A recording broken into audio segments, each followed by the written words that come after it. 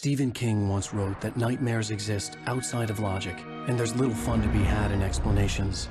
They're antithetical to the poetry of fear. In a horror story, the victim keeps asking why, but there can be no explanation, and there shouldn't be one. The unanswered mystery is what stays with us the longest, and it's what we'll remember in the end. My name is Alan Wake. I'm a writer.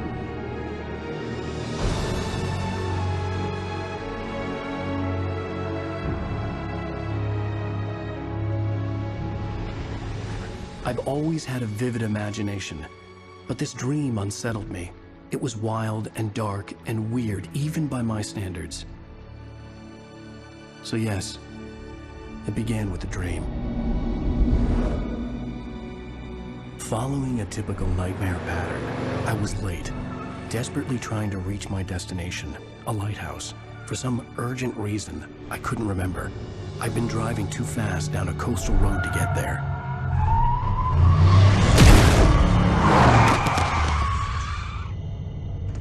I'd seen the hitchhiker too late.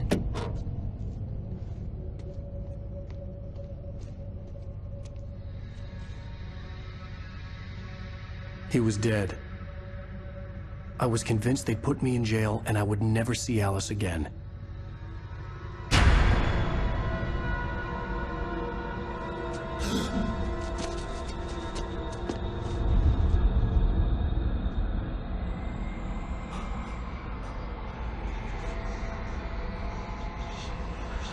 Suddenly, his body was gone.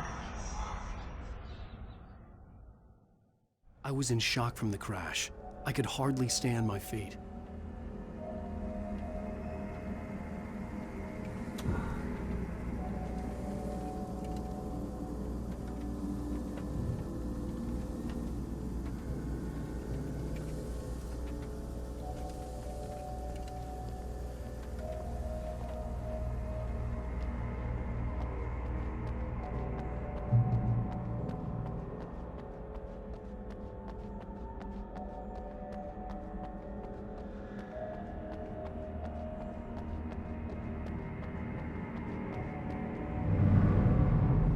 I had to go to the lighthouse. I knew there was something important waiting for me there.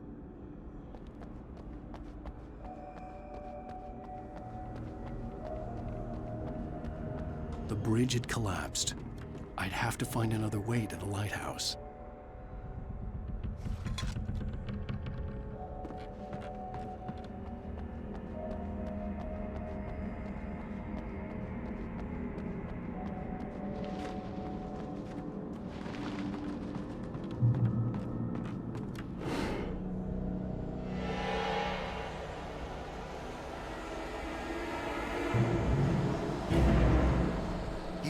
Recognize me, do you, Ryder? You think you're God? You think you could just make up stuff? Play with people's lives and kill them when you think it adds to the drama? You're in this story now, and I'll make you suffer! You're a joke. It would be a single readable sentence in your books if it wasn't for your editor. You'll never publish another one of your shitty stories, cause I'm gonna kill you. It's not like your stories are any good. Not like they have any artistic merit. You're a lousy writer. Cheap thrills and pretentious shit. That's all you're good for. Just look at me. Look at your work.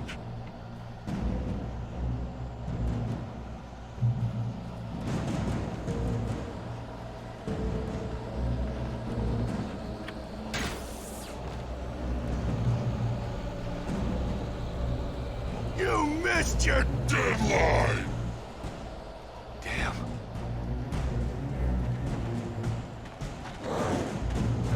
Ah!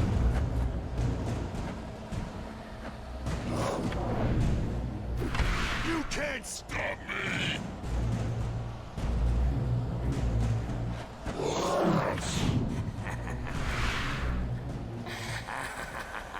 I realized that the hitchhiker was a character from the story I'd been working on.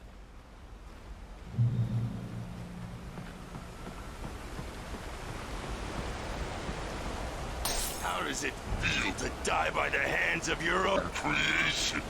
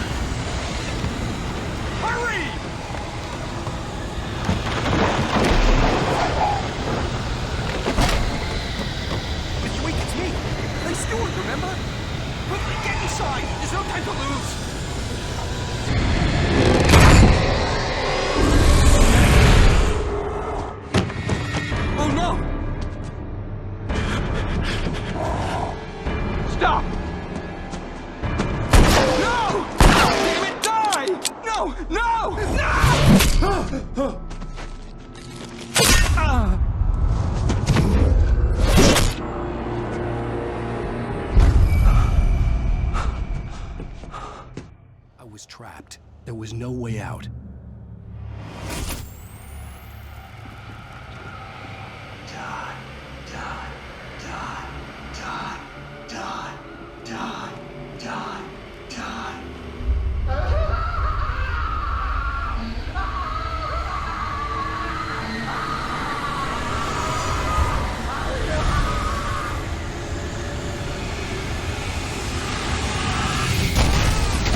It was a death trap. I had to get out.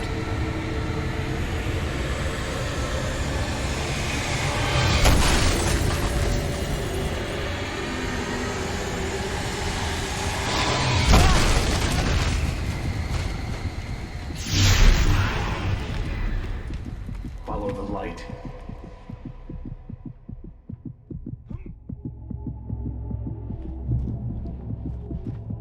You are hurt.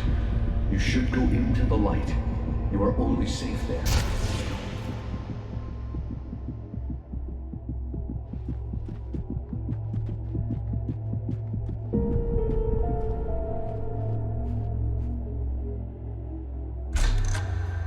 Well done.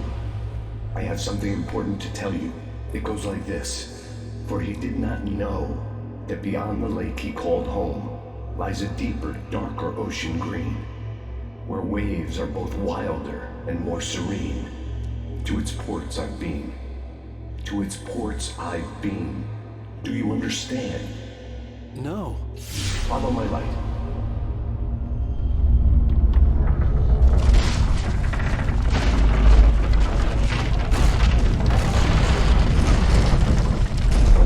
I entered your dream to teach you. The darkness is dangerous. It's sleeping now. When it feels you coming, it will wake up. There's no time. I can only show you the most important thing.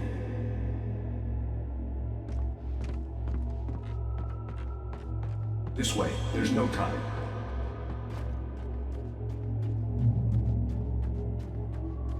The hitchhiker has been taken over by the dark presence.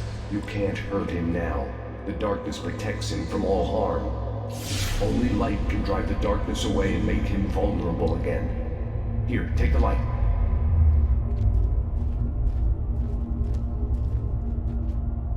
Turn your flashlight toward him and burn the darkness away.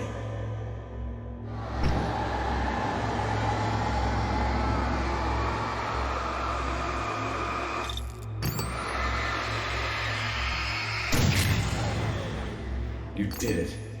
Now the darkness no longer protects him, but it's still inside, controlling him. He can't be saved. He's still a threat. He is still your enemy.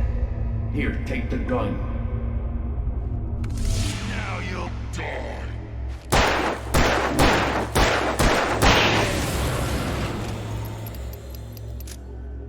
Good. You've done well. Remember what I've taught you. That is all. I will give you back your dream now. In the nightmare, a terrible darkness was taking over the world. The lighthouse was the last safe place on Earth.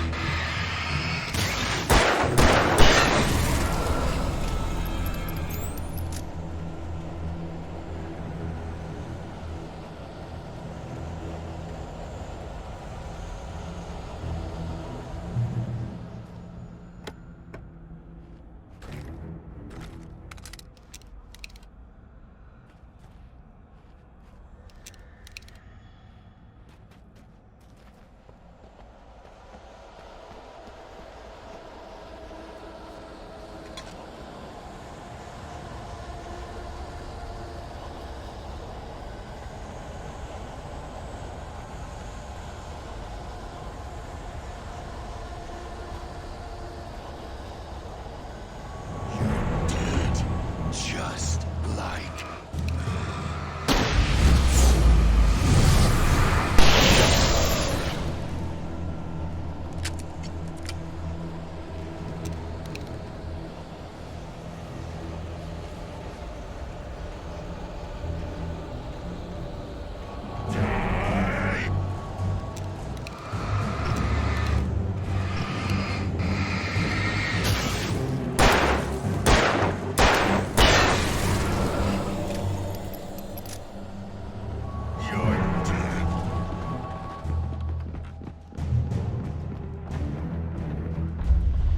I can keep this up forever!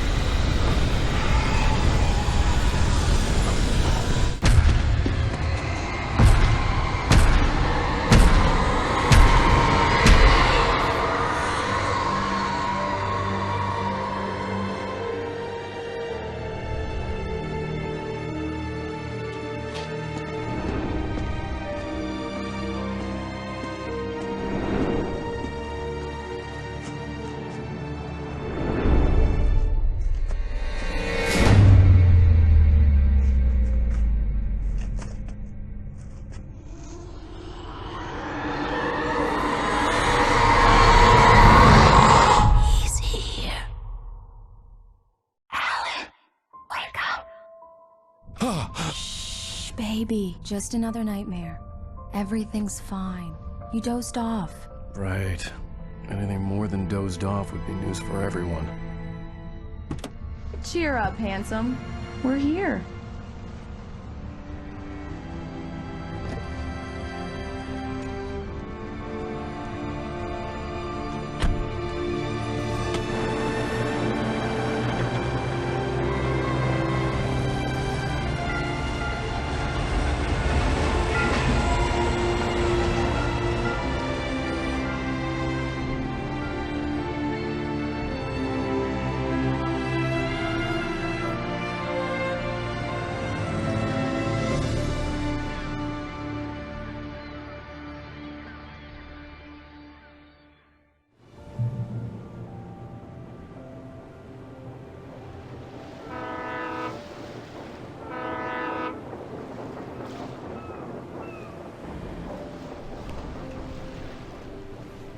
Let's act like we're on vacation.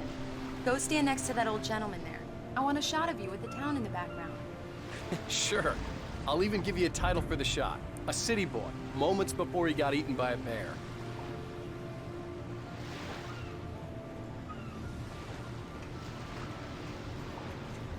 Hi. Hello there. You picked a good time to visit our town. Deerfest is just 2 weeks away. Deerfest, huh? Did you hear that, honey? You have a lovely wife. If you don't mind me saying. I'm Pat Maine, by the way. Nice to meet you. Yeah, I'm Alan Wayne. I won't pretend I don't recognize a famous writer such as yourself, Mr. Wake. A pleasure. I'm an avid reader myself. I hope this isn't too presumptuous of me, but I'm the night host at the local radio station. Any chance I could get an interview? Look, Mr. Maine, I'm on vacation. In fact, I'd appreciate it if we could keep my being here just between the two of us. I'm sure you understand. Fair enough. You can trust me to be discreet. Not a hard man to track down if you change your mind, though. I hope you two have a lovely holiday.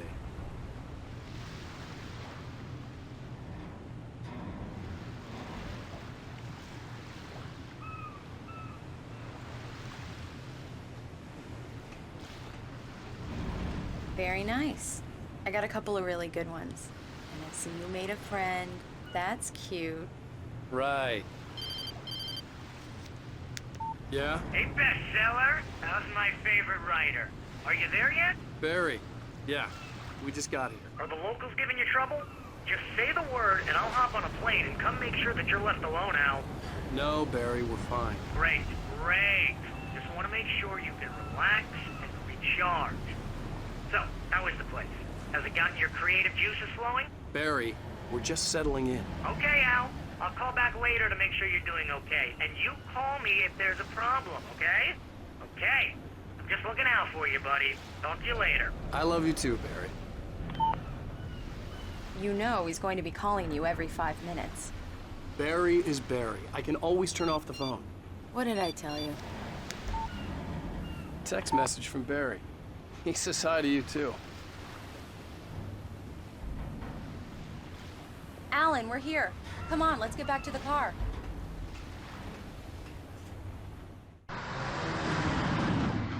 We need to stop at the local diner to get the cabin key from the landlord, a Mr. Carl Stuckey. He's waiting for us. I'll go fill her up while you get the key. I'll pick you up here in, say, 15 minutes? Sure. Alan, thank you for coming here with me. I love you too. Go on. I'll promise to behave.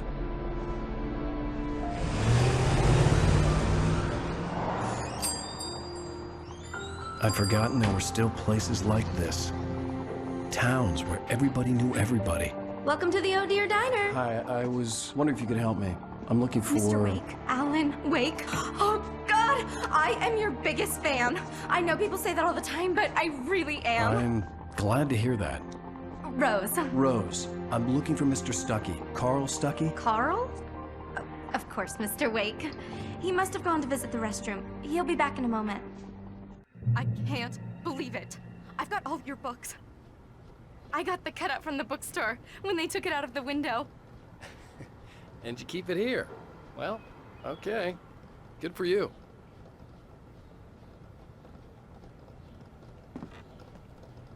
Try the coffee. Just don't blame me when you fall in love, 'cause it'll break your heart when you have to leave. Rusty here is no longer human. Nothing but black coffee under a thin layer of skin. Yeah, that makes two of us.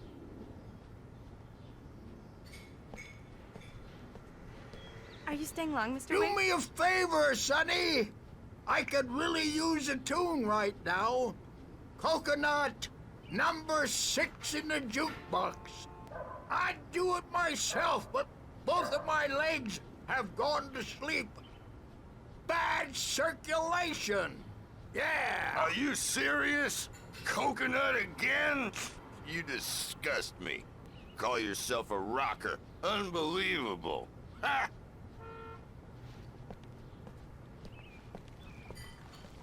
You put the lime in the coconut. Drink them both up. Just because we're brothers, don't think I won't murder you in your sleep. It does that. Get stuck.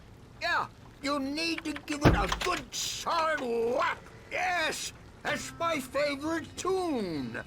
Coconut. Now that's what I'm talking about. Yes. This is it. I've died and gone to hell.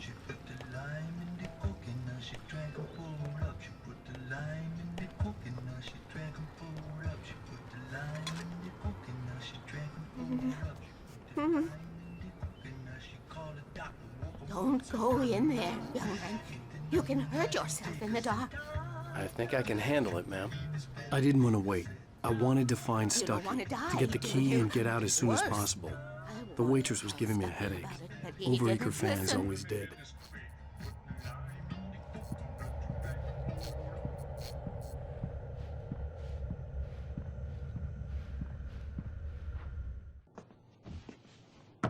Hello?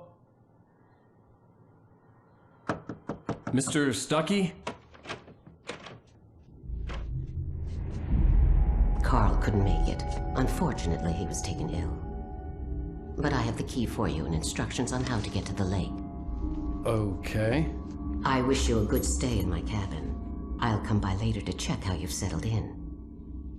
And to meet your wife. I insist.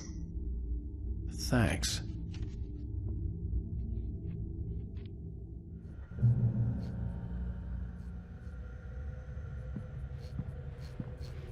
Cauldron Lake is a special place. Very inspiring.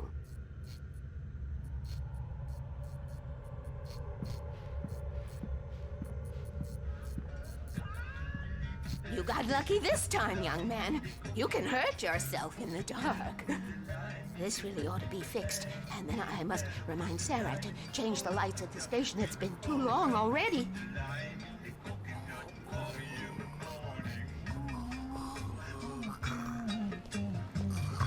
Even that sounds better than your singing. Are you all right? Splendid, splendid! Damn hernia. It swells up like a balloon if I lift it. It's heavier than a spoon. Yeah, splendid, splendid. It's been a long time. Oh, good to see you. Hey, you wouldn't happen to have a bottle on you, would you, Tom? I wish.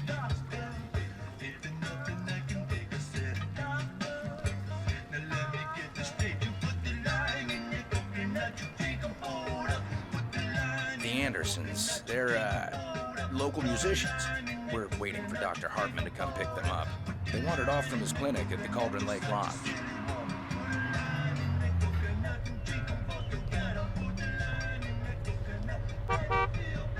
Bye, Mr. Wake. Mission accomplished. The key and the directions. My hero. I got some flashlights, just in case. Hey, wait! Mrs. Wake! Your keys!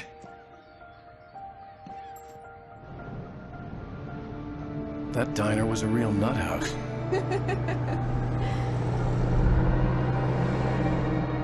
Can you believe this place? This would make a wonderful setting for a book. We're supposed to be on vacation, Alice. I'll figure it out when we get back home. Okay? Okay. We can talk about this later. Batman here on KBFF. I didn't want to talk about it. I wanted to bury my head in sand. Here's another one of my favorites to go with it. Once upon a time, I was a successful writer, but that was a long time ago. I hadn't been able to write a word in 2 years. Not since my last book. And now the weather. It's gonna be a clear night, so you folks in the big city might want to look up every once in a while. See those stars winking down at you? It gets pretty dark out here, but they'll light your way.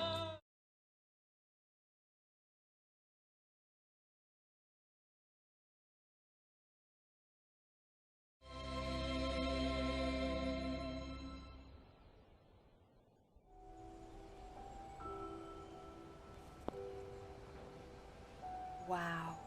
It's gorgeous, Alan. It's something, all right. Don't worry, honey. I'll get you inside safe and sound before it gets dark. And I've got the flashlight. I know. I'm okay. Alice had a phobia. The fear of darkness. I wanted to make sure we were inside with the lights on before sunset.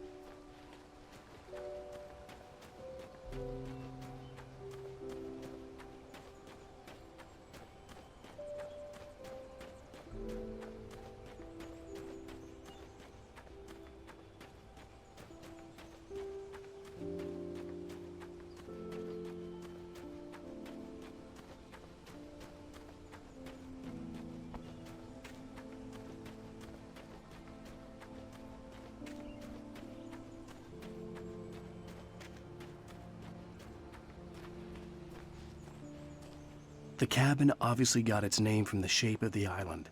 It looked like a giant bird leg. Alice had mentioned that the lake was a caldera. There was a dormant volcano under it.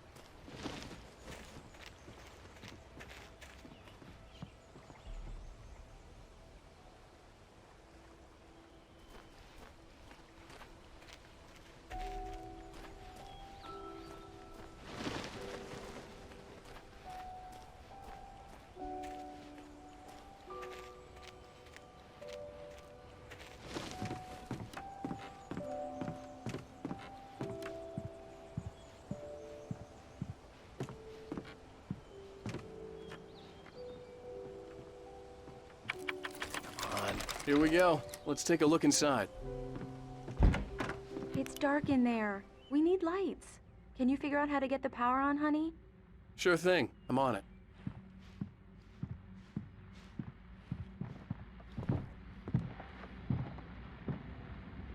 Hello? Anyone here?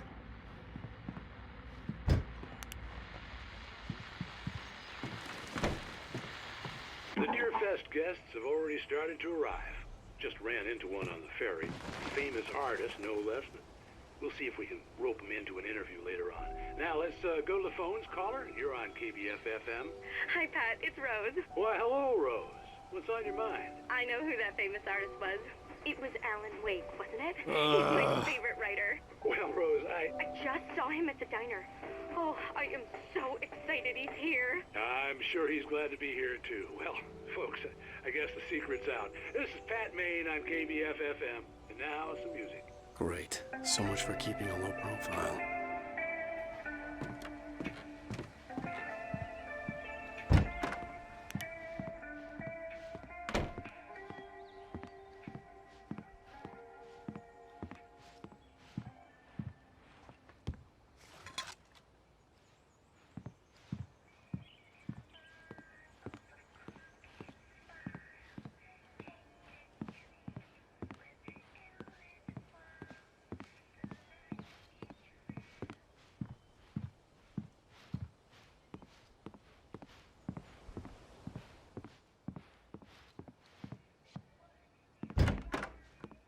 For a moment, the oppressive feel of the nightmare I had seen on the ferry returned.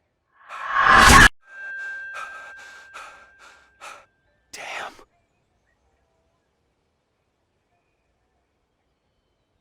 I needed to get the power running in the cabin. There had to be a fuse box or a generator somewhere on the island.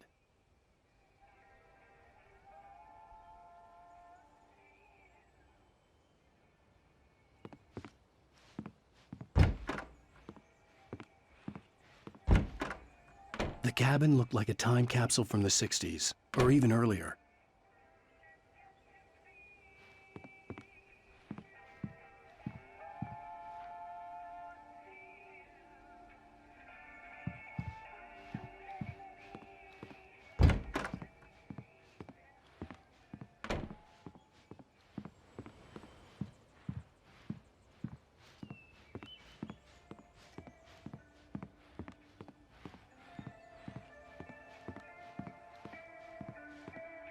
The power cable goes to that shed over there.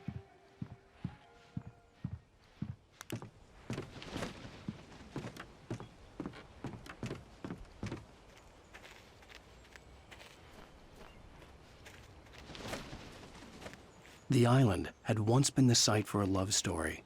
Maybe it would be that again.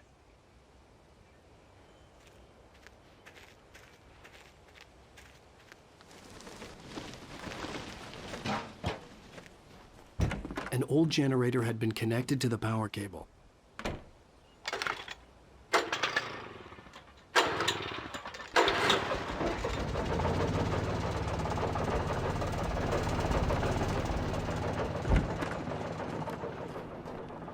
The lights are on! Good work, honey. I'll freshen up a bit and start settling in. Okay, I'll look around a bit. Sure thing! Have fun!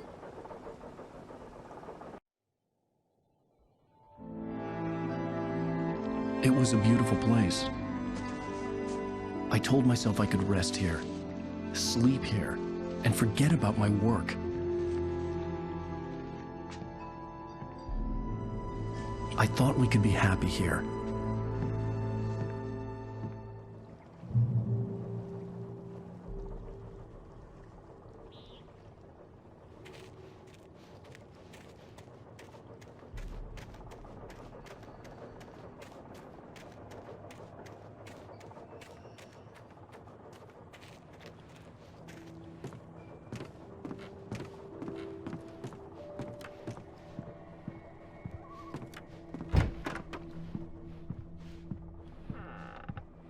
Alice? Honey?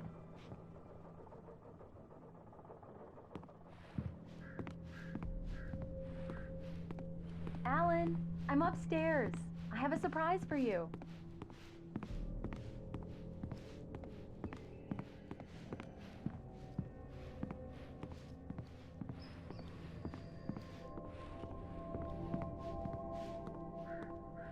Well, hello there. I'm not the surprise. It's in the study. Go take a look. Okay.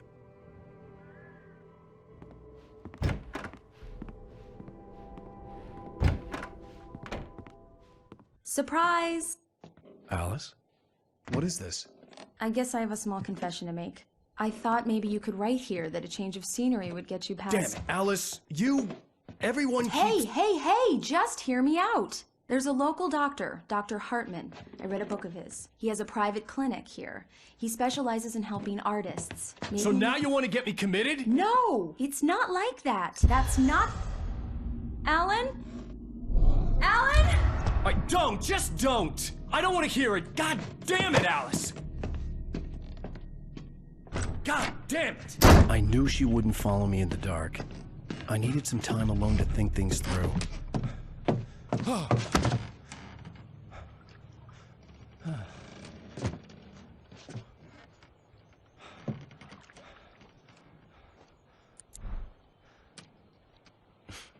Damn it.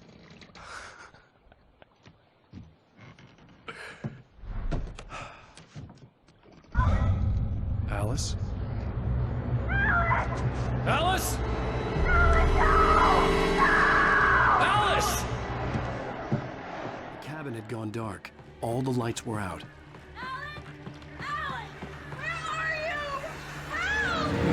Alice, I'm coming! It's all right, I'm coming! What the hell? Alan! Help me!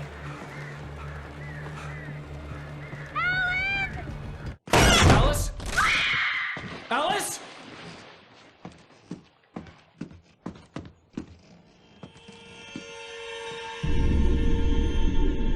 Oh no!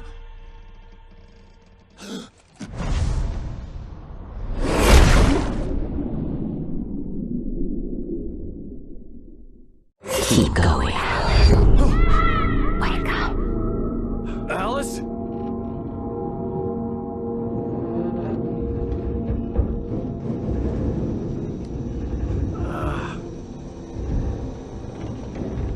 Waking up in the crashed car felt like I had woken from one nightmare and entered another. I couldn't remember how I got there. All I knew was that something terrible had happened to Alice. The phone was dead. I'd have to find help on foot.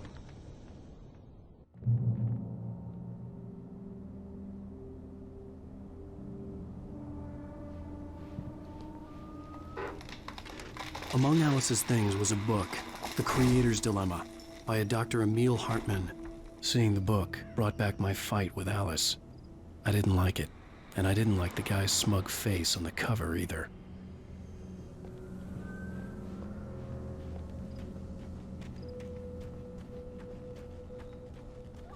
The gas station was my best bet.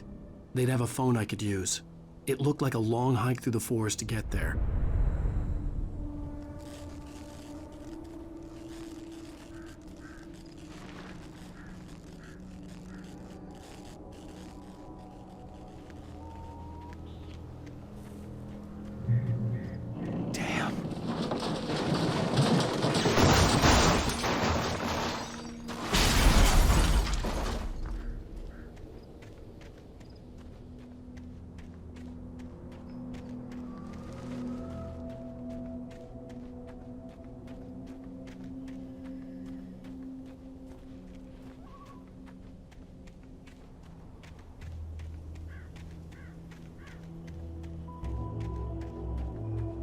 Hello?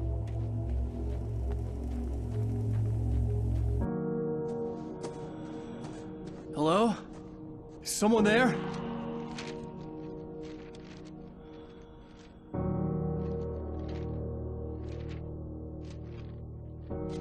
The loose sheets of paper were pages from a manuscript entitled Departure. That was the name I planned to use for the next novel I had never gotten started.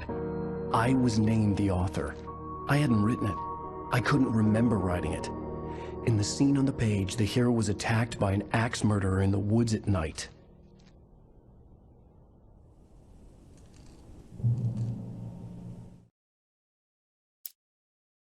Departure by Alan Wake.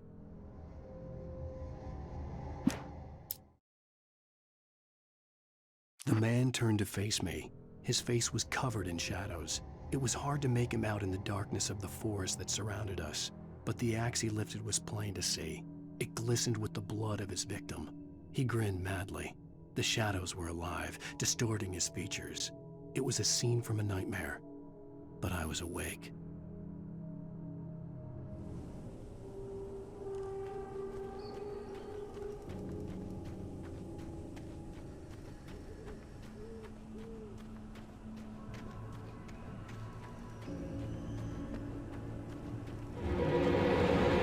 Anybody there? Please, I've been in an accident.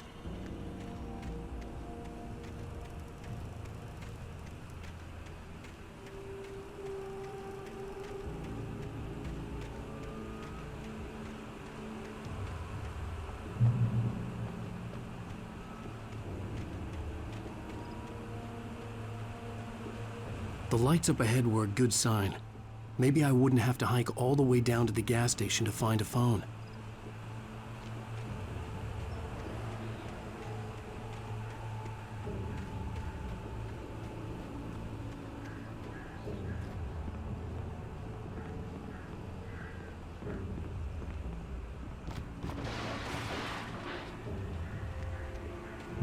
Anybody there? Please, I've been in an accident.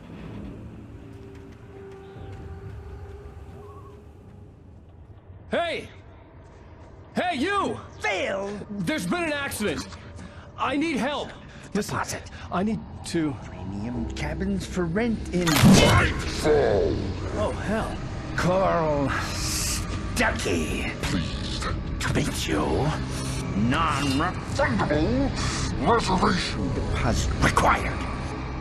Fair and square. Fair and square.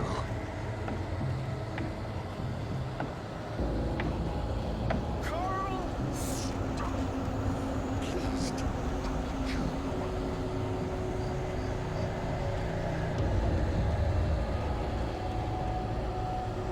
Premium cabins.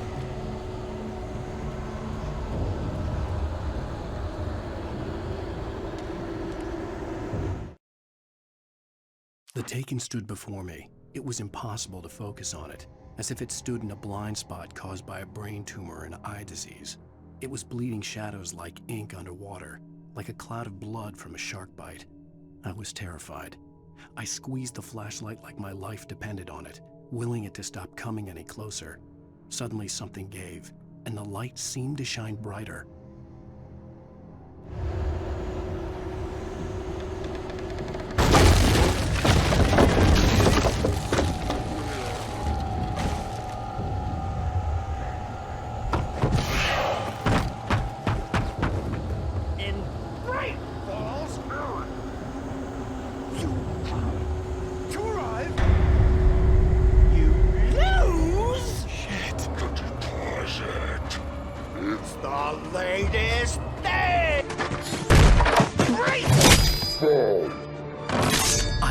Figure a way out of this.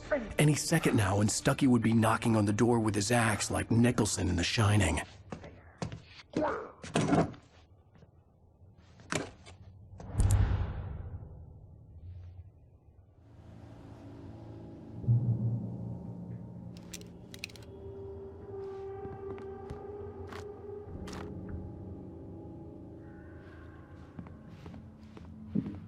During your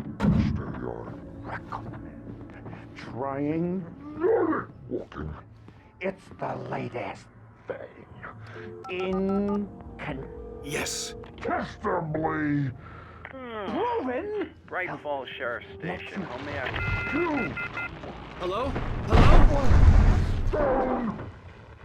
You can see the sights and keep those cholesterol levels.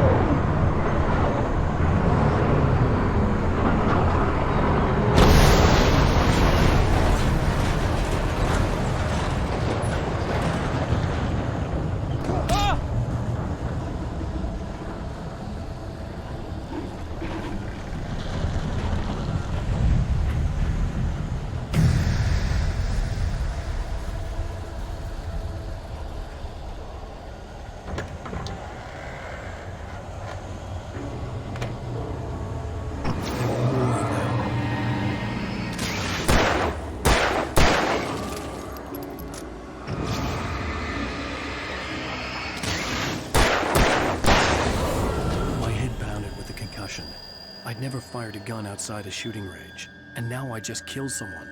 Or something. There were no bodies. They just disappeared.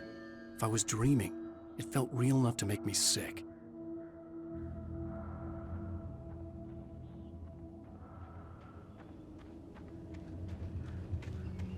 Eerie hand-painted graffiti was revealed by my flashlight. Someone had hidden a chest of supplies near it.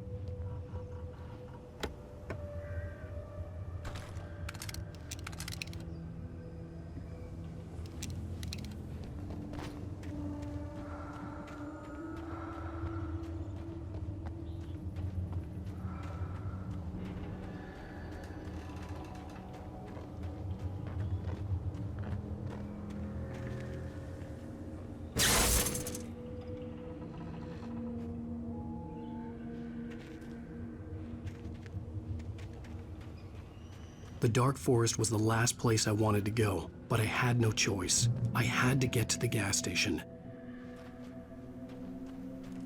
It's rabbit season.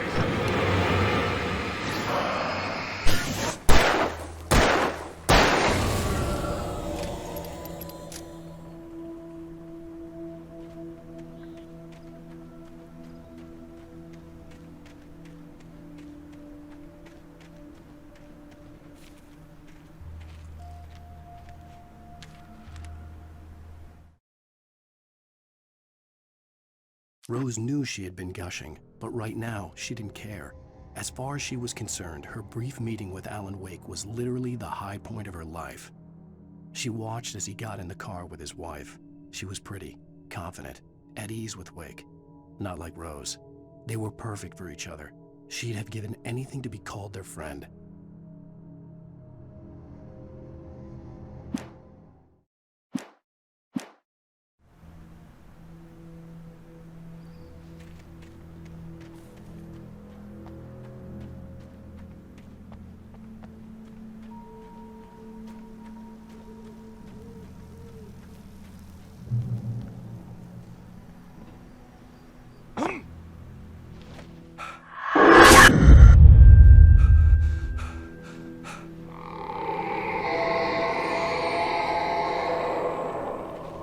The hell was that?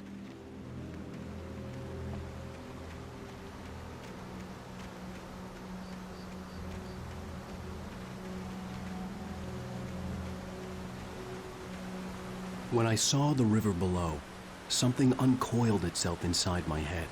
I realized that I'd have to find a way across. I didn't even want to look at the water.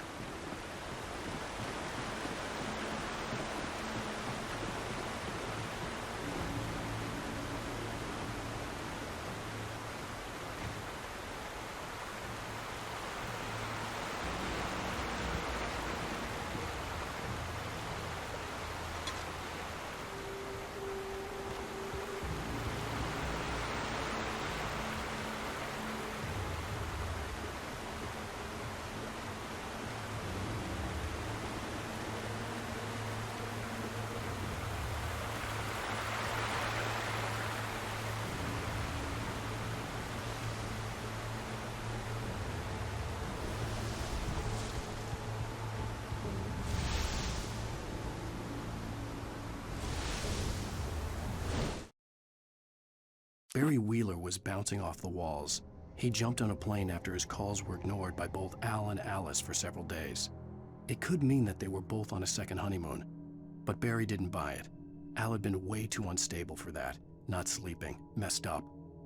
Barry had years of experience dealing with Alan Wake, and he couldn't ignore it.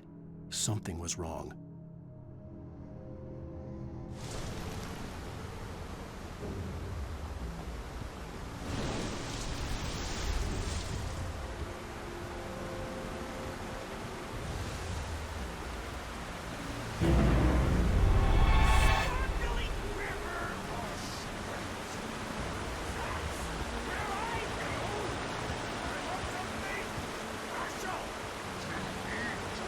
Stucky was still out there, in the dark, stalking me.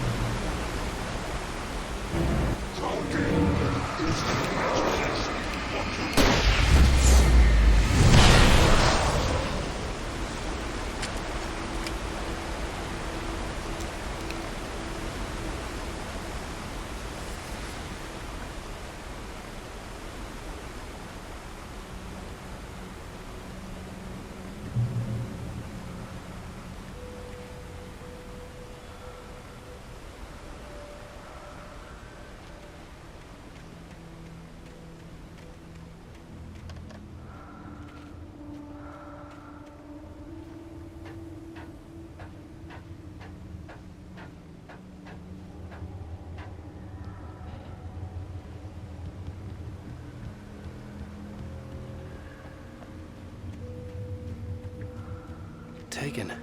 They're taken.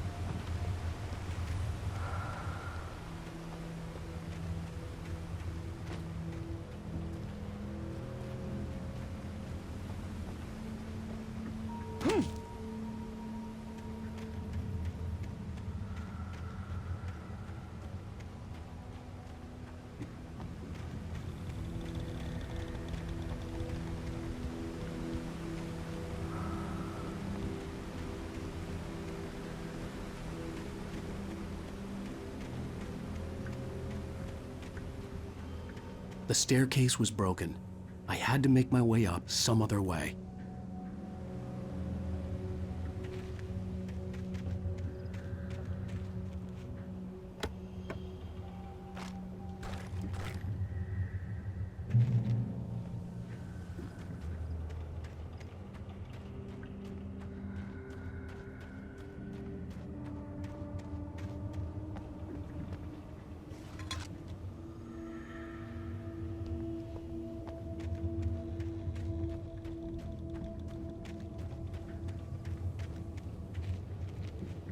There was no power. There was bound to be a generator somewhere at the logging site.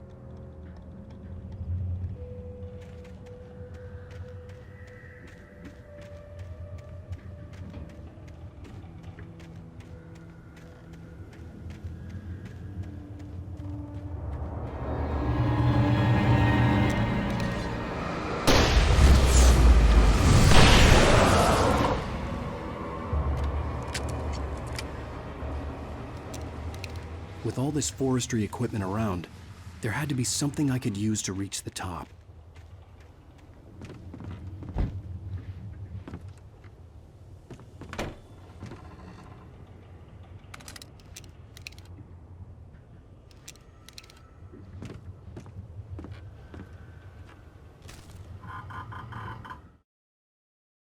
I heard them before I saw them, swooping down from the sky and screeching as they came.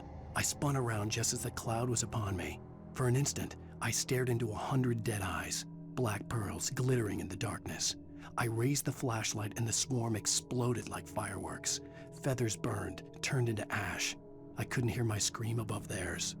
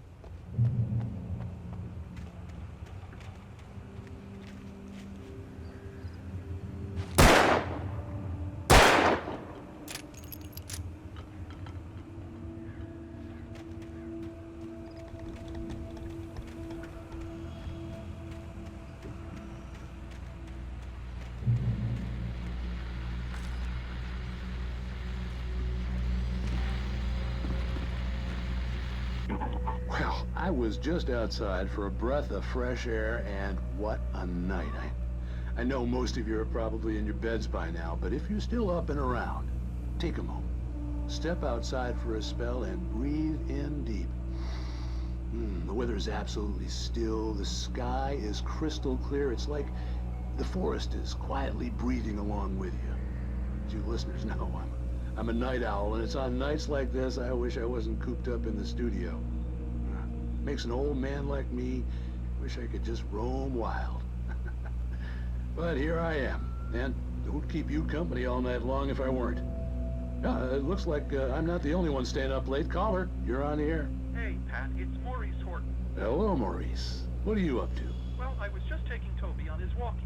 Oh, isn't it beautiful out there? Sure, but Pat, the reason I called is that Toby heard something rustling in the undergrowth and took off after it, and I couldn't find it. Probably a rabbit. Sure. Toby loves rabbits. Well, sure. Anyway, I figured that, if anyone runs into Toby, they could grab him. My number's on his collar. And Toby's a friendly dog? Toby loves people. Usually he comes back, but we were pretty far from home, and it sounds like he went pretty wild there. Great dog, but he's just too dumb for his own good. Well, Maurice, it's out there now. Hope Toby comes home soon. Yeah, thanks, Pat. You have a good night now.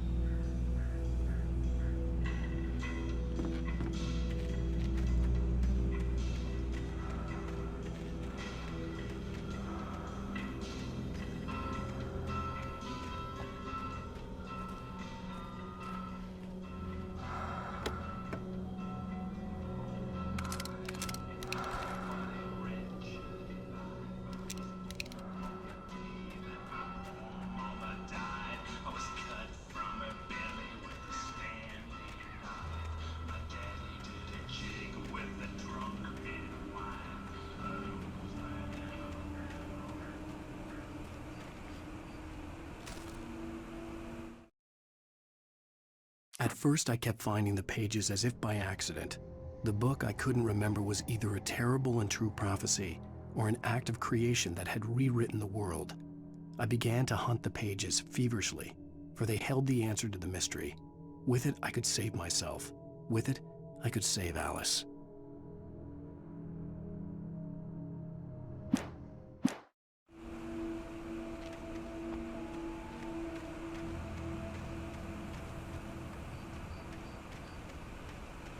The gas station was closer now, its light welcoming in the darkness.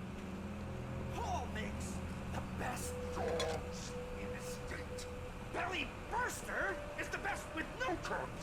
Monster Dog is second best. The famous dog is...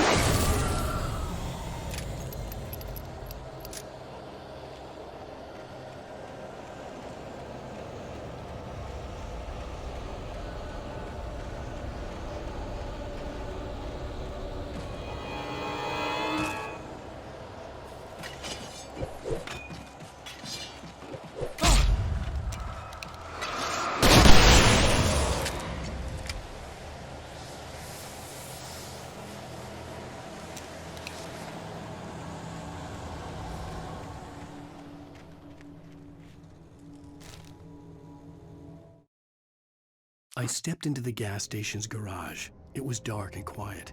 The place was a mess. It looked like someone trashed the place or that there'd been some kind of fight. Light spilled into the room through an open door at the back, and I made my way toward it. Without any warning, I was blinded by a bright light. An old portable TV on the shelf had come alive by itself. Impossibly, I could see myself on the screen, talking like a madman.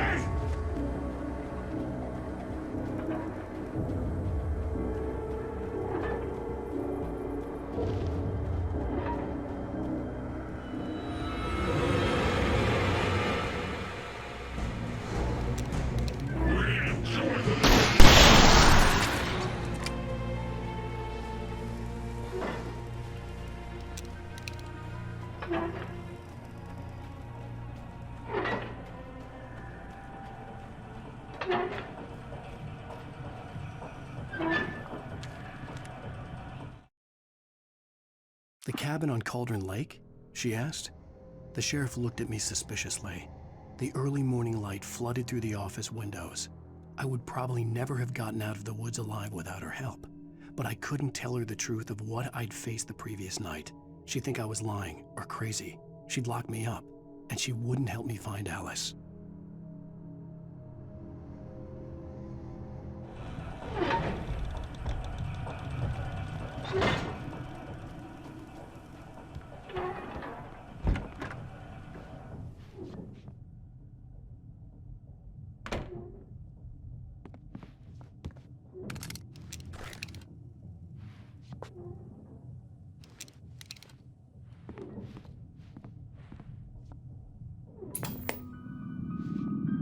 Science. It bestows immortality on those who advance it to elevate all of mankind. Newton, Einstein, Sagan, princes among men. But the price for such a legacy is steep indeed. In Night Springs. Tonight's episode, a quantum suicide. If our lives are already written, it would take a courageous man to change the script.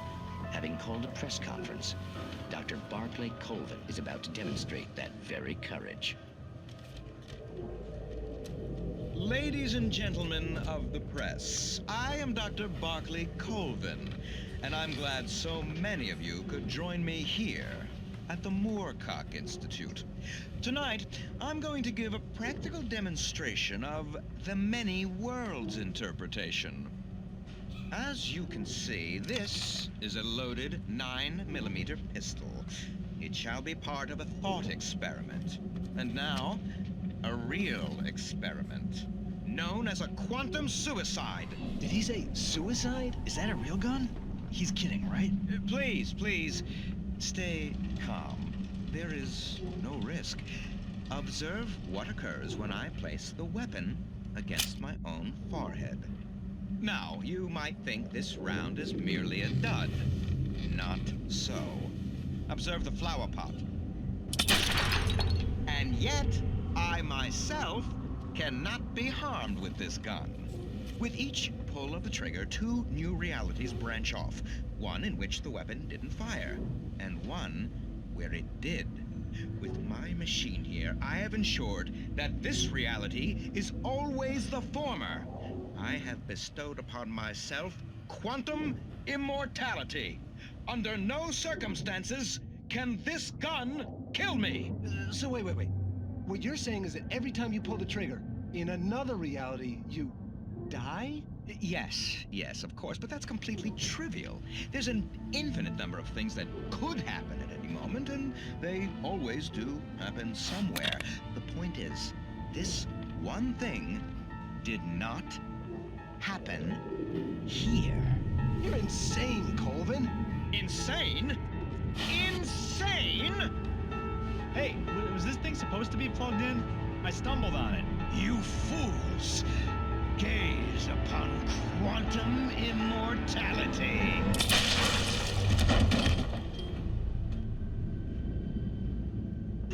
Poor Dr. Colvin, felled by his own hubris or the ignorance of the masses. Perhaps he should have left the crate unopened, the decaying atom unobserved. Curiosity often kills the cat. In Night Springs.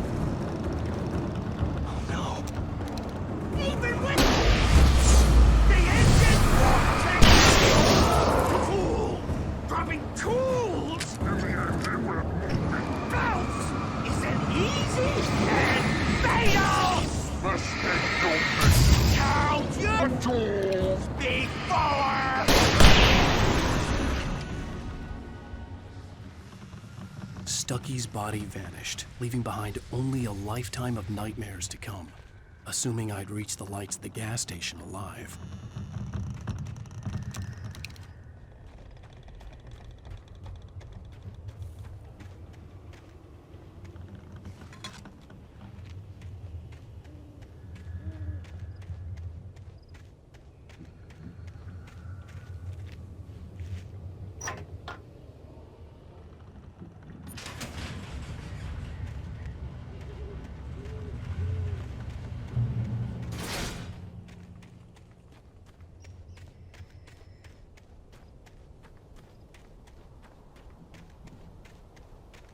I recognized the parade float I had seen in Bright Falls when I first arrived with Alice.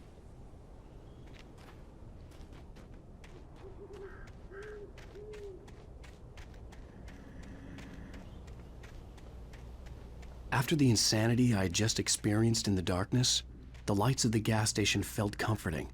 At least for a moment, the sane world reasserted itself.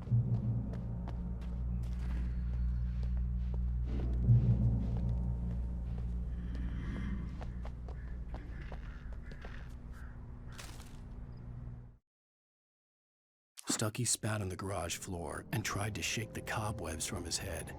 Ever since the couple never showed to pick up the keys, things had been fuzzy. Something, a feeling caught his attention. Stucky looked up and stared as his brain tried in vain to process the horror before him. He stumbled back, knocking over a can of oil. A black pool spread across the floor while he struggled for a brief moment, then let go as the unrelenting darkness engulfed him.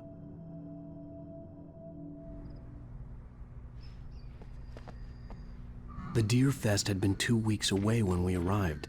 If the day count on the banner was right, I was missing a whole week between the night we got here and now.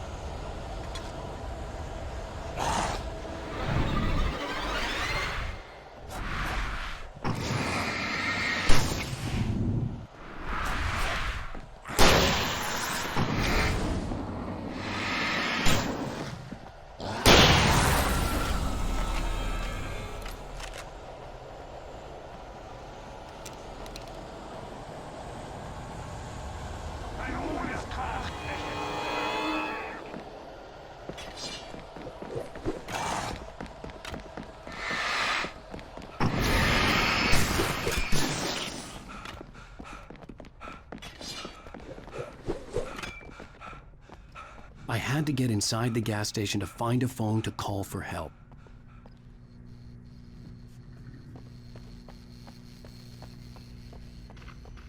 The garage was a mess. It looked like someone had trashed the place, or that there'd been some kind of fight. I'll write. I'll keep writing. Outside, there's only darkness. Outside the cabin, outside the story, there's only darkness. I can feel her presence in the dark. Just now, I could smell her perfume in the room. I'll reach her, I'll fix it up.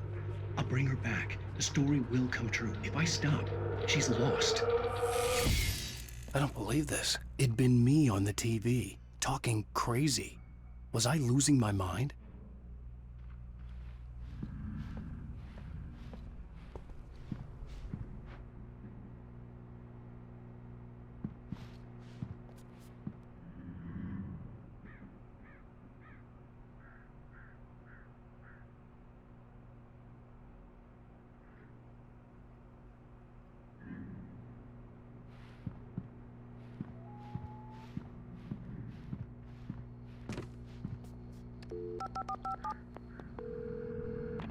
Bright Falls Sheriff Station.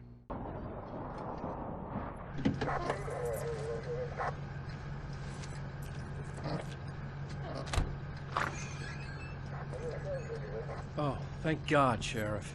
Sheriff Sarah Breaker. You are... I'm Alan Wake, but listen. I was in a car crash. My wife, Alice, she's missing. Calm down, Mr. Wake. We were staying in a cabin on the island, on Cauldron Lake. There's no island on Cauldron Lake. Not since the big eruption in the 70s. Please, I can take you there, okay? You look like you've taken a pretty bad knock to the head. Are you okay? Listen. We'll figure this out. Please get in the car. We'll swing by the lake and then we'll go to the station, okay? Mr. Wake, have you seen Stucky, the guy who owns this place? I realized I couldn't tell her what had happened in the forest. She wouldn't have believed me. And then she wouldn't have helped me with Alice.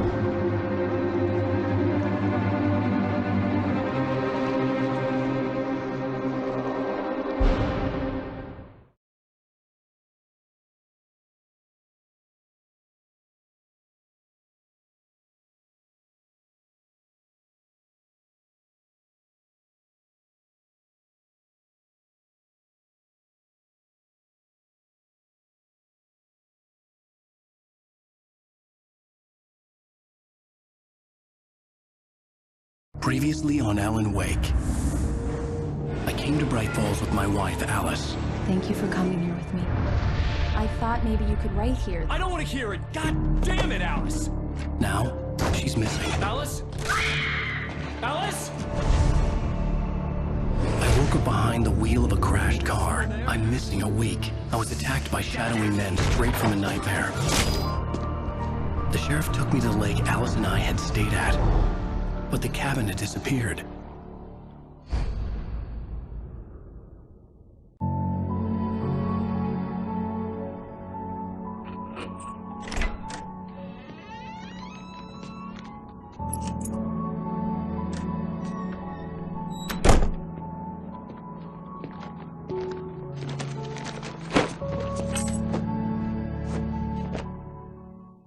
Honey, I'm home.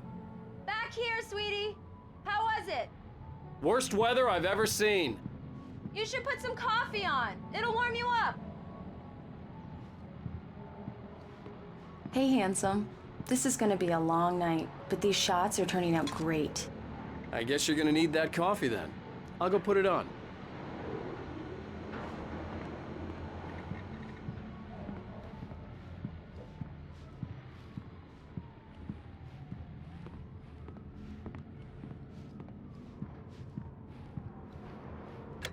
Coffee's on.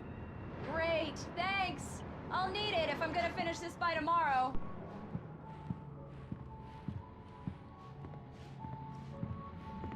Oh, hey, I just finished those cover mock-ups. They're on your desk. Tell me what you think. No kidding. I didn't think you'd get them done this quickly. On occasion, I can perform all sorts of miracles, my dear.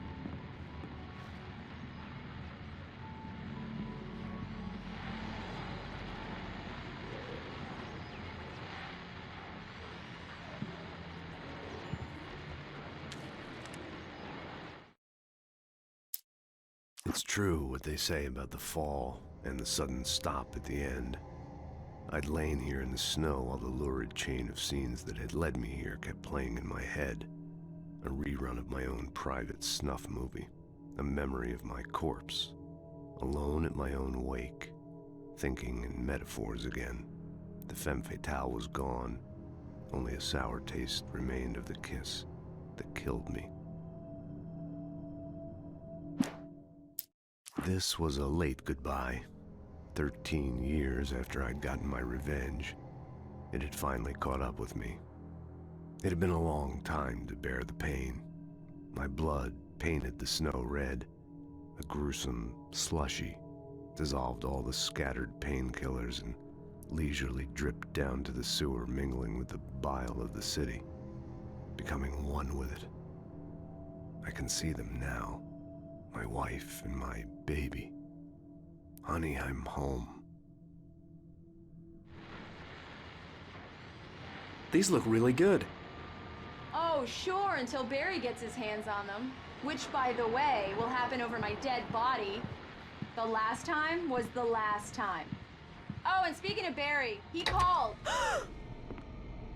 Alan? Alan, please check the fuse box. I'm right here. I'm on it, honey. Please hurry. I'm right here, baby. I'm fine. Just get the lights back on. Now, please. Honey, it's a power outage. I've got the flashlight. Okay. Hi. You okay? I'm sorry. It just really spooked me. Don't worry. We'll just break out the candles. I know it's stupid, but it's just... especially when I'm not prepared for it, you know? It gets to me. I love you. Tell me a story, writer. Okay. I used to have these nightmares when I was a kid. The dark really spooked me, too. When it got really bad, my mom gave me this old light switch. She called it the clicker. The clicker, huh? Yeah. If I ever got scared of the dark, I could just flip the switch and a magic light would scare the monsters away. Oh, sure. Here it is. Alan. Maybe it'll help you, too. Yeah, nice story, writer boy. You made that up right now, didn't you? No. Seriously. I love you, even if you are a liar. Thanks for this.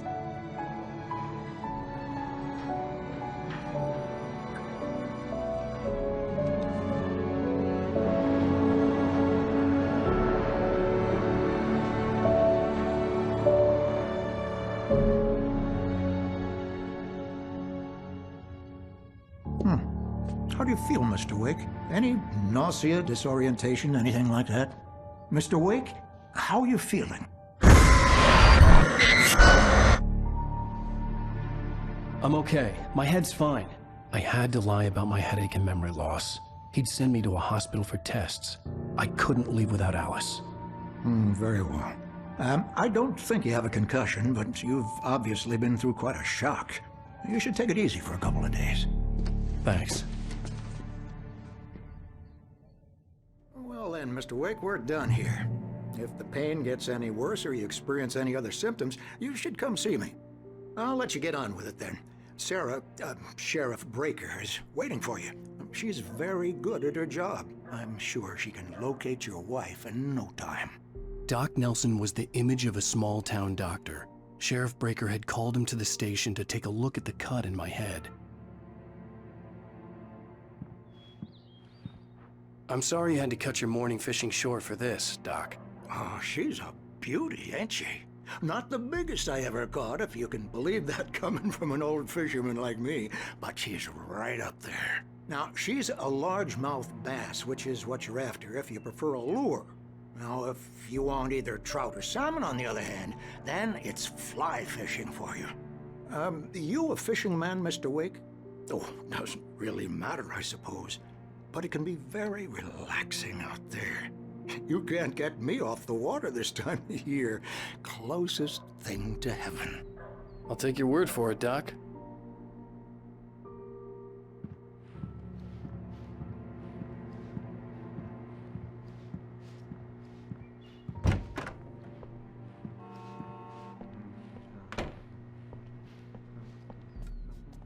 Thank you for testing the lights, Miss Weaver. Everything seems to be fine. I don't have the luxury of being complacent, Deputy Grant. The bulbs will need changing soon. You can't change them in the dark. I'll be sure to take care of it, Miss Weaver. Have a nice day now. Very good. I'll come back later on to remind you, just in case. Mr. Wake, the sheriff is waiting for you in her office down the corridor. That was Cynthia Weaver. I guess you can call her the town eccentric. She used to be the editor of the local newspaper, but she's focused on, other things these days. She'd fit right in where I come from. As you can see, she's a little obsessed with maintaining the light bulbs of the whole town, refuses to step on shadows, things like that. Back in her day, she wrote about all sorts of weird things in the paper. Bright Falls has a colorful history. Of course, what small town hasn't?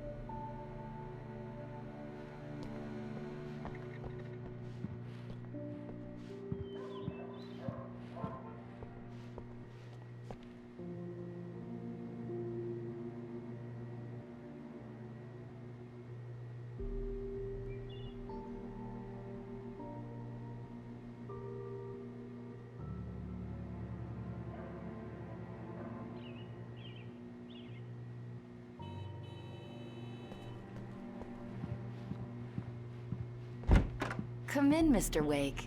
Your phone's on the desk. The battery was dead. It's charged now. Have you started looking for my wife yet? My men are already on it. Now, can you tell me what happened? I'm not sure. I can't remember. We were arguing. I walked out of the cabin. The cabin on Cauldron Lake? How did you end up at Stucky's gas station? I wanted to tell her what had happened last night, but I couldn't. She'd lock me up. Excuse me, I need to take this. Hello? Alan, please help me. Alice? Stop talking to the law. You'll do exactly what I say if you ever want to see your wife. Who is this? Go to the back lot. There's a hole in the fence on the left. Look inside the junker. I left a little something there to convince you we're all on the same page here. After you ditch the cops, you're gonna meet me in Elderwood National Park. There's a spot called Lover's Peak. Midnight. Don't do nothing stupid, pal. We're watching you.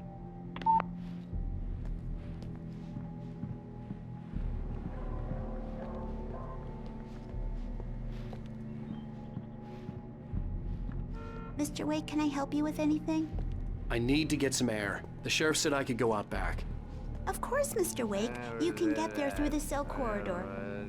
Hey, mister! Hey, can you turn the lights on? The deputies, they don't understand. Yeah, it's Mulligan here. I'm at Stucky's gas station with Thornton. There's no sign of him. Over. Wait. Yeah, this is Thornton. Look, we've located the brake float. It's here. That's some good news, right? Stucky was supposed to be driving it at the rehearsal today. Over. Oh, give me that. Mulligan here. Looks like someone really thrashed the garage. Over. Okay, roger that, guys. Keep looking for Stucky. Jane's out.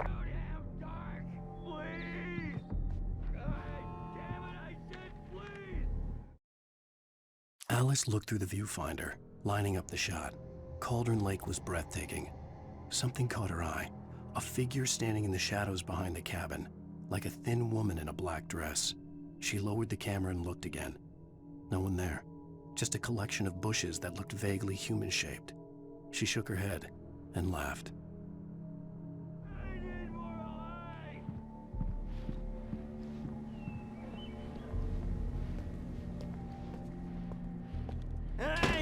Hey, you! Can you help me? Can you turn the lights on?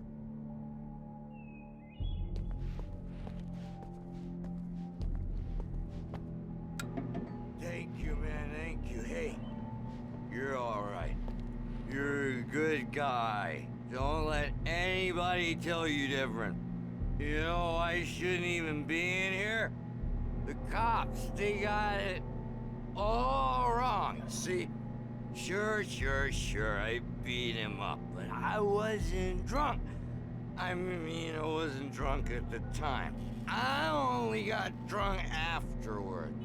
Okay, listen, you gotta listen carefully now. Here's the kicker. That wasn't Danny. No, sir. It only looked like him. You wanna know who it really was? I'll tell you who it really was. It was a goddamn space alien! I know it sounds like something a drunk would say, but believe me, I wasn't drunk then.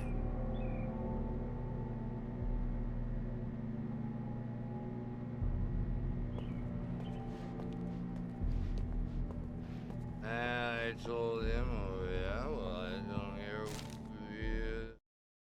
In spite of its human mask, to describe the dark presence as intelligent would have implied human qualities on something decidedly inhuman. Nonetheless, it found the one spot in the diner that was dark enough. Some light spilled into the corridor, ravaging it. But it took the pain. Horrible as it was, the writer would soon fix that. He would be coming to the one place where it still had power. Where on your feet?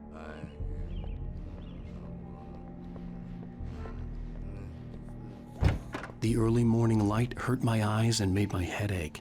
The man on the phone had said, "Go through the fence on the left."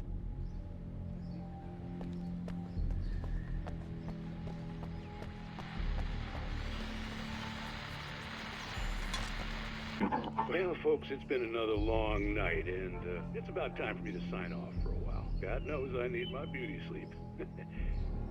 Just one more item before I go. It's been a busy night for the Sheriff's Department. We've had a few broken windows, even a report of shots fired on Main Street. Deputies Mulligan and Thornton had to deal with two intoxicated young men who were celebrating the completion of their Deer Fest float. Now, folks, we get this every year. I know it's exciting, the big day's almost here, but let's save it for the party and leave the gunplay for the shooting competition, huh? There's no point in getting all worked up yet.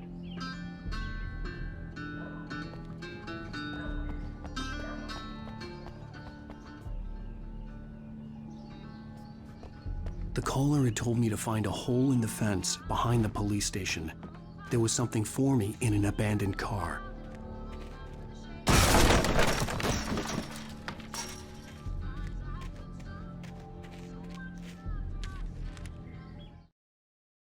The kidnapper fired his gun one last time, and the shadow vanished into the darkness it had come from. See? Nothing to it, Wake. The thought of Alice in his hands was revolting. We stood on the wooden platform of Lover's Peak, the waterfall on the mountain behind us, the lights of the radio mast blinking red in the heights above. I fought with the urge to take a swing, force myself to speak. Let's cut the act now. Where's my wife?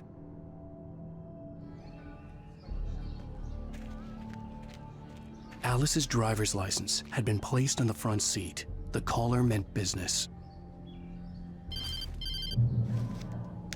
Barry? Ow! Ow! Thank God! Where the hell have you been? I've been trying to reach you for a week, you and Alice.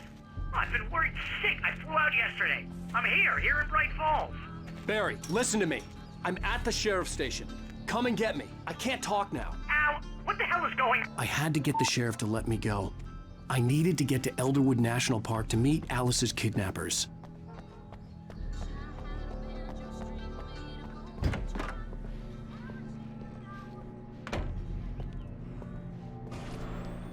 A writer is a light that reveals the world of his story from darkness, shapes it from nothingness. The way a sculptor carves a statue from a block of granite. If I stop, the world I'm making dies. Darkness will reclaim it. It's a long, hard journey into the dark. Alice's life is at stake, but I can't think about that, or I'll lose it. The dread lingers at the edge of perception. I'll push on. Anything is possible here. I'll write the story. I'll save her.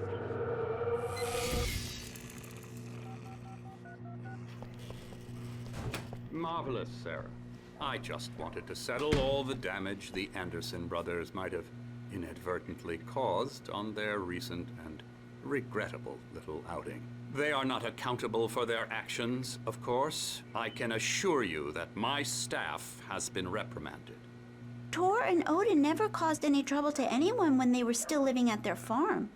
Indeed. All we can do is to slow down the progress of their dementia. Are you feeling any better, Mr. Wake? I'd like to leave. Am I free to go? Well, we still need to talk about... Am I under arrest? No, of course not. But I need to know where you'll be staying so I can get in touch with you. I'd avoid the motel. The Majestic is known for its roaches. The cabins at Elderwood are pretty nice, though. That sounds perfect. I'm Dr. Emil Hartman. I'd like to invite you to stay at Cauldron Lake Lodge. Did you talk to my wife? I had the pleasure of discussing your situation with her on several occasions. Did you set something up with her? I invited her here. My clinic is a place where... Oh, hey! Oh, my! Take it easy. move. Get your hands off of my client. Who are you? I'm Barry Wheeler, his agent. If you have business with Mr. Wake, you talk to me. You yokels won't know what hit you once I sick my lawyers on your asses. No harm done, Sarah. I'm all right. I don't want to press charges. Mr. Wake, my offer still stands. Get me out of here. What the hell was that about, Al? We don't need a replay of that thing with the paparazzi. I thought they were gonna lock you up. I had to talk to someone. I told Barry everything. He thought I was certifiable, but when he heard about the manuscript, I had him. The fact that I'd written something, even if I couldn't remember it, was enough for him. He smelled money. And he believed that Alice had been kidnapped. Anything beyond that was another story.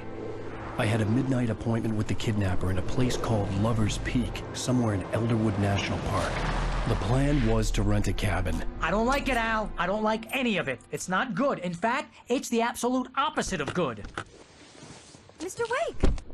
Barry, you found him! Hi, Rose. Oh, wow. I was just thinking about you, too. Great.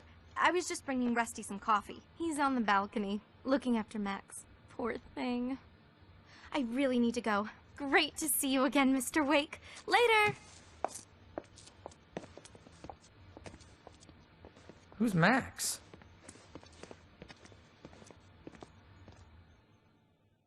What an airhead. Jeez, Mr. Takes a swing at everybody.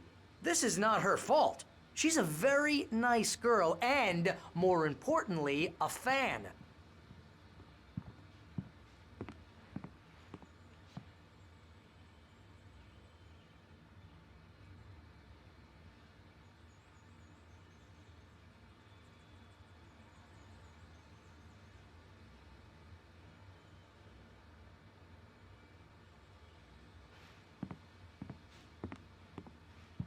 Seriously, Al, what you were saying in the car? Just listen to yourself. What, you shot a guy and his body just disappeared? When was the last time you slept? What, are you high? Have you been drinking? No! Look, Barry, I'm missing a week, and someone's got Alice. Do you and everything's understand just... what it sounds like when you say stuff like that? Don't get me wrong, it's a good story, could be a bestseller. But when you start confusing fiction with reality, you're buying yourself a ticket to the funny farm. All right, wait here.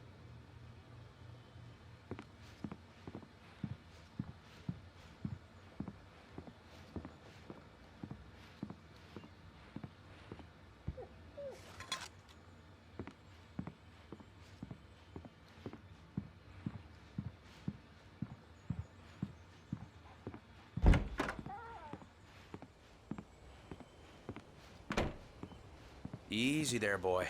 I'm almost done. Hey, Rusty, right? You rent cabins. Oh, Mr. Wake. I'd shake your hand, but mine are kind of full here. Actually, I'm sorry about this. Would you mind grabbing the registration form from the desk? It's just across from Bucktooth Charlie. Okay, sure. What happened? Crazy poachers. Max here got his foot caught in a trap. They're illegal to use here. Hell, you're not supposed to hunt within the park at all. But that doesn't stop some lowlifes. Well, at least Max is gonna be okay. He got lucky. Max is still groggy from the shot I gave him, and I'd rather not leave him alone just yet. The form's on the desk across from the mammoth skeleton.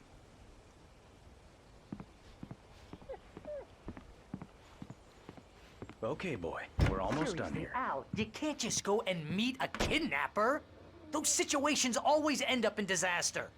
You gotta talk to the cops. She's my wife, and it's my call. Can we talk about this later? No. This whole thing...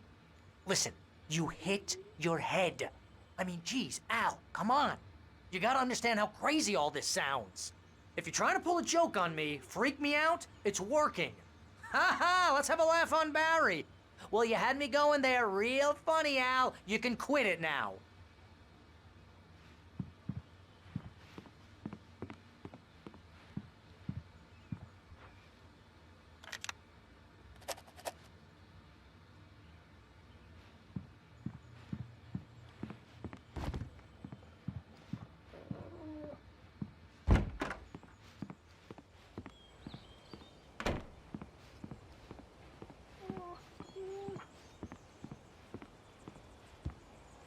I think this is the form you wanted. And here are the keys. Okay, you're all set, Mr. Wake. Glad to have you staying here. Thanks. Can you tell me how to get to Lover's Peak? Oh, sure. It's at the end of the nature trail. Just follow the paths, you'll get to it eventually. It's an easy walk. Nice spot, too. If you have any trouble finding it, just keep your eyes on the radio mast. It's right below that. Oh, and hey, if you take a walk in the woods, watch your steps so you don't end up like Max. I guess I'm a little worried. We got a bunch of campers out there we haven't heard from. It's not like these people are on a schedule, but with the traps, well, you know. I just don't want any trouble. Right, thanks.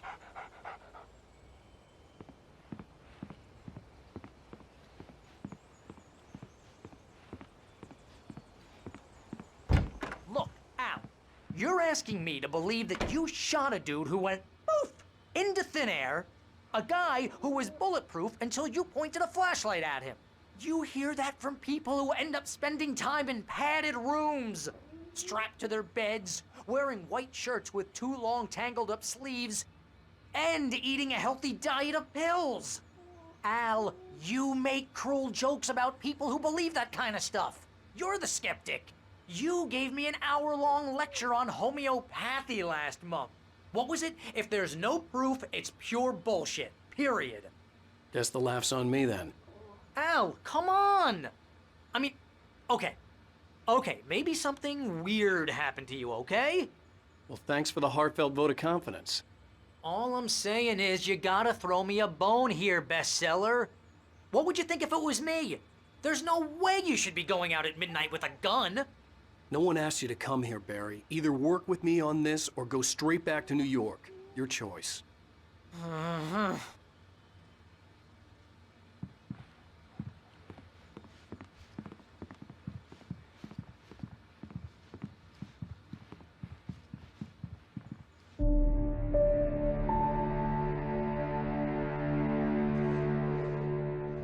That's just crazy talk, Al. Al? Al? We should go to the sheriff or call the FBI. Damn it, Barry, they'll kill her! This is not a goddamn debate, Barry. I'm going to Lover's Peak. He said to come alone. Okay then. I understand. You're my best friend and I'm worried that you're not right in the head. Tell me what to do to help and I'll do it. You stay here, and if I'm not back by morning, call the cavalry.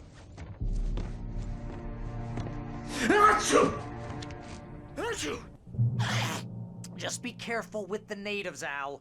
These yokels are dangerous. Everybody hates a tourist, or it'll be Deliverance all over again. Bless you. Oh, this place is trying to kill me. I'll bet there's mold in here, spores, poison ivy, God knows what. This is so not worth a 15% commission.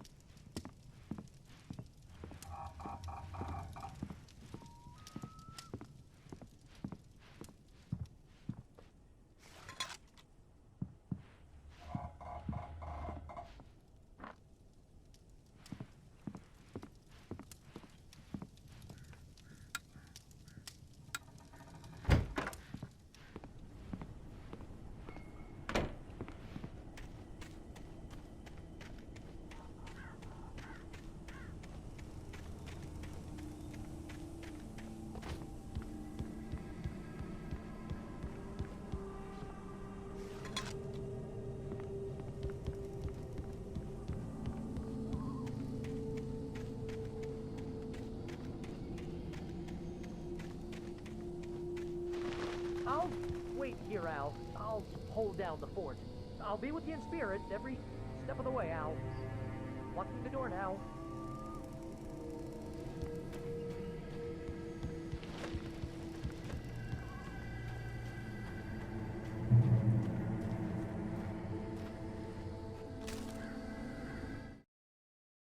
Barry had never gotten along with Alice, but he knew Alan loved her with an almost frightening intensity. And now something had happened to Alice. And here was Al armed with a gun and saying things people got put in padded cells for. It was as if his friend had experienced a massive psychotic episode. and was now totally disconnected from reality. It scared the shit out of Barry.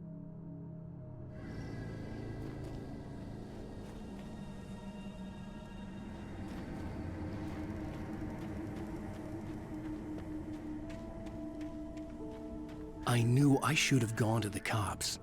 This wasn't the smartest thing I'd ever done, but I was still angry with Barry for trying to talk me out of it.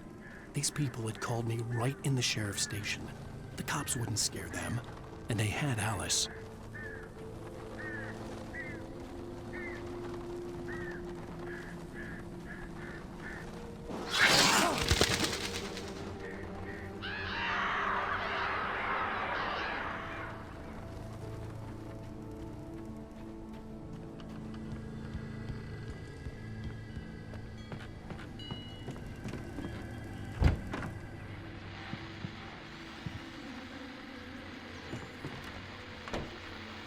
Welcome back to the show, folks. As promised, our very own Dr. Nelson has just parked his rear end in the studio. Doc, what's your Deerfest plan like? My plan? You make it sound a lot more organized than I ever seem to manage.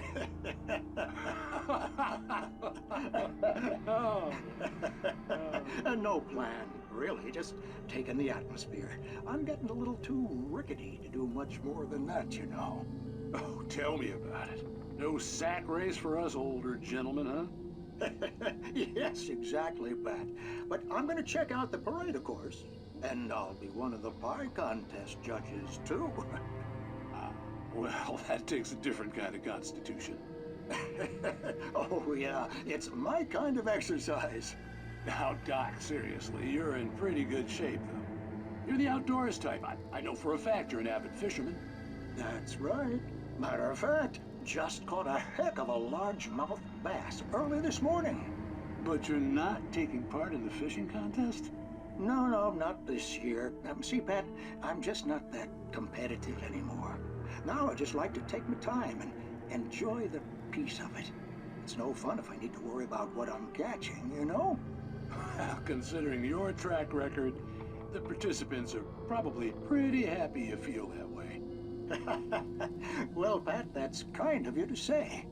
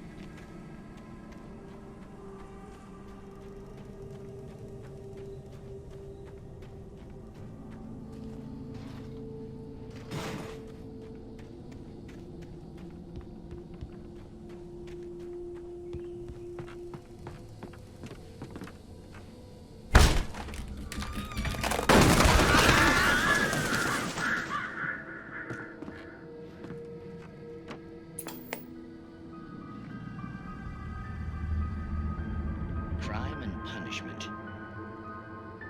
The cancer and cure of civilization. But some crimes are impossible to punish, especially in Night Springs.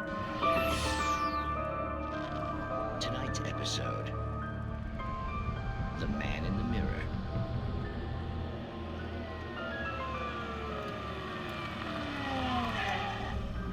He's inside, Agent. He's a weird one.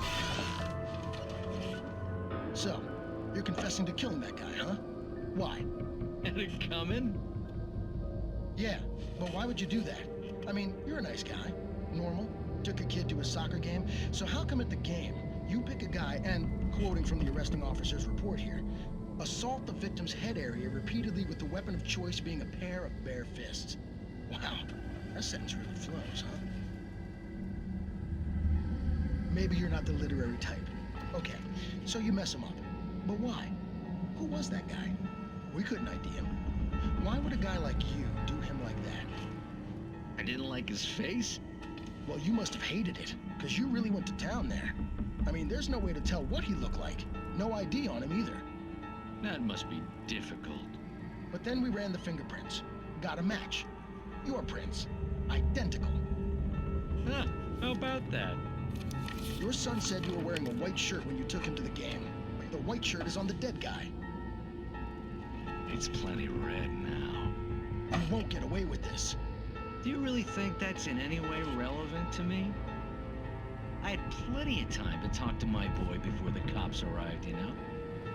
He won't stop screaming, am I right? You think he's ever gonna be okay? I left my mark. Believe me. You bastard. What? You gonna shoot me? What's the point? I'm going to prison. You got me. I don't understand any of this. And you never will. Don't worry. Maybe you'll see me again, Agent. Maybe in the mirror.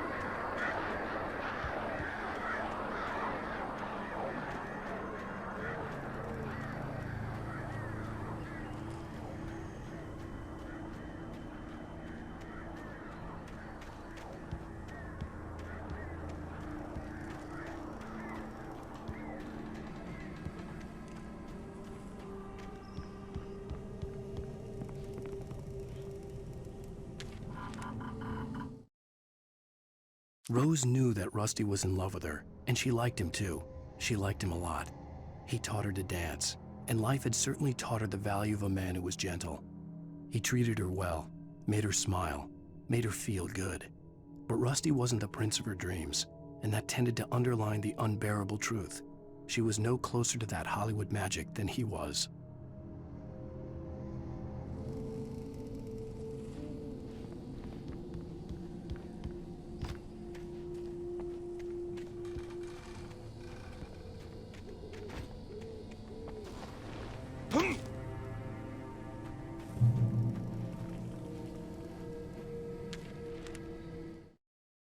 The air in the visitor center was heavy with an awful smell, as if some rotten drowned thing had crawled up from its grave.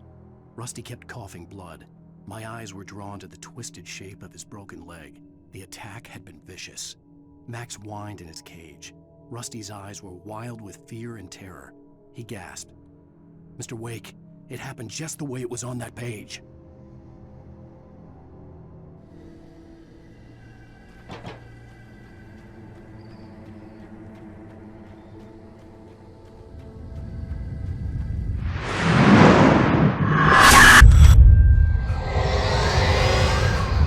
Vision left me weak. This was no head injury.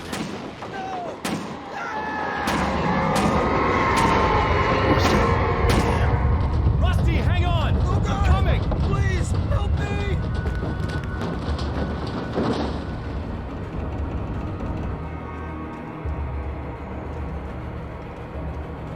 Anybody? Help me! Help me!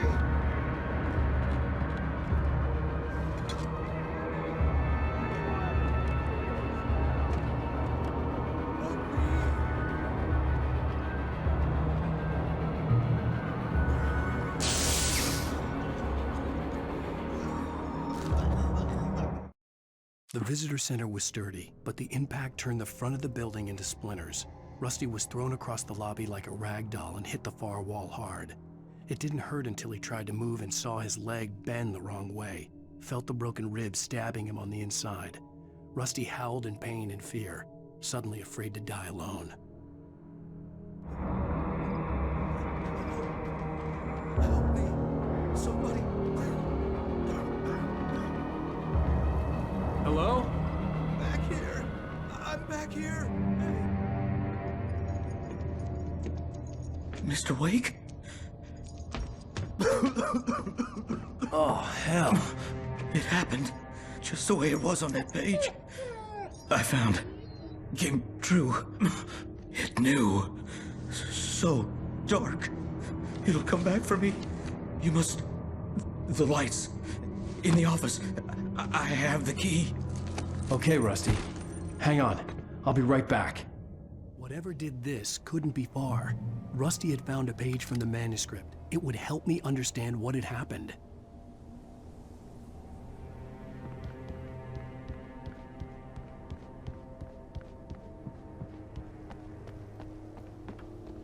The only way to make sure that Rusty was safe was to get the power running and the lights back on.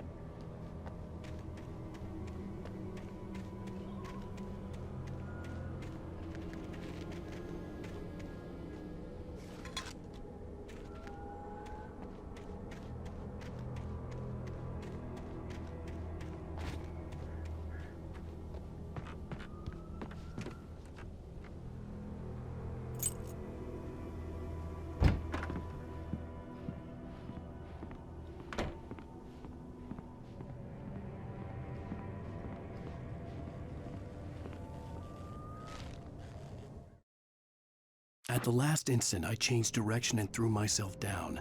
The axe splintered the trunk of a tree. I stumbled into the pool of bright light. My lungs burned. I was too exhausted to move. I tensed as I waited for the killing blow, but it never came. I raised my head. Nothing moved in the darkness beyond. For the moment, bathed in the cold light, I was safe.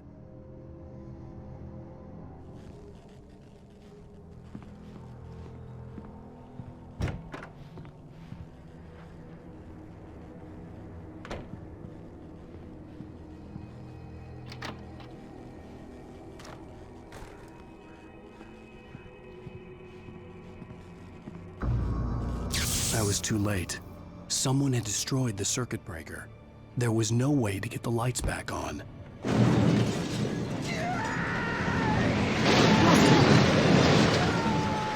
Rusty!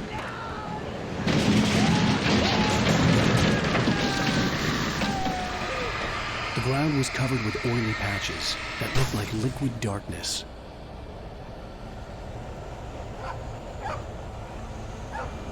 Hunters need hunting licenses.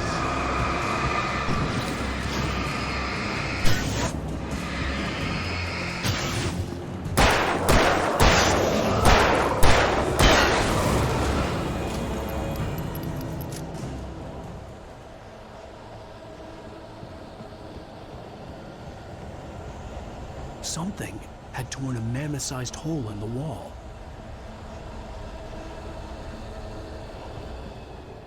Please don't feed the animals.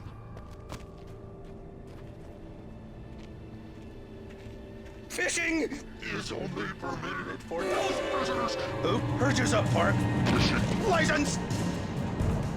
Obey. The park ranger's instructions. At all times. Rusty, no! Never! No closer than 100 yards.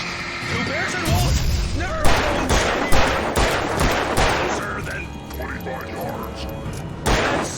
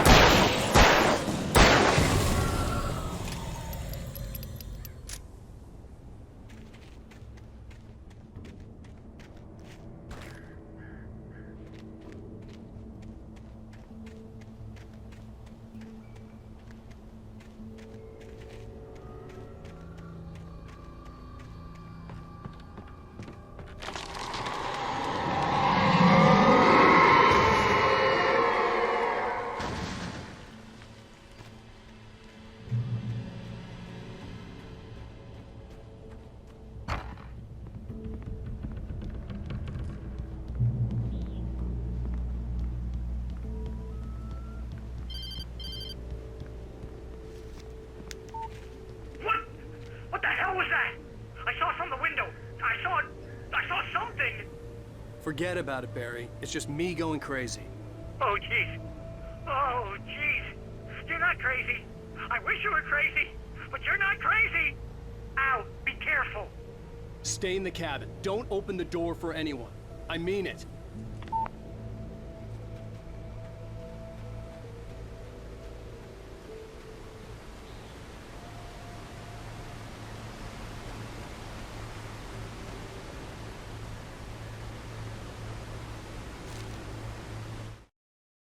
In that last instant of consciousness, Rusty thought about Rose. He was older than she was. Rose was barely out of her teens, but she made him feel young and forget what a train wreck his long-dead marriage had been. He still wore the ring. He'd been waiting for her to tell him to take it off. Now she never would.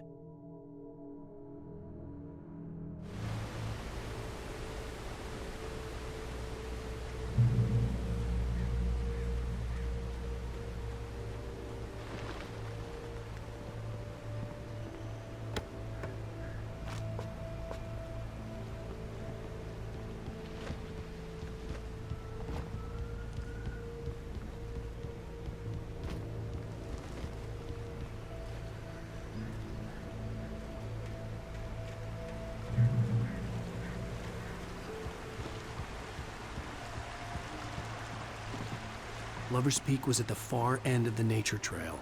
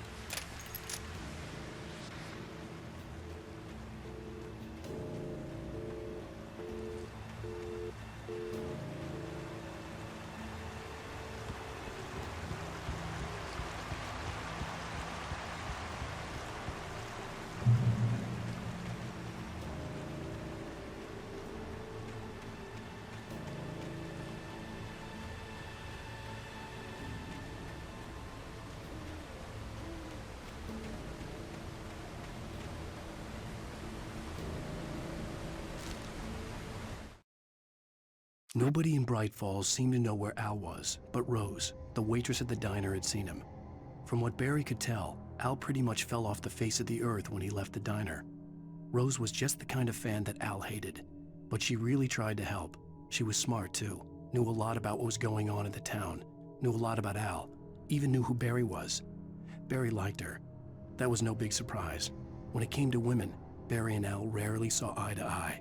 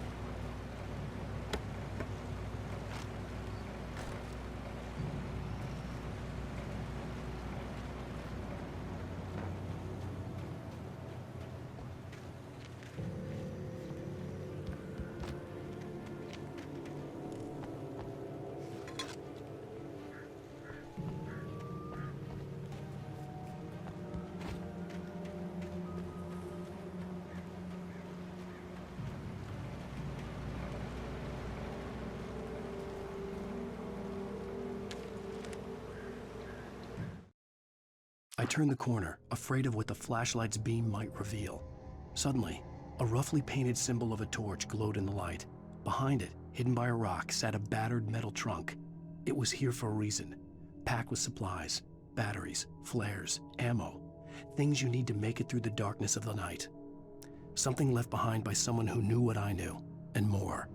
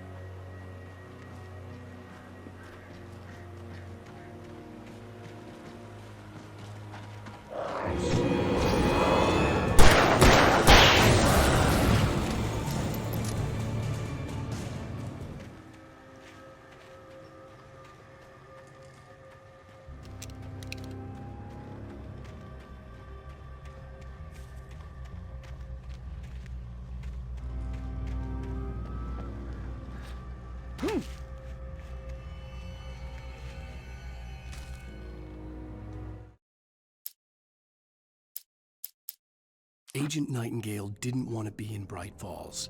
These little communities revolted him, and he didn't like the trees or the coffee. He now knew that impossible horrors lurked behind the storefronts and smiles. He desperately wanted to turn the car around and just drive until he passed out or ran out of road and booze. But he had a job to do. He had a rider to catch, at any cost.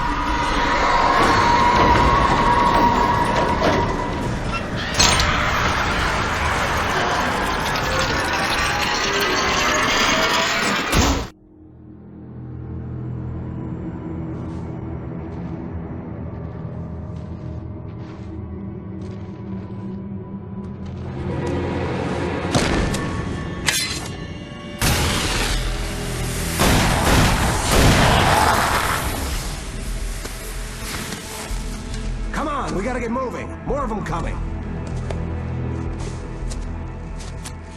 That flashlight's kid stuff. The flares will keep the bastards away.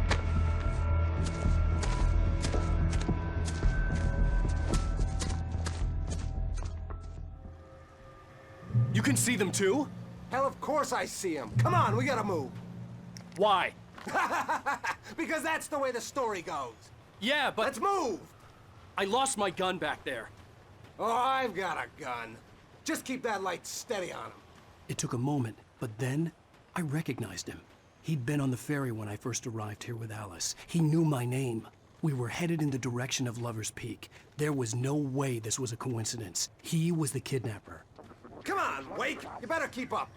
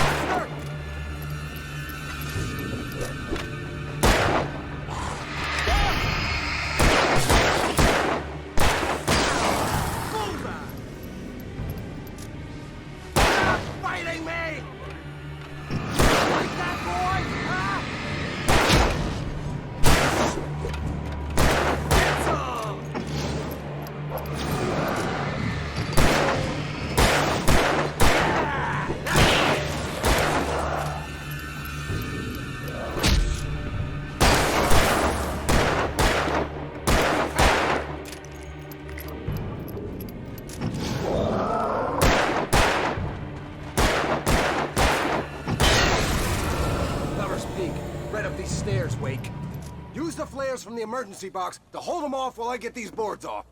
Give me the gun. Yeah, no can do, Wake. Are you kidding? Give me the gun! No time for back talk. Hold them off, damn it!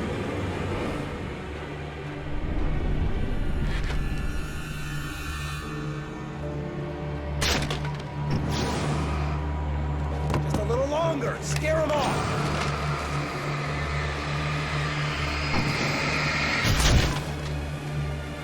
Get some light on those bastards! That'll keep them off us!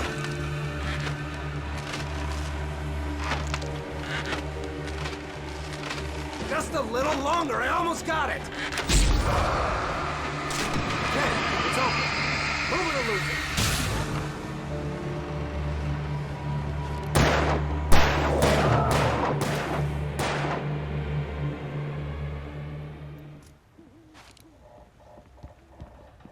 Oh, you feeling better now, Wake? All cozy and safe. Better get ready. They'll be on us soon.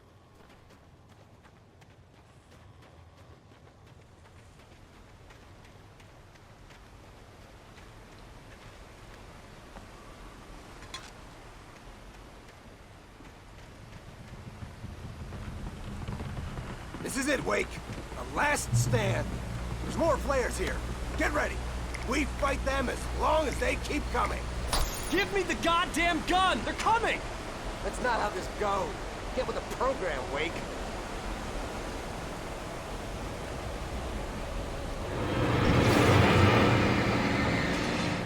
Bring it!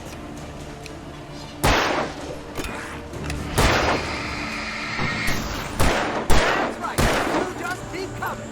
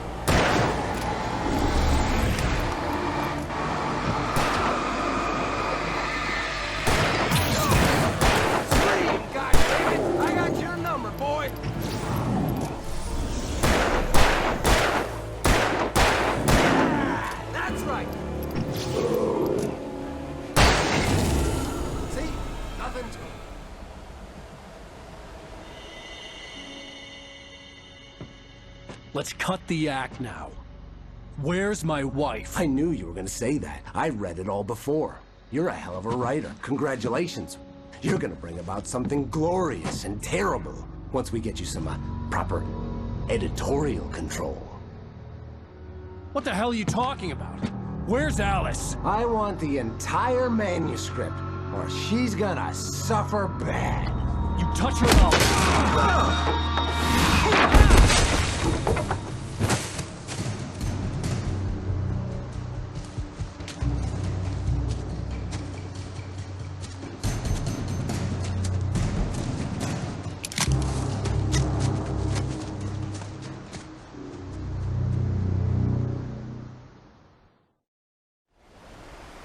You're gonna give me the manuscript or you'll be sorry! No! Come back here! I swear I'll kill you if you hurt Alice! Do you hear me? Come back here! He had Alice, and he wanted the manuscript because he thought it held some magical power. But I had no manuscript to give him. I had to get back to Barry and figure out my next move.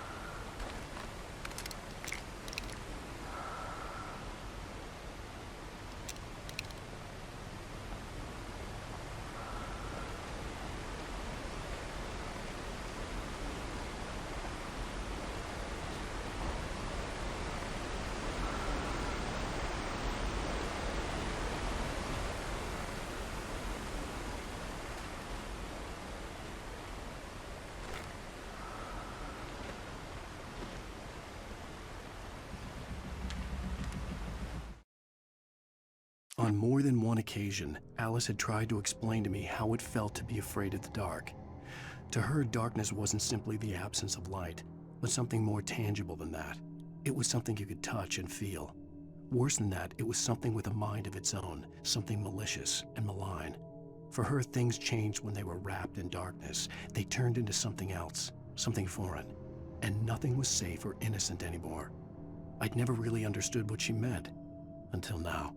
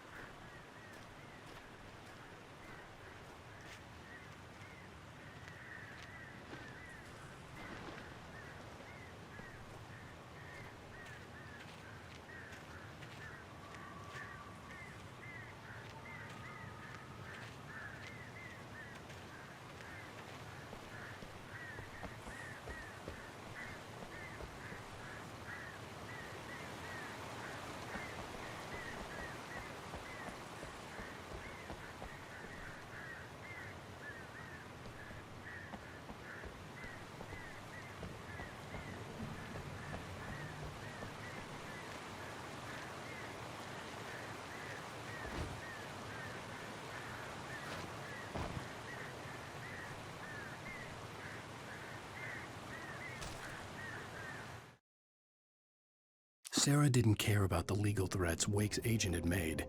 She let Wake go without argument, because there was something about him she couldn't quite put her finger on, something that reminded her of her father. She didn't think Wake would hurt his wife.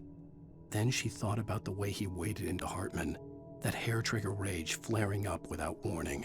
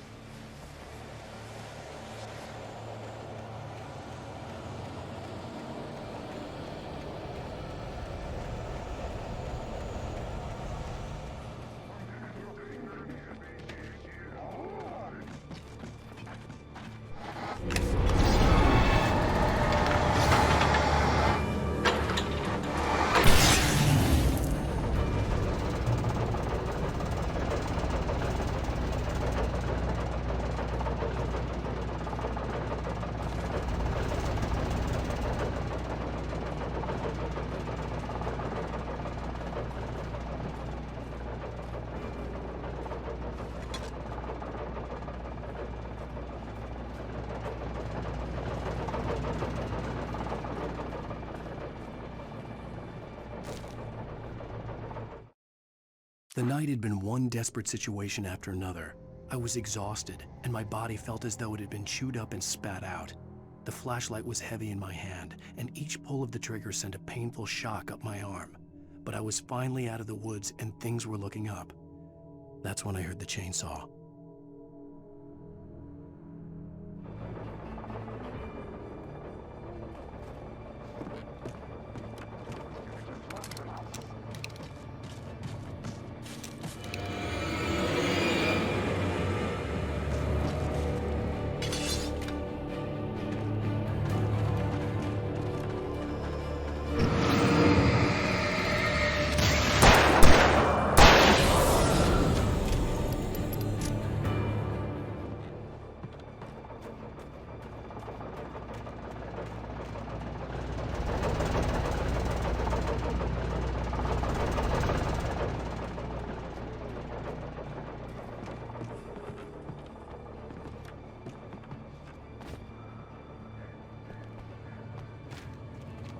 I had heard the plane fall. It made no sense. It was clear that it had just fallen here. It was very old and obviously hadn't flown in decades. Looking at it sent a shiver down my spine.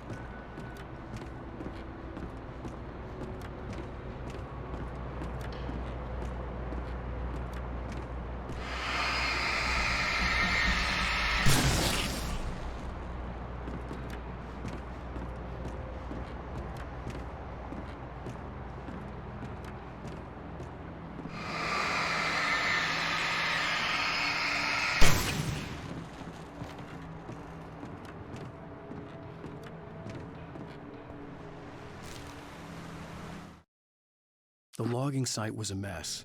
The modular office had been pushed off the cliff. Deputy Thornton climbed up from the wreckage excited, breathing hard from the exertion. Nobody there. It's weird. Don't you think that's weird?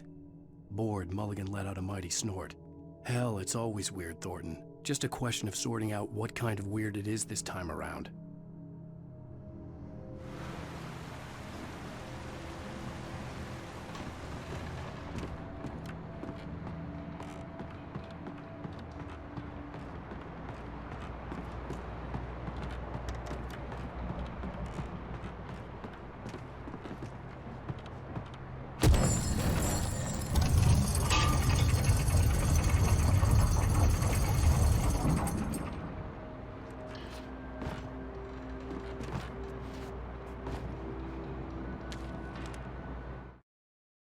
When Barry saw the darkness attack the visitor center, it made him a believer.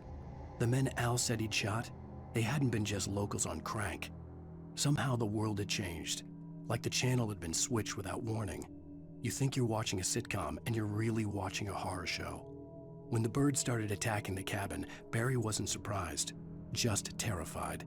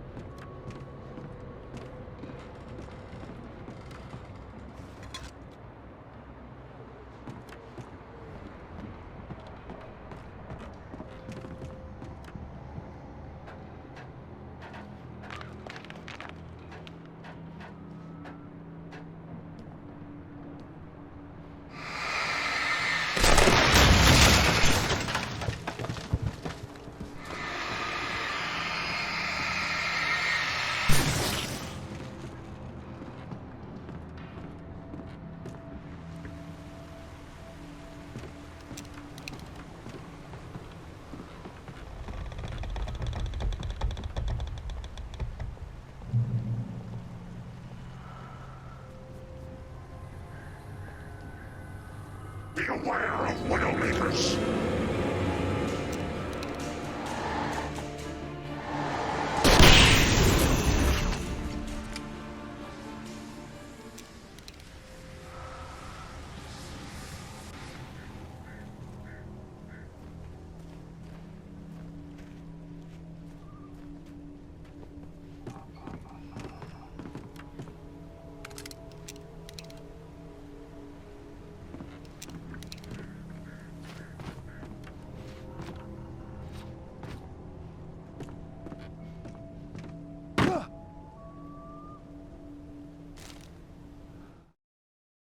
Shadows stirred and the wind picked up as I ran through the forest.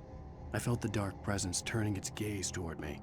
Then the moonlight was blotted out by dark shadows that raced violently across the ground, moving too swiftly to be natural. Darkness gathered between the trees and melted again to reveal the Taken. No natural path had brought them here.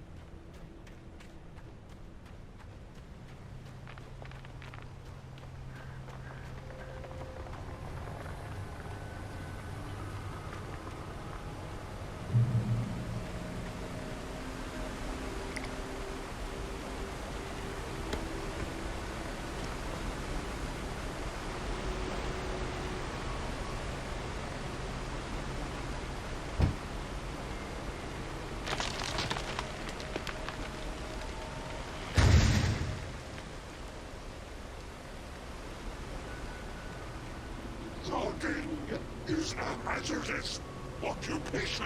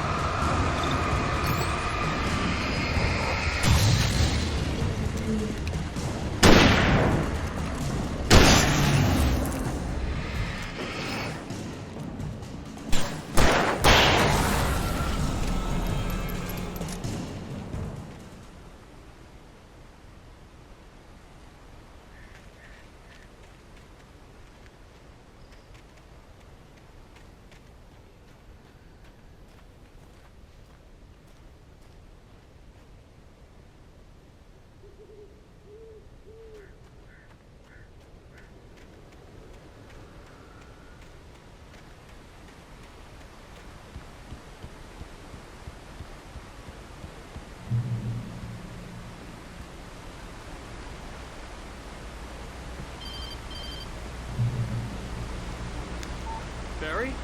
Ow! The porch is covered with birds. They've got all Hitchcock on me. Stay out of sight. I'm on my way. Don't open the door.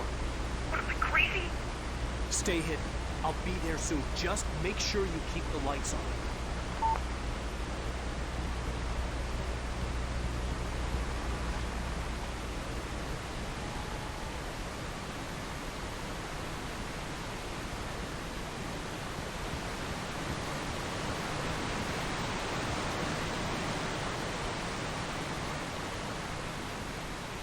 I still had to reach Barry at the cabin, but at least I was out of the woods.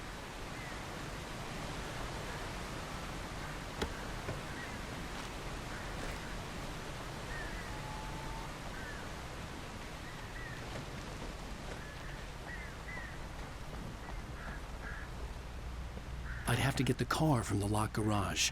It would get me back to Barry faster, and the headlights were a welcome bonus.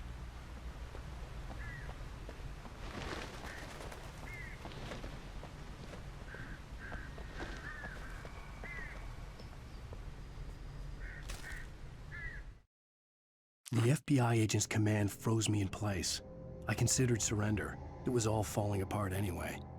I could give in, let someone else deal with it, but it felt all wrong. Call it instinct, his posture, the way he held the gun. He was no friend. Shots ringing in my ears, I leaped for the hole in the fence and stumbled into the darkness beyond.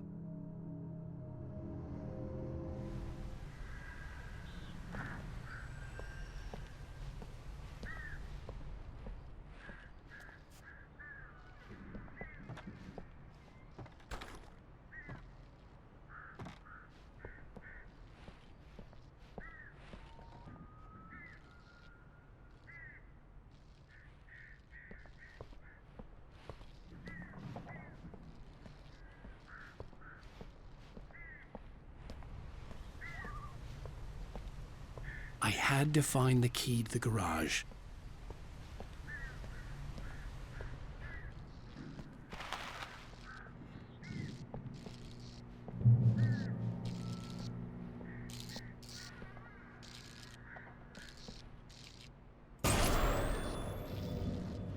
A story is not a machine that does what you tell it. A story is a beast with a life of its own. You can create it, shape it, but as the story grows, it starts wanting things of its own. Change one thing and you set off a chain reaction of events that spreads through the whole thing. The characters have to be true to themselves. The events need to follow a logic that fits the story. A single flaw and the magic is gone. The story dies. Alice dies.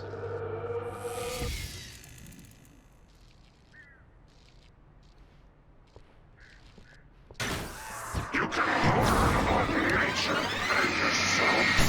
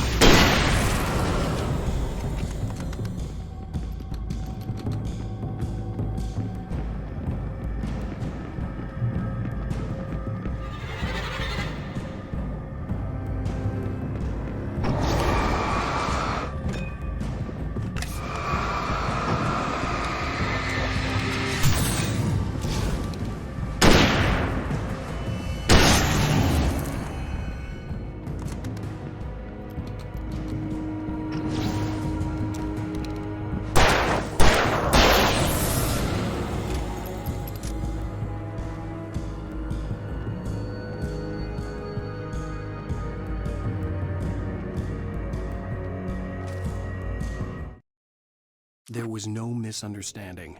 Cauldron Lake was where Alice and I had stayed, but there was no cabin and no island. I was missing a week.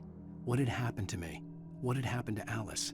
I had to get her back. I couldn't face life without her.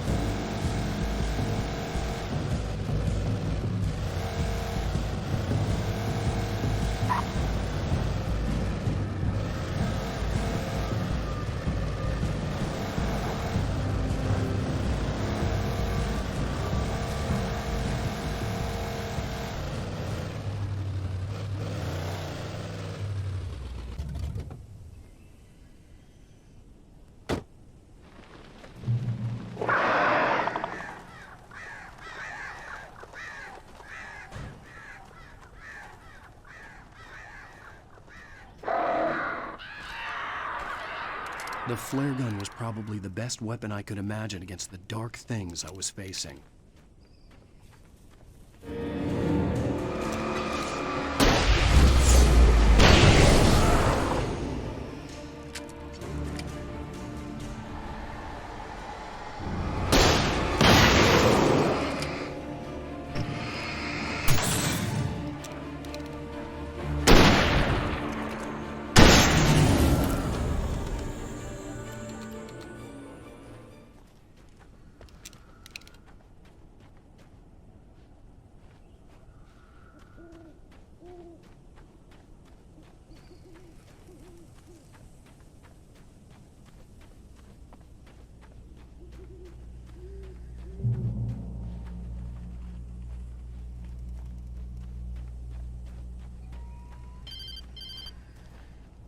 It was the Kidnapper. You son of a bitch! Where's my wife? Enough horseplay, Wake. You deliver the manuscript, and you can have your woman back. Simple as that. I don't... Listen. I'm gonna need time to finish it. I still need to write the ending. I need a week. It's not done? I need a week. 2 days. The old Bright Falls coal mine is nearby. You can find it easy, city boy. The main building, there at noon. You bring the manuscript, you'll get your wife. If not, well, get me? Yes, I get you.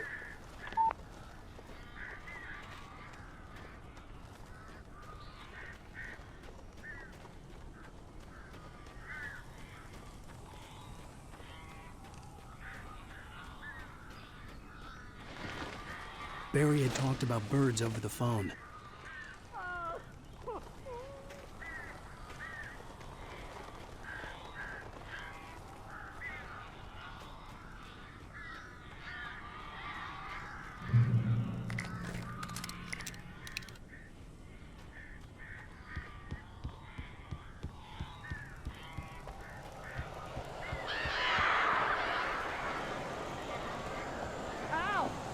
I am so glad you're here. A couple of them got in here before I blocked the chimney. This isn't normal. These birds are weird.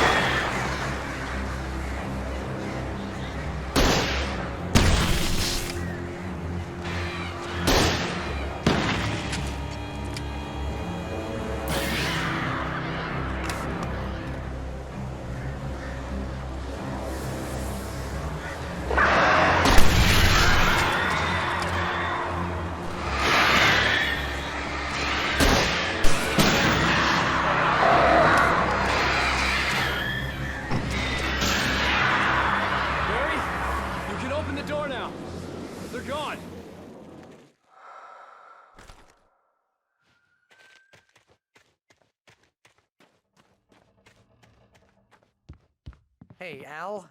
I'm sorry for thinking you were having a psychotic episode, man. I sent Barry to the town to ask around about a man fitting the kidnapper's description. He'd go through the archives of the local paper.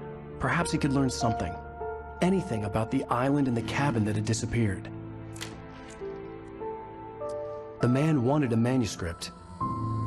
I had to try to write him one to get Alice back.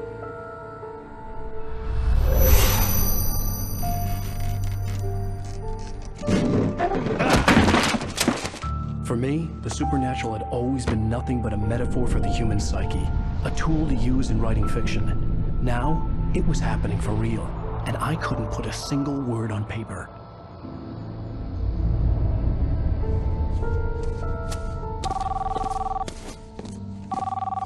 Barry Wheeler speaking. This is Rose. Rose? I found Mr. Wake's pages. Oh, you sweet, brilliant girl. Could you and Mr. Wake come get them? I live in the trailer park outside the town. We'll be there in less than an hour. Bye now. See you soon. Have a great day. Hope you come back soon. Welcome to the Oh Dear Diner. Good girl.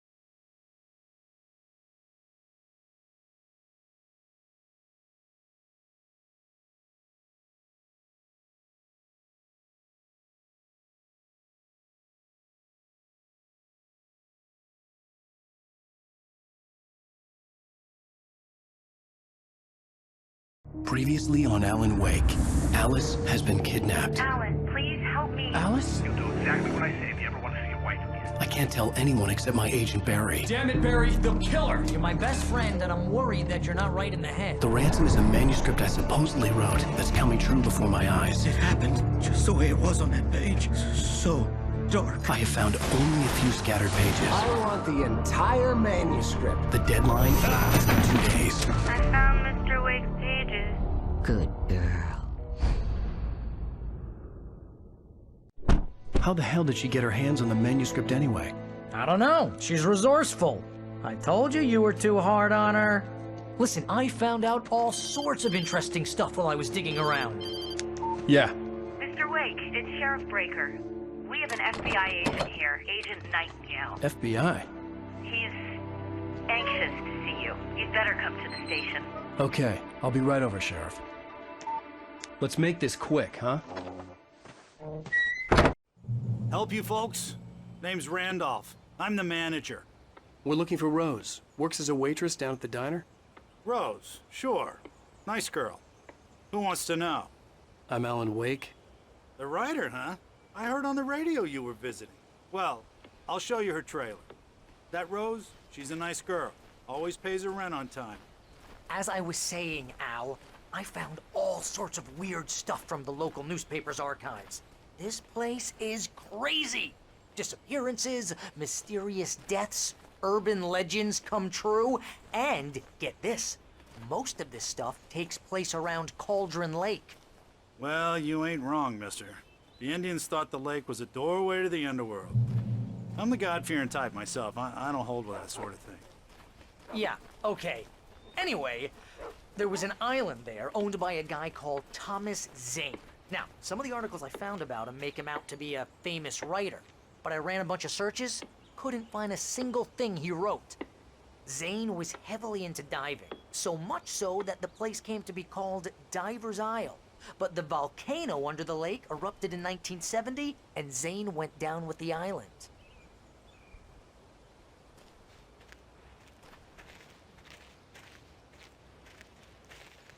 Yeah, how about that? It was there in the morning, as if it had fallen from the sky. But it would take a tornado to lift something like that. We're damn lucky it didn't crush any of the trailers.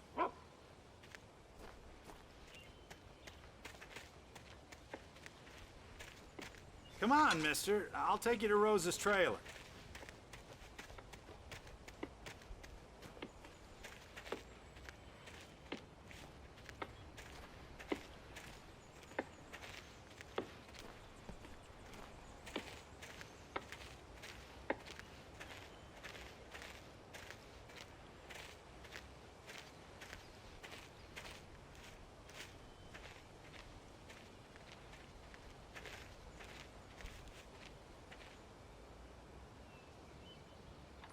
Gets better. A local girl, Barbara Jagger, drowned in Cauldron Lake just a week earlier. They were lovers. Sure, Jagger's a local spook store. The Scratchin' Hag. Comes for you in the dark. Childish stuff like that. Anyway, Al, I'm just getting to the best part. All of the articles about this stuff were written by Cynthia Weaver. I asked around, and she's that crazy bag lady you met. What, the lamp lady? She can be a little loopy, but she's not homeless or anything. Yeah, anyway, she knew both Jagger and Zane before they both died, and she had some kind of a breakdown.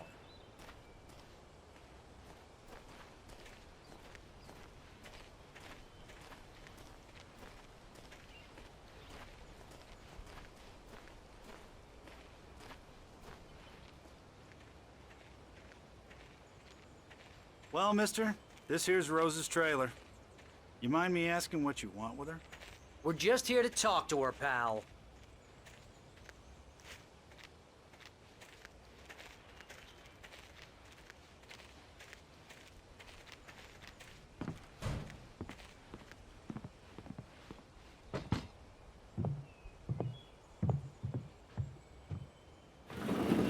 Welcome to...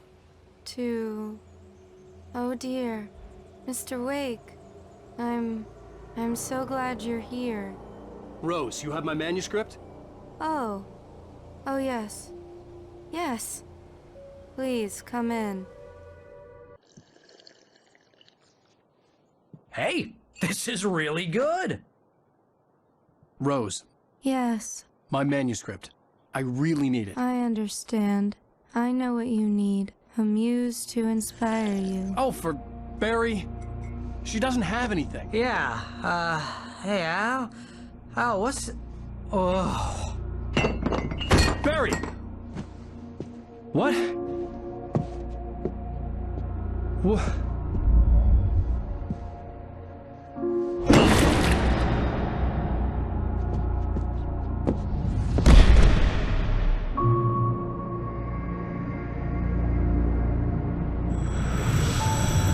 It's coming for you, hiding in my barber's skin.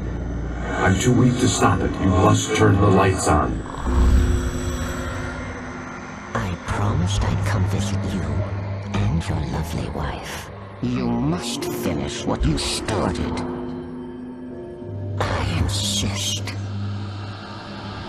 You must turn the lights on. Turn the light on. Back to work, boy.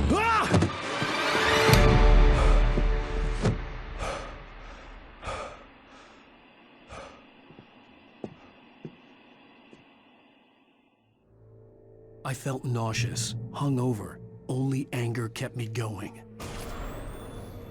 I can't tell reality from dream anymore, but it seems I have an imaginary editor to help me. She's an old woman in a funeral dress. I call her Barbara Jacker. She's very strict. I'm writing faster and faster. My manuscript is being heavily revised.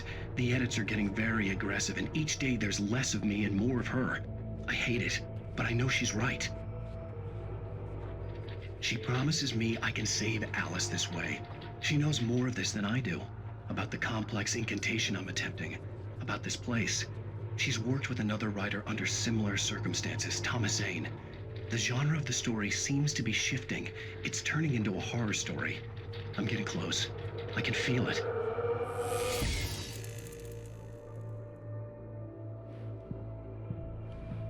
Rose took a day from me. I had less than 12 hours left to meet the kidnapper.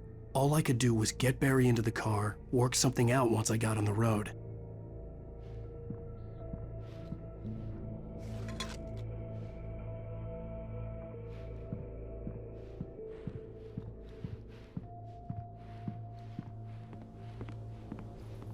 My gun and flashlight were gone. I'd have to find a way to get Barry into the car as quickly as possible. There was no time to waste. Mr. Randolph liked Rose. That little smile she had. How she was still sweet when life had tried so hard to make her bitter. It wasn't any of his business what she did in her trailer. But those strangers, the writer and his smart-ass sidekick, looked like trouble. And they'd been in there for hours, way past her normal bedtime. He reached for the phone and called the sheriff's station.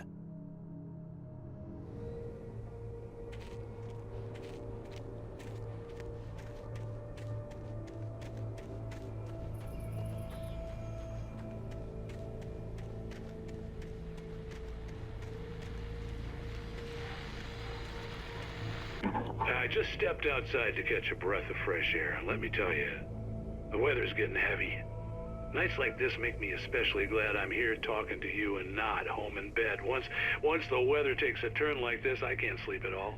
It's all tangled bed sheets and dark thoughts, punctuated by the occasional plunge into nightmare. Is it just me? Well, perhaps it is. But I hope I can make the night a little bit easier to get through. Caller, you're on KBF FM. Hey, Pat, it's Walt Snyder.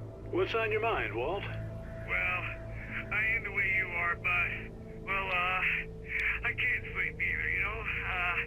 I just been staring out the window here, trying to make sense of it all, but,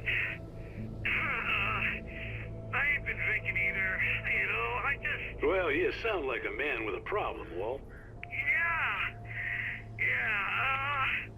I had argument with Danny, Danny, and, then I got in trouble with the law, and, I'm just, well... I heard something like that, Walt. Yeah, well, he's, Danny's my best friend, and, they let me on bail today, and now I'm just alone here at the window, waiting. Man, and there's something in the air tonight, man. I was just outside looking up at the sky above our broadcast tower thinking the same thing. What are you waiting for, Walt? I don't know. You know, something's gonna happen. You know, I think I better go. Well, Walt, maybe... No, thanks, Pat. Well, good luck to you, Walt. Hang in there. Let's take a little break, folks. This weather's really something else, huh? How can I be sure that you will walk away? Why do love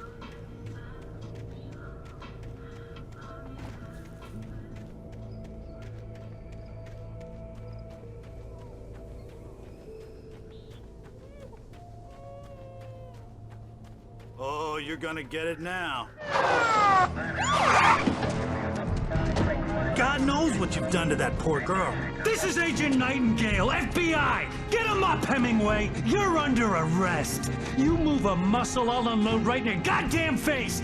Stay right where you are, Slade!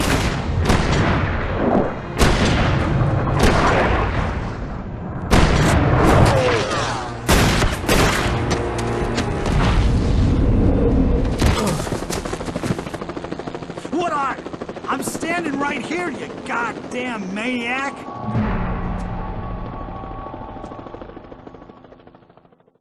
I hated to leave Barry behind, but there was no way I'd miss my appointment with the kidnapper. Give it up, Mr. Wake. Come on.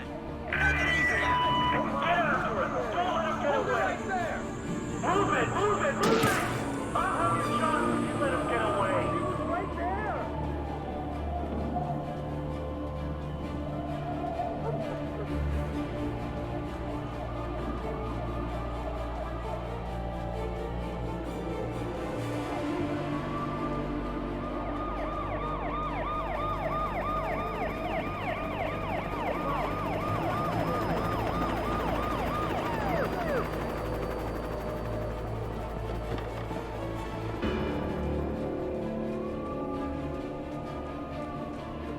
Stop running! Freeze! Okay, Ben. Keep your eyes peeled. He's gonna try to make it through here. Oh, this way! damn. Fan out! Whoa! There we go! Stop! God damn it! Where'd he go? God damn it! Where'd he go? Look away! Keep an eye out!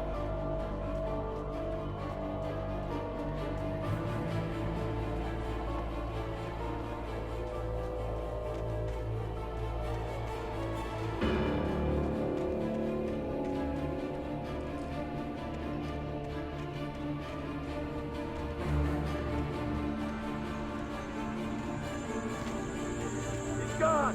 Come on, guys! We need to head him off!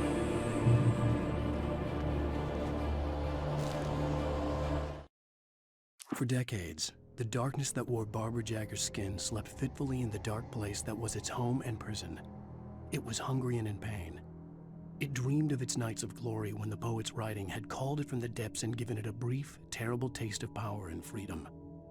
The rock stars had stirred it from the deep sleep the poet had sunk it back to in the end. When it sensed the writer on the ferry, it opened its eyes.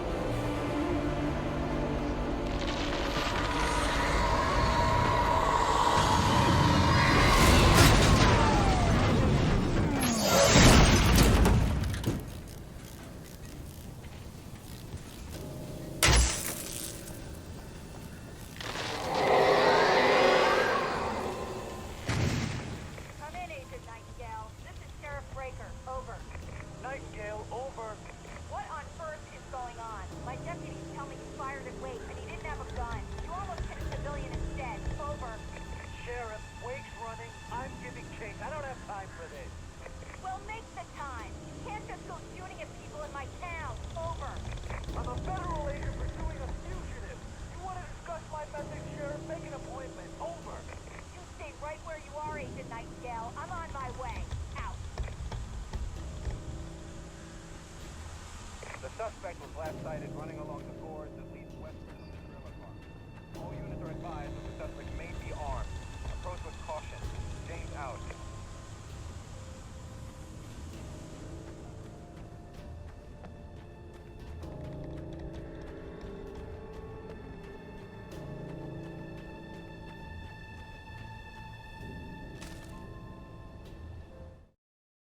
Rose didn't know how the strange old lady got in her trailer, and she looked wrong somehow. The woman showed her teeth in an approximation of a smile and traced a finger down Rose's cheek. "Pretty girl," she said. Rose felt as if she was falling asleep, but her knees didn't buckle. The crone spoke in a whisper, her words ice cold and dark in Rose's ear.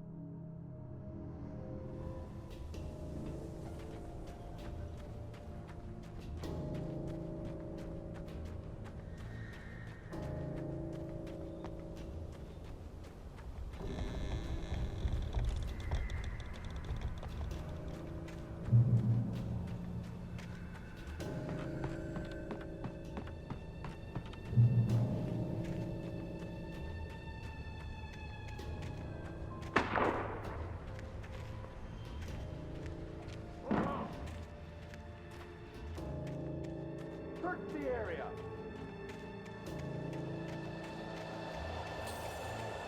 Stay sharp. This way. Over here.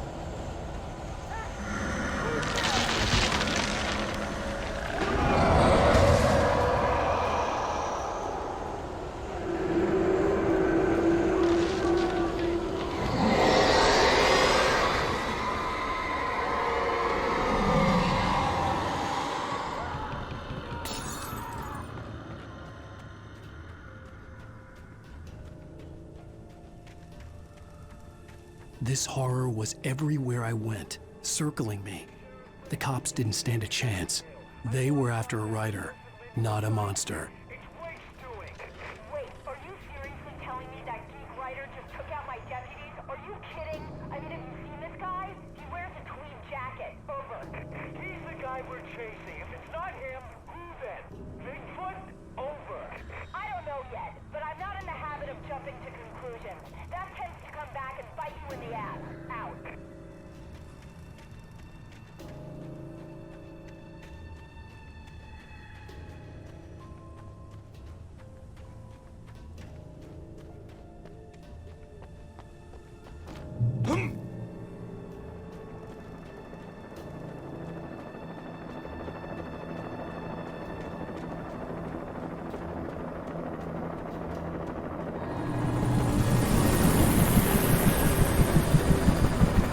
You on the ground. Hold it right there. There's nowhere to run. Freeze!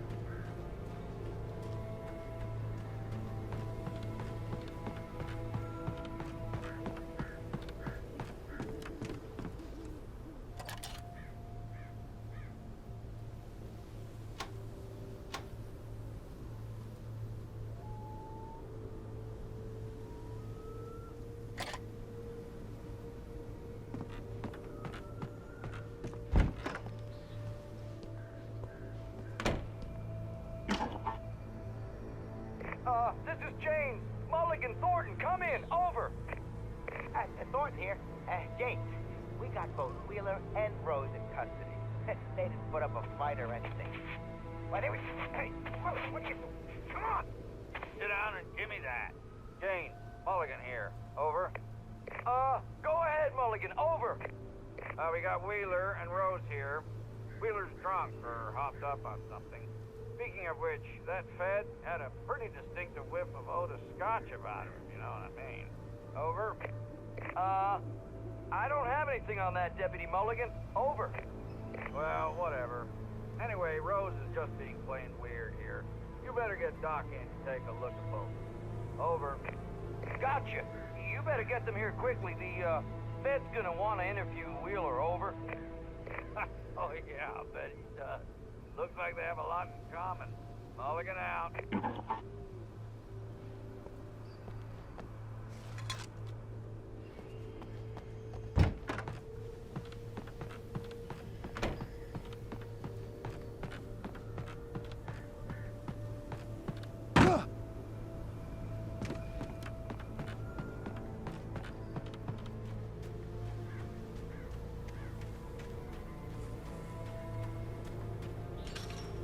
I imagined that the broadcast tower in the distance was part of the local radio station. Maine seemed like a decent guy. Perhaps he could give me directions to the coal mine.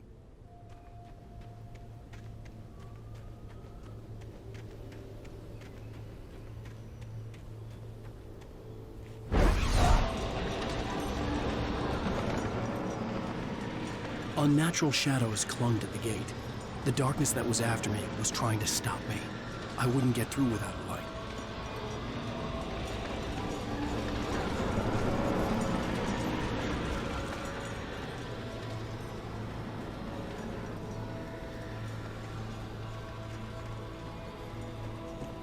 There was no power to the searchlight.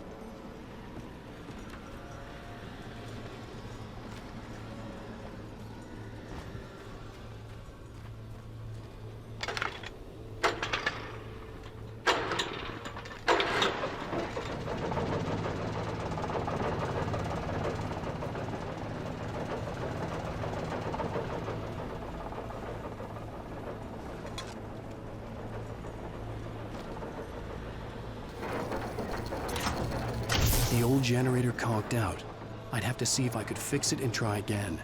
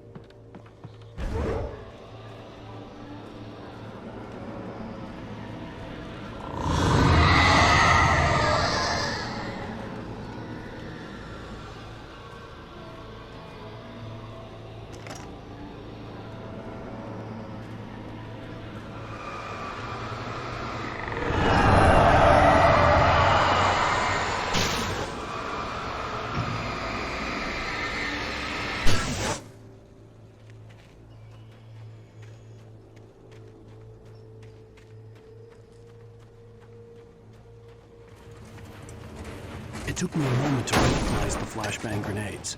They were an ideal weapon for my situation. Team 1, come in. Over. Team 1, this is Sheriff Breaker. Report. Over. Team 2, come in. I need a report. Over. Come on, guys. Talk to me. Come in, please. Over.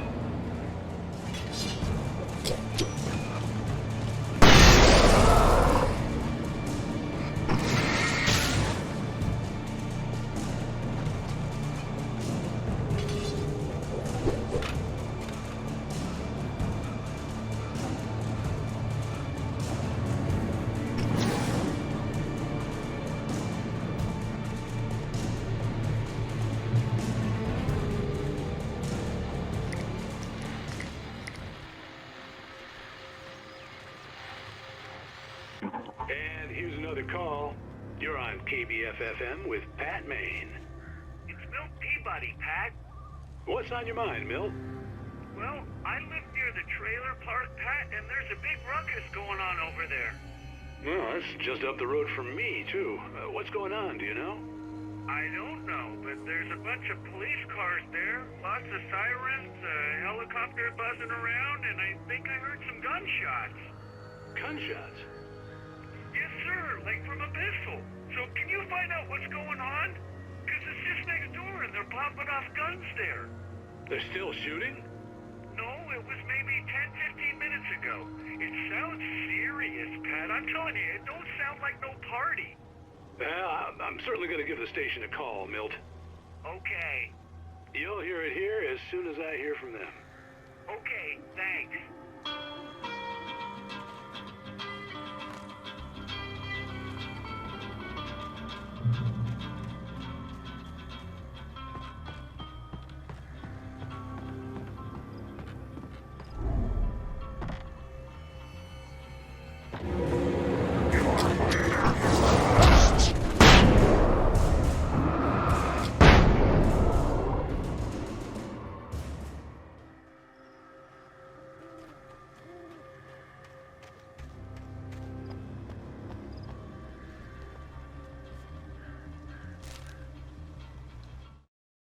Touched by the dark presence, Rose was lost in a dreamland where everything was drawn in black and gray crayons. The old lady had promised her that all her wishes would come true. She would be Alan Wake's muse. She was smiling so hard it hurt her face. She crushed a bottle full of sleeping pills into the coffee. Deep down inside, she was screaming in terror.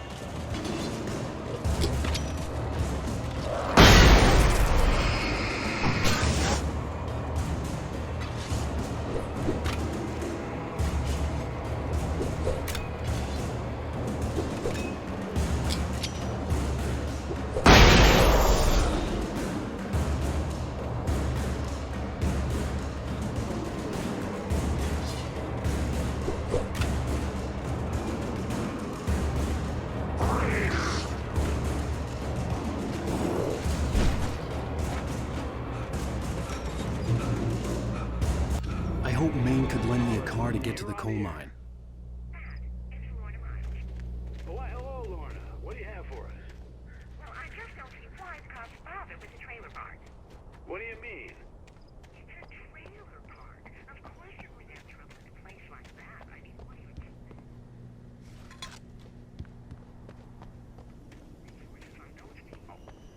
Well, Let the trash sort themselves out. I'm sorry, but my granddaddy settled in Bright Falls in 1911. well, thank you very much for that compassionate viewpoint, Lorna.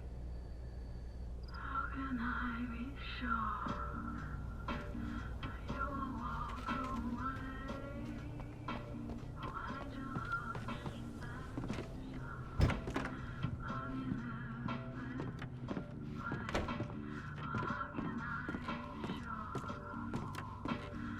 Oh, here's a little surprise.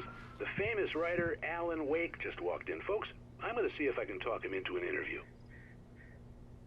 Come on in, Mr. Wake. Oh, I'm so glad you could find the time to do this, Mr. Wake. Nowhere to run now, Dan Brown. You back away from me. Don't hurt. Whoa. Everyone calm down. Put the gun down. We're all friends here, right? Cool your jets, Nightingale. We got him. What the hell's the matter with you? There's a civilian in there.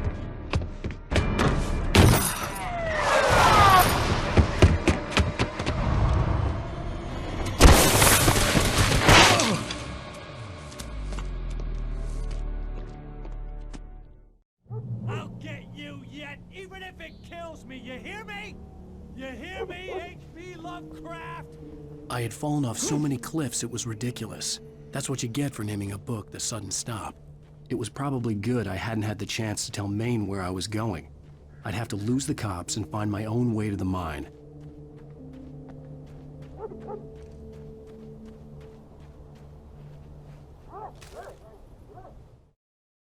Nightingale stared through the broken studio window into the dark woods. He turned around, started to walk out, but Maine grabbed his arm. "Young man, you almost shot me. You don't shoot off rounds at people like that. What's the matter with you?" Nightingale shook his arm free, marched out. His cheeks burned with rage and humiliation.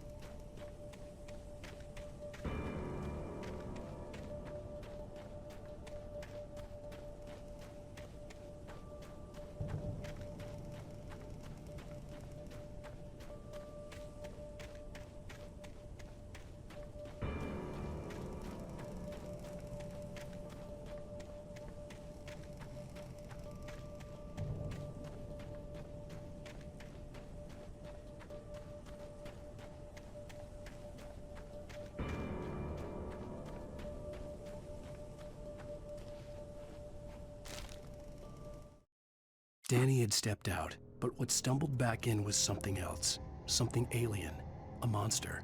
Walter tried to kill it, first with his fists, then a chair. It wouldn't die. Instead, it kept coming, unaffected by the beating it had taken. After Walter managed to kick it down the cellar stairs, fear took over. He ran, got behind the wheel, gunned the engine. The booze wouldn't make him forget, but he knew he had to try.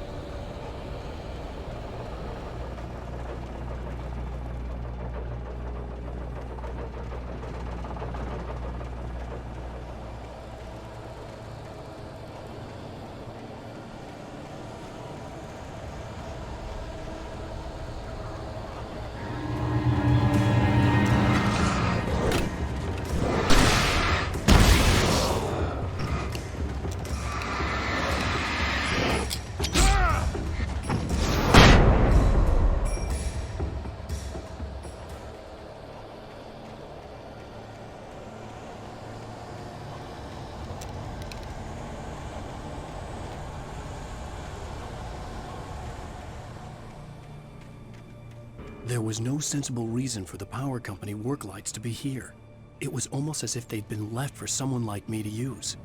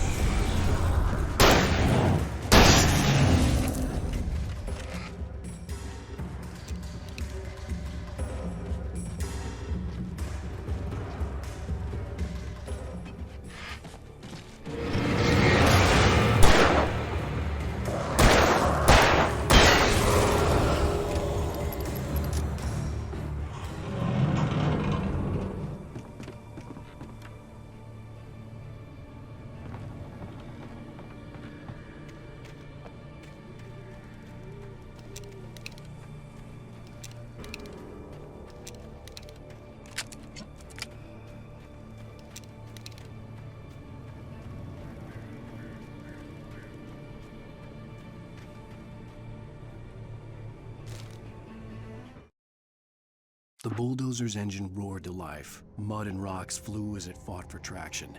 It crashed through the concrete wall and landed heavily in the yard.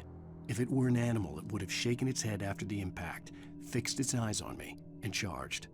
Of course, it had no head, nor eyes. Shadows crawled on its form, twisting it into a monster. Then, it came for me.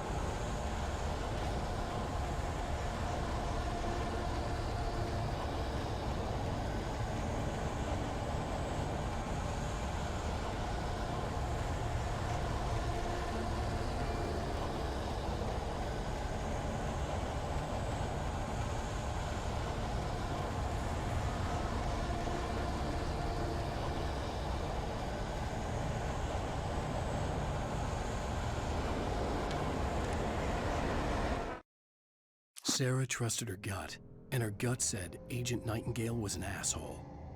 He felt wrong, and it wasn't just the smell of stale booze. It was in the way he flashed his badge, pulled rank, the look in his eyes when he wanted answers. Where was Alan Wake? What was this about an accident?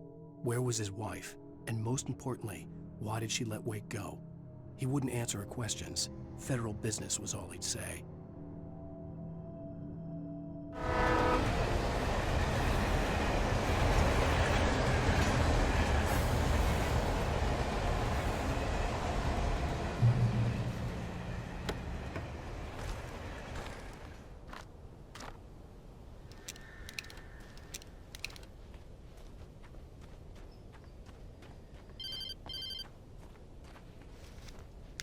Hello?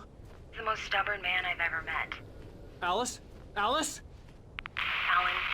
Alan. I'm so afraid. Keeps me in the dark. Please help me. I look at you, Alan, and it's not you. Something else. Looking out from behind your eyes. Alice, I'm here. I'm so alone here. It's all gonna go to hell. You need to be careful. Cooperate. The connection had been terrible, but that wasn't the only thing that hadn't been right with the call. She sounded wrong somehow, but she had called me.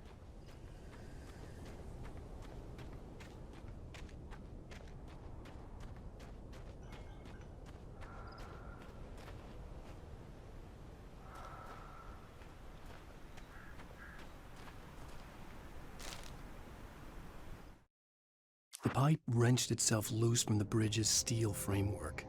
Wrapped in darkness, it floated in midair, twitching.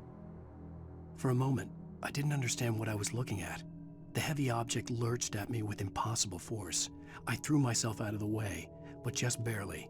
When I turned my flashlight on it, it shook in a dark rage before it flew at me again.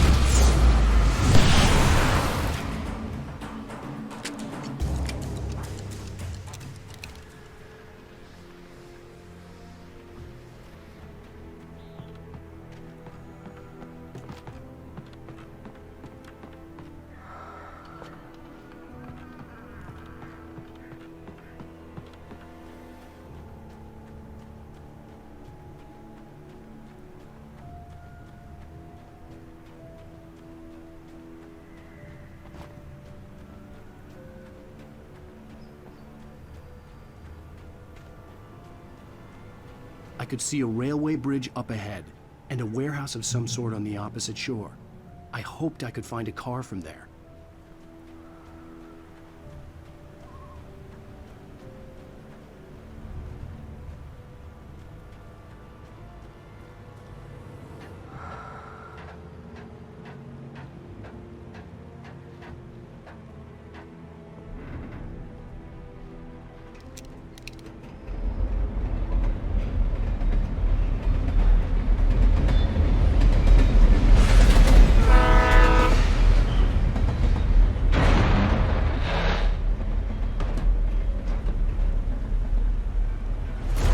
That was pursuing me was growing stronger, and it was taking over everything in its path.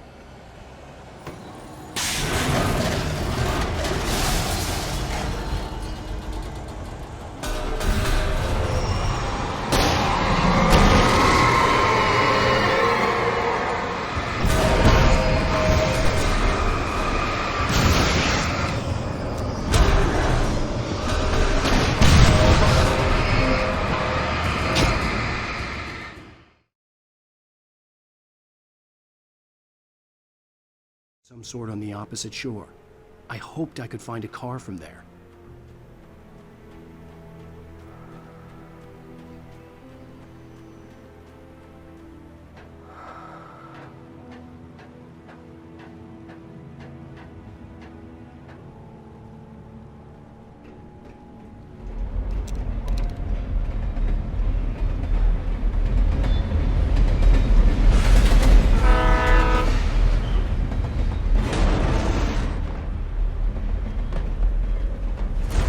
That was pursuing me was growing stronger, and it was taking over everything in its path.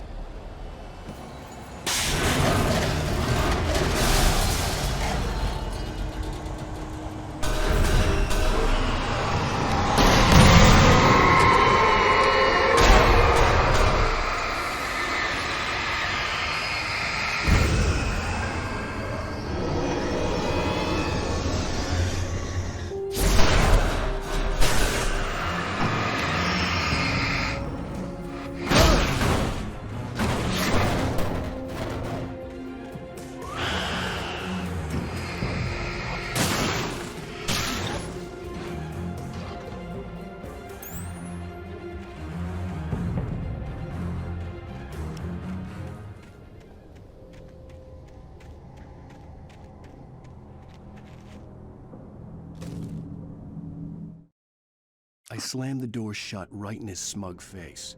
He pleaded for me to open the door. True to form, the asshole actually thought I would obey. I had no sympathy left, no guilt either, not for him. I took a moment to savor the scream. I bet I had a smile on my face. It was all that I had time for. The dark presence was inside the lodge with me.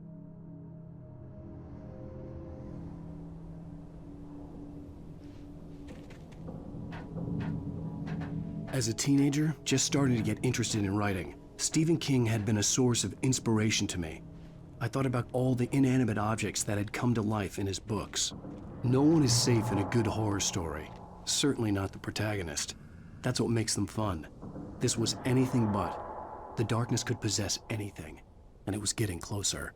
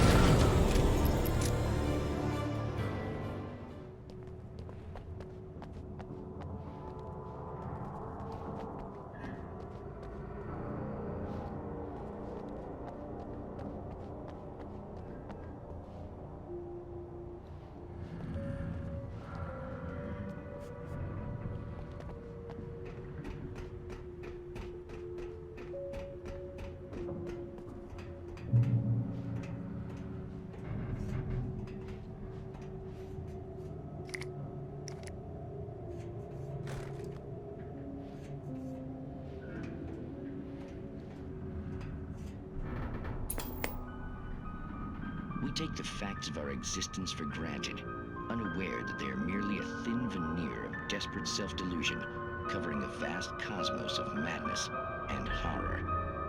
All too often, the stars are right. In Night Springs. Tonight's episode, A Family Occasion. Journalist Alvin Derleth's trip to study the local customs of an insular community in Night Springs has been less than successful. Until tonight. Well, I'm glad you changed your minds about this. Ancient customs, local mythology. My editor loves this kind of stuff. Well, Mr. Derleth, we don't want to feel like we're on exhibition. But you have demonstrated the seriousness of your intent. Oh, I am serious. Really, just do your thing. I'll stay out of your way and observe. Actually, I thought you could assist us. I'm afraid we are a man short. It would provide you with an intimate perspective. Could I really? Of course, Mr. Derleth. Well, I guess that's the least What would I have to do? Oh, here. Let me show you with a kiss.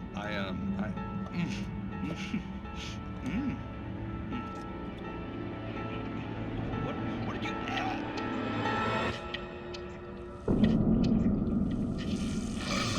Oh, Mr. Derleth, you have well pleased Nixie Perka, the dweller in flesh. Your body shall host his 1,000 young, and all shall be glory.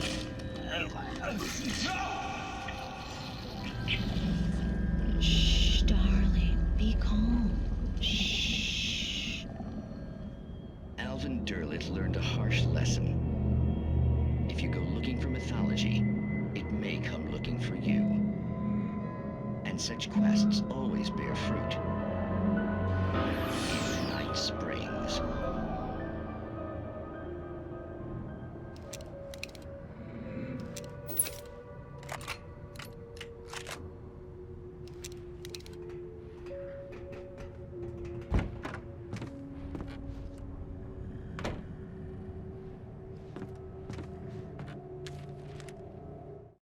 The darkness surged towards me, sucking everything loose from the ground into its depths, tugging at my clothes. I saw the flare the kidnapper had dropped and threw myself towards it just as I felt my feet leave the ground. The darkness embraced me with the force of a tornado. Somehow I managed to light the flare. The darkness roared and cast me away. I fell toward the dark waters of the lake far below.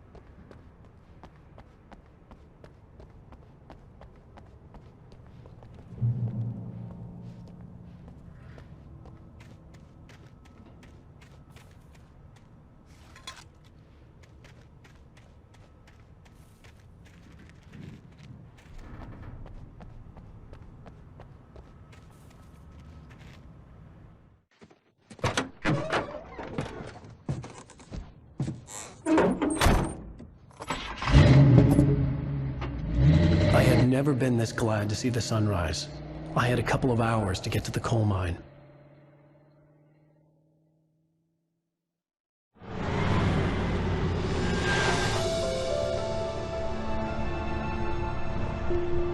The coal mine wasn't far now.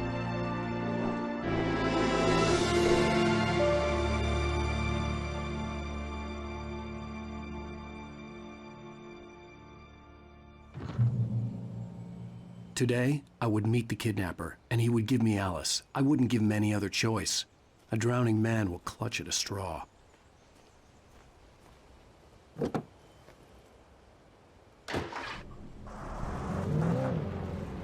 Little by little, without realizing it, I'd come to believe that the story in the manuscript was coming true.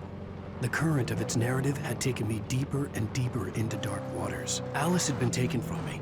Barry was probably in jail. I was a fugitive from the FBI.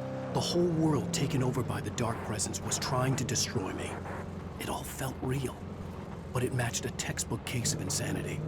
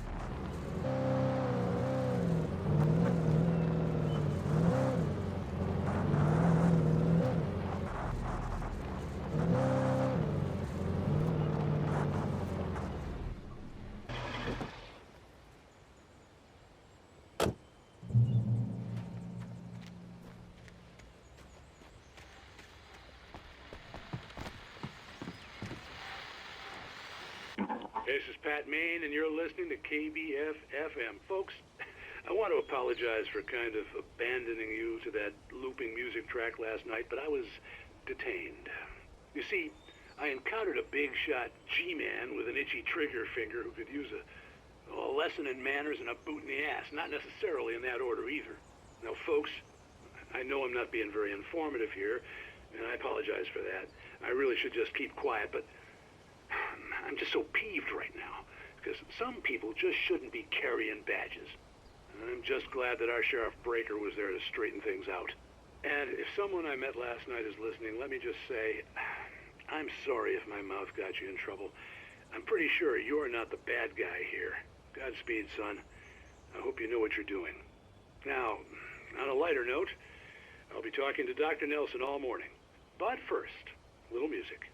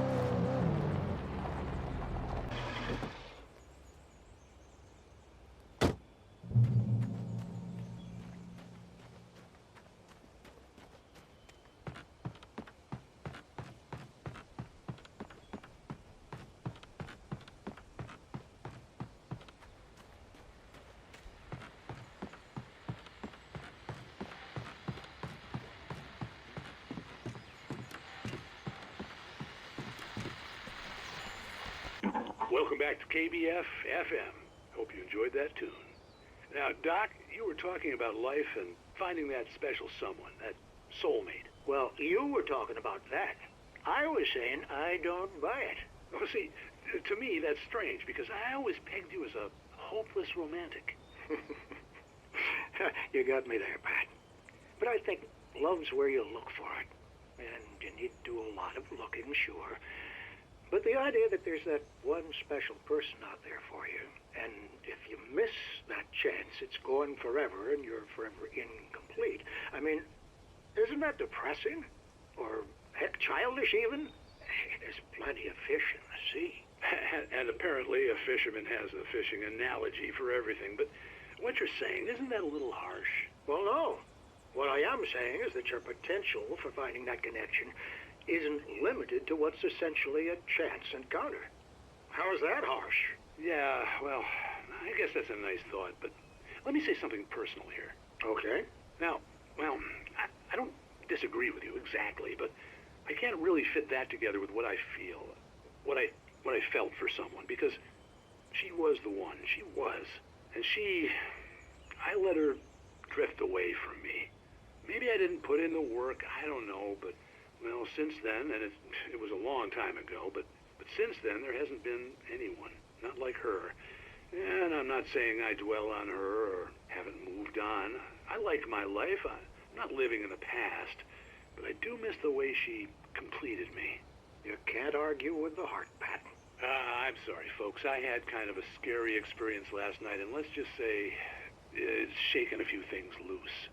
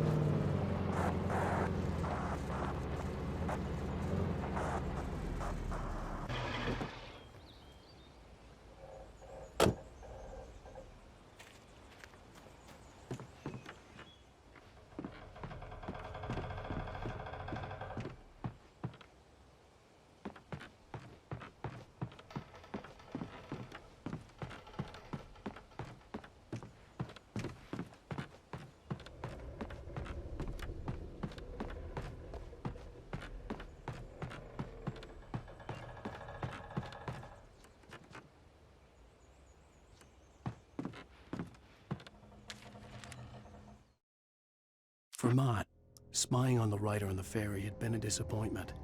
His boss had made Wake out to be something special, but Mott hadn't been impressed.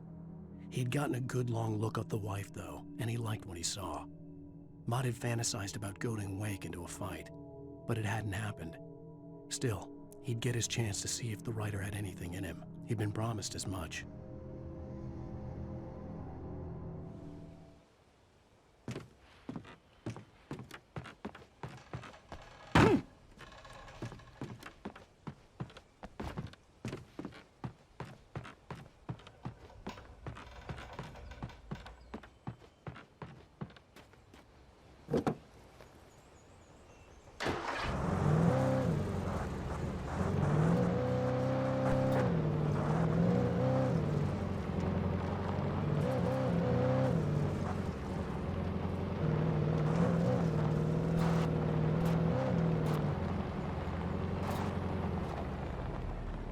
I was early. I was supposed to meet the kidnapper at noon in the main building. The coal mine was quiet. It was a museum now.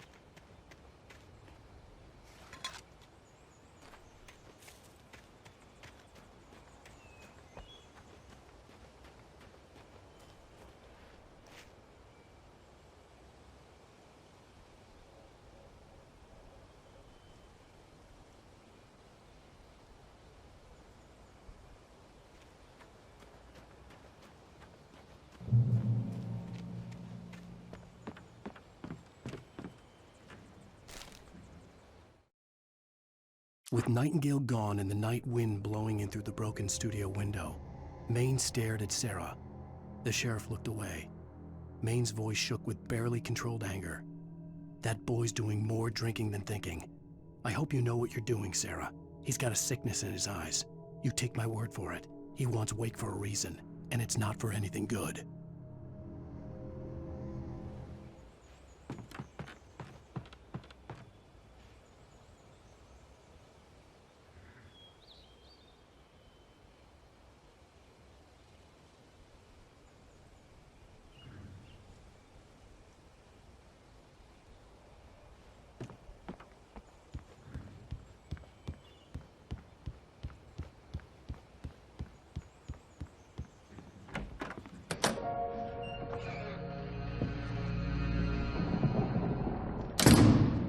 I didn't want to go outside.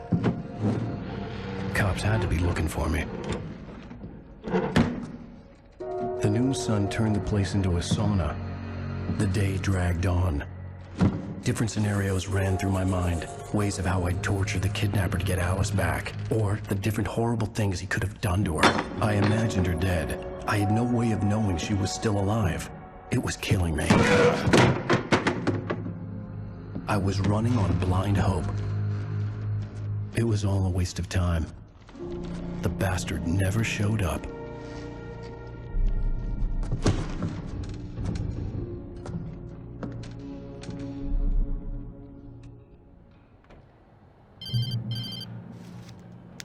Wake! Where the hell are you? Change of plans. You know where Mirror Peak is? It's a big mountain north of where you are. You follow the path from the mine, you can't miss it. There's a lookout point there. I'll be waiting. I'm through being jerked around by you. You want to see your wife alive? Because if you do, you better watch what you say to me. Do we understand each other? I want to talk to Alice. Yeah, and I want the manuscript. Don't keep me waiting, Wake. Hello? Hello? Ah! I'm gonna kill him! I had to get to Mirror Peak.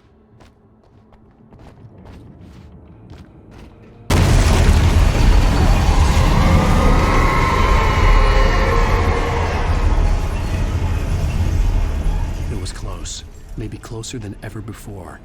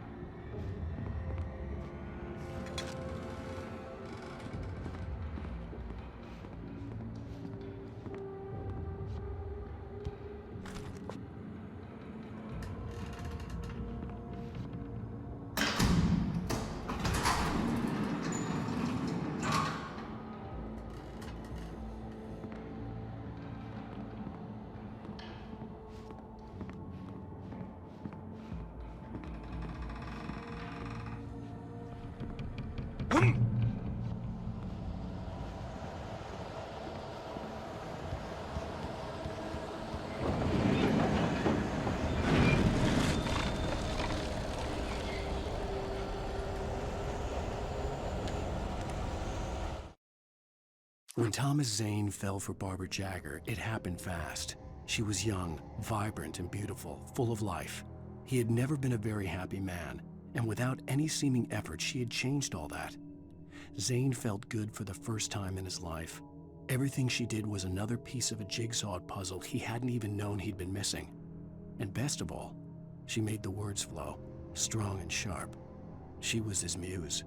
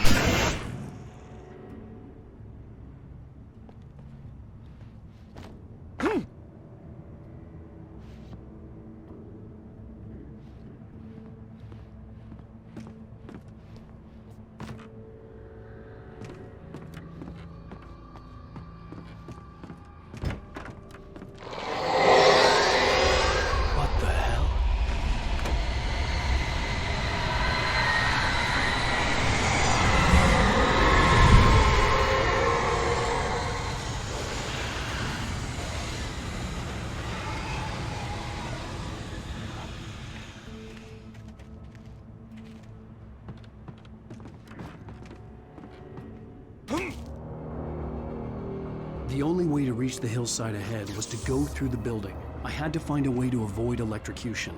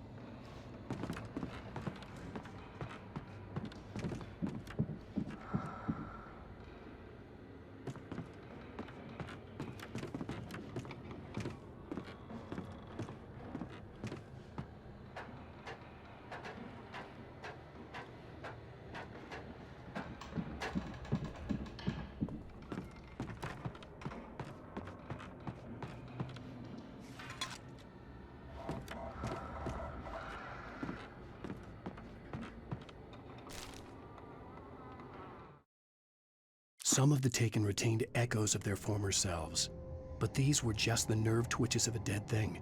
Nothing remained but a shell covered and filled with darkness. In most cases, these puppets were enough for the purposes of the Dark Presence. But for anything more elaborate, as with the writer, it was different. It needed his mind. And so rather than taking him over completely, it merely touched him.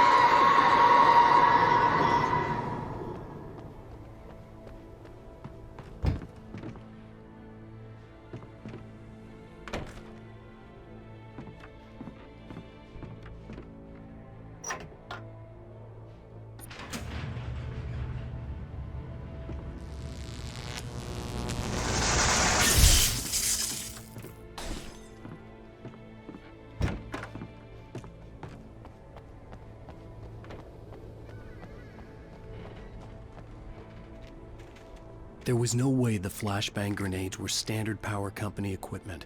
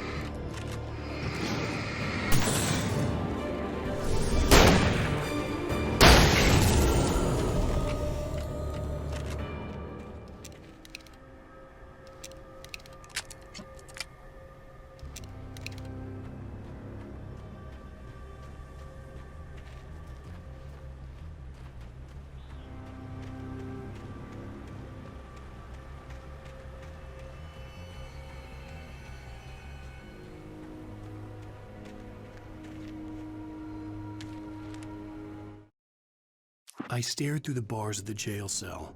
Barry stood behind me, swaying on his feet, looking as ill as I felt. Agent Nightingale stood on the other side of the bars with Sheriff Breaker. Nightingale had a stack of manuscript pages in his hand. He seemed unhinged as he gloated. "Well, I've got you now, Raymond Chandler. It's all here. All the evidence, including conspiracy to murder a federal agent."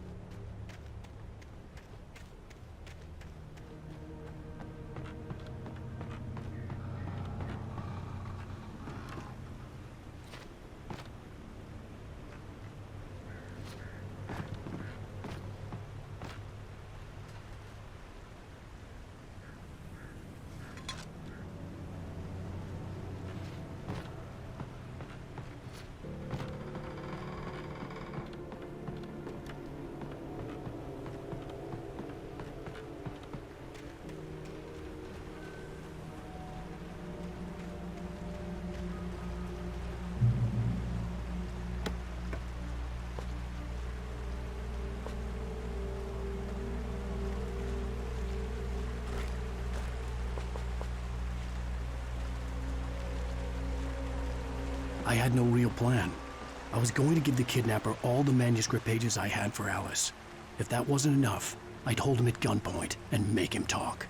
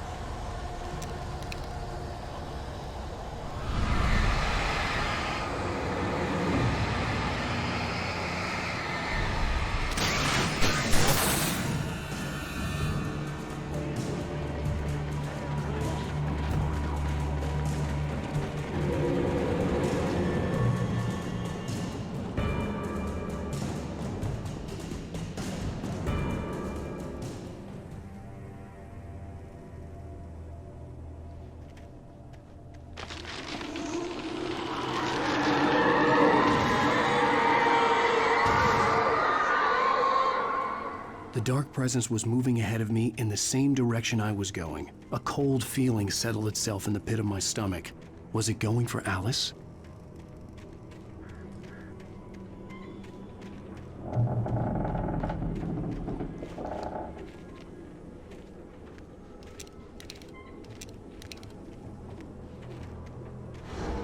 The graveyard shift may cause cancer.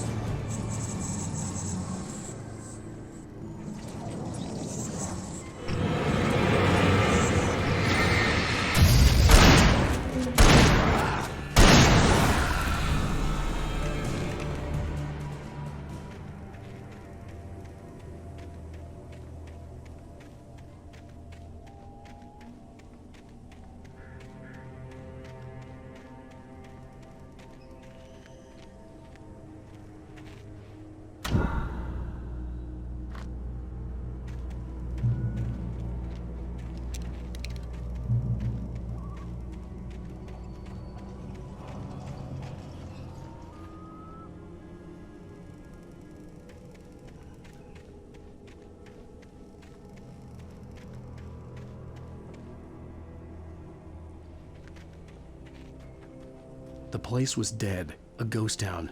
Had been for decades, maybe a century.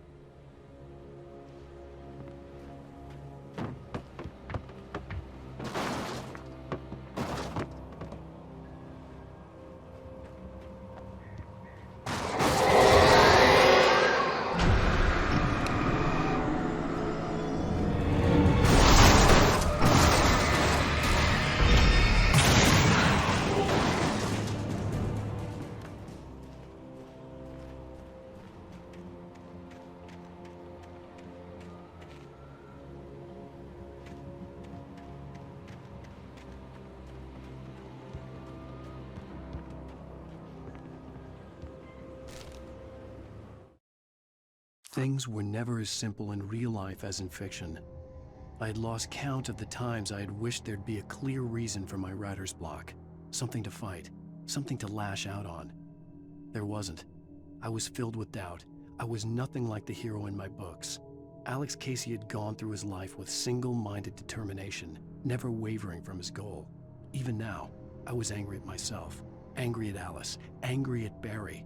I was fumbling and I had no plan.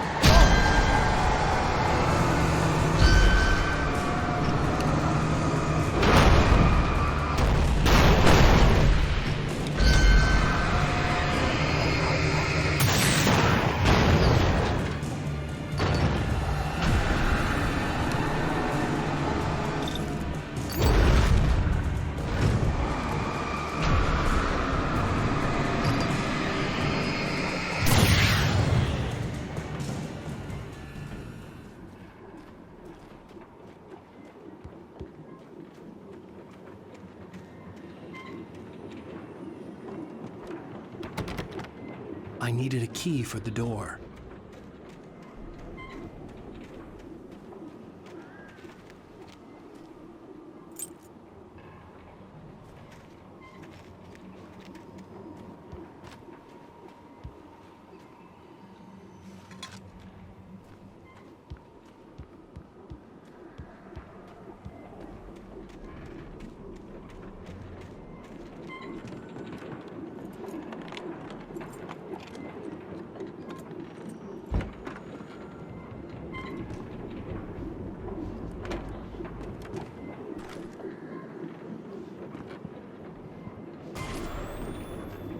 Anything outside of writing is a struggle. I feel ill. I managed to make my way downstairs. There's a shoebox filled with books and papers by Thomas Zane. It's very hard to focus, but I managed to read some of it. He's a poet, and a good one. He writes of muses and creators summoning fabulous things from a magic lake, using his powers to shape the world of a realm of gods and dreams and demons, dark things that wait for a chance to slip through, wearing the flesh of men as disguise. Zane writes about himself, his girlfriend being taken over by a dark presence, about growing scared of the lake. Zane believes it's a mirror to the gaping void of darkness above, where some Lovecraftian presence lurks. I crawled back upstairs. I'll borrow these things for my story. They ring true. They fit.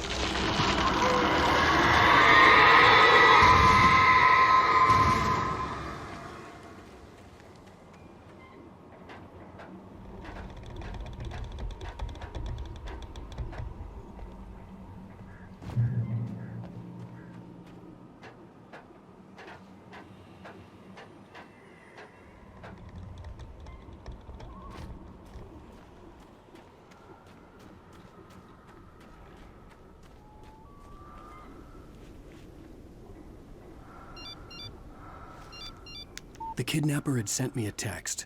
The message was full of spelling errors and insults. It was telling me to hurry up.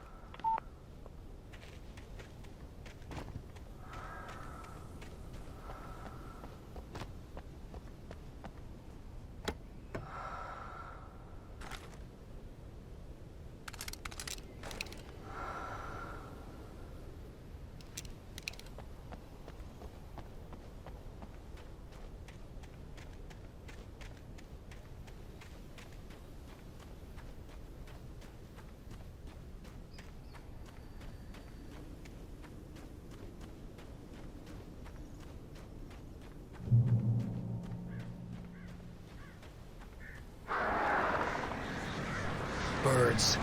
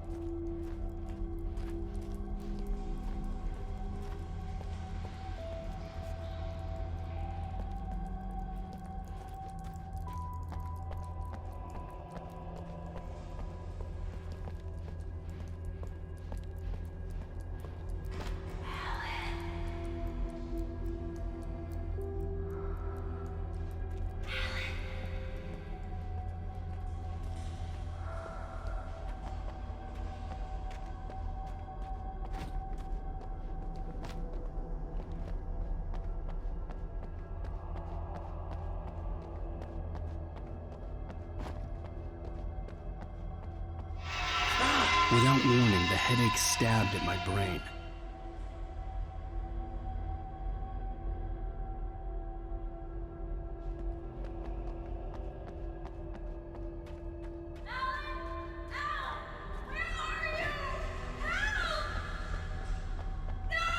Alice? Alice?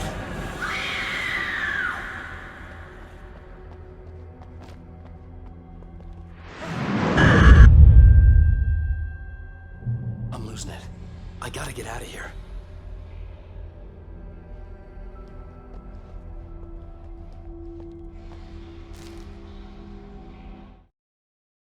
The hunters were big, thick-set men, confident and at home in the woods.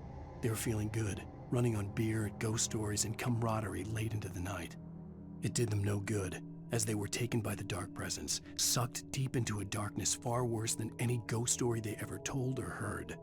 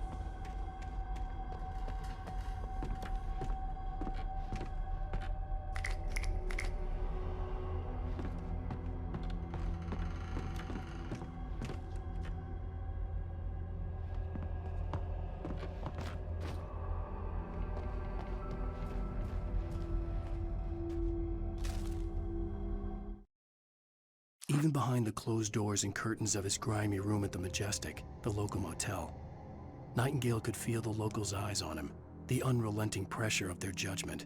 He forced it out of his mind. For all he knew, they could all be under Wake's spell already. You do what you have to do to get the job done. He took comfort from the bottle in his hand. Please, he thought, just let me get through this.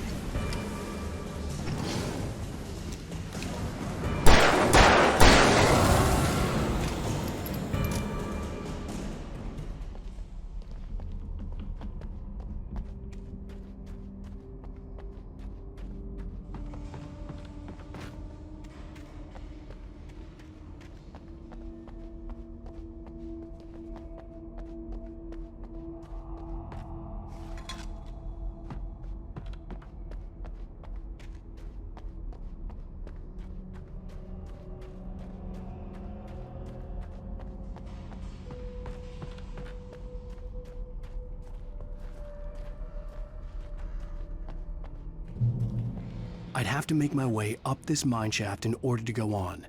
Maybe the machinery could help me with that.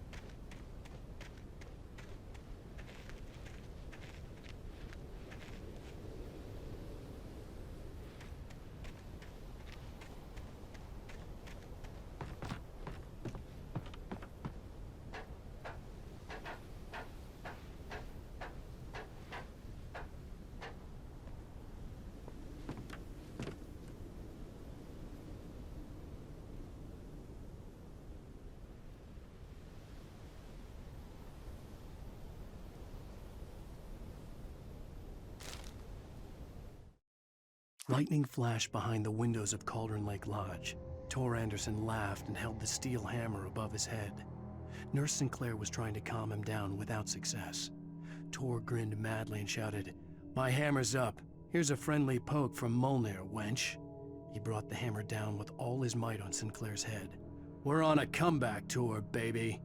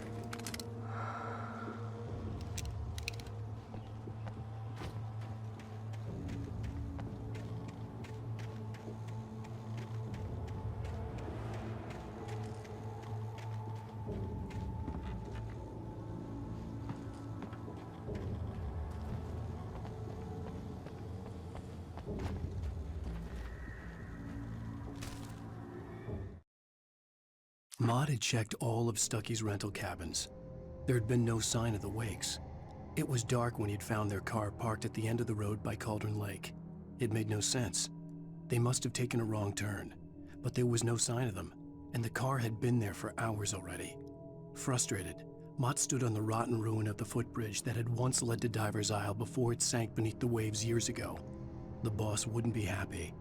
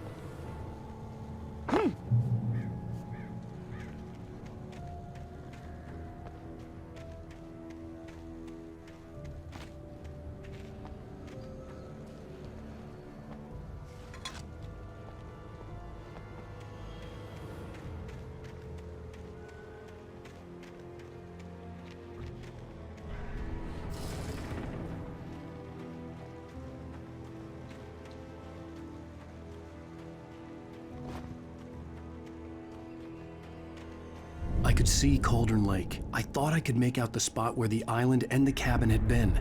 There was a light near it. It had to be a boat.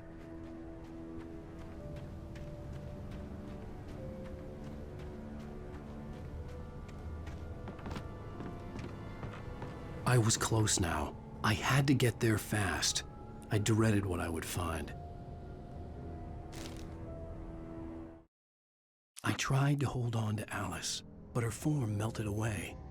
I was losing control. Dr. Hartman stood in her place. I wanted to hit him, but my arms were jelly. He smiled. It was a reassuring smile, and I hated him for it. I had to give you a sedative. Don't fight it. You went through another rough period. Right now, it's very important that you stay calm. We don't want you to have another episode. You're a patient at my clinic. Have been for a while now.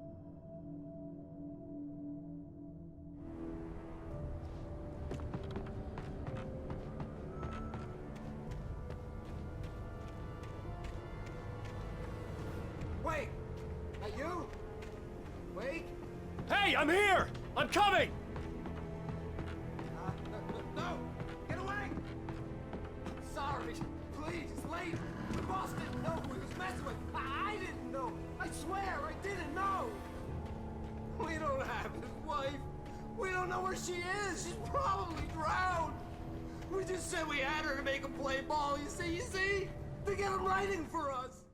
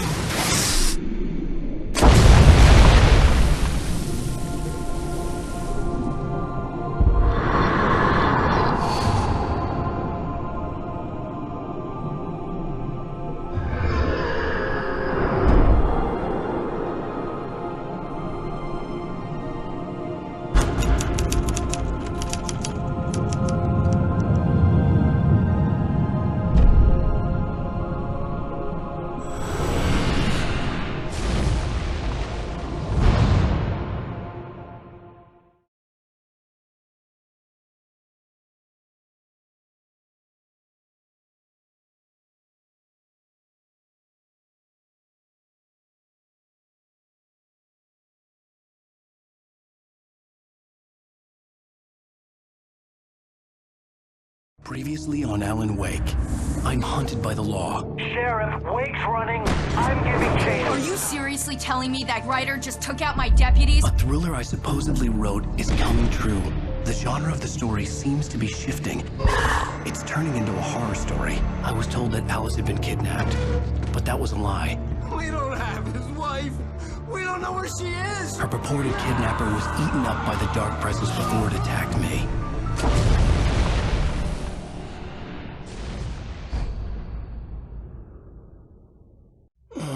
Alan, shh, baby.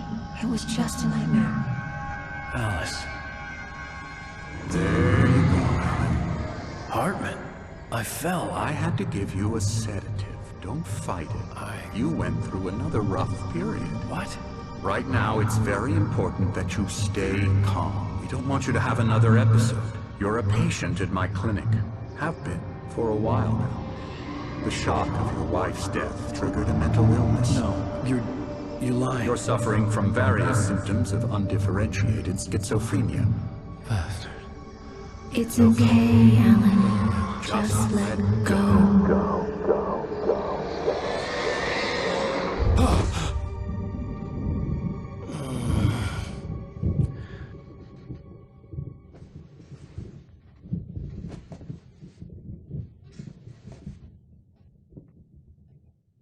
I felt groggy. Whatever Hartman had bumped in me was making me numb. I felt like this was happening to someone else. Someone I was watching on television. I couldn't think. Couldn't focus.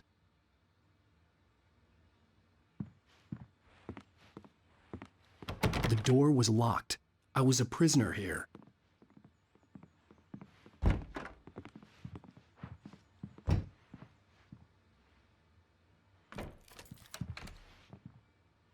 Good evening, Alan. Are we feeling better now? Feeling calm? Yeah. I see you brought your pet gorilla with you. So sure, I'm calm. I get the message. Loud and clear. Why, right. That's the spirit. You're being very brave, Alan. I understand you're confused. I would be more concerned if you weren't suspicious of me. I don't blame you for it. Big of you. Now, why don't you come with me? We'll reacquaint you with my clinic and go over everything you might have forgotten. Little walk and some fresh air? Yes, it will do you good. This corridor is for patients. Most of them aren't here right now. Jack took them out for a fishing trip, except for the ones who are particularly vulnerable, of course. I encourage creativity as a part of the recovery process here at Cauldron Lake Lodge. I specialize in treating artists. I bet you do. Splendid, Alan. I honestly believe we can get this thing under control if we work together. This way, Alan.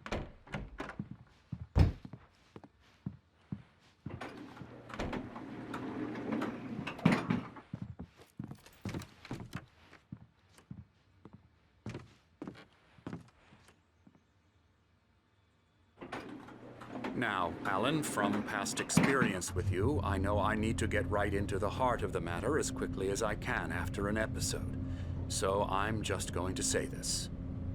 Alice is dead. No. You're in a very vulnerable state until you understand and accept this. Alice drowned, and you couldn't face that.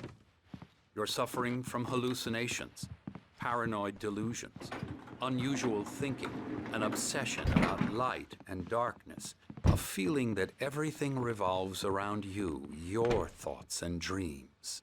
Your mind has constructed an elaborate fantasy scenario in which your writings are affecting reality. She has been kidnapped and supernatural forces of darkness are trying to stop you. We go this way, Alan. I wasn't ready for another shot, so I went along with it. He had to be lying. But under the influence of the drug he had given me, I had to fight not to believe his words. It's all in your head. You've been making it up. Apart from the tragic accident with your wife, no one has been killed. Your delusions are just a manifestation of your subconscious mind trying to protect you from the too painful truth. Unless we fight the fantasy, it will return.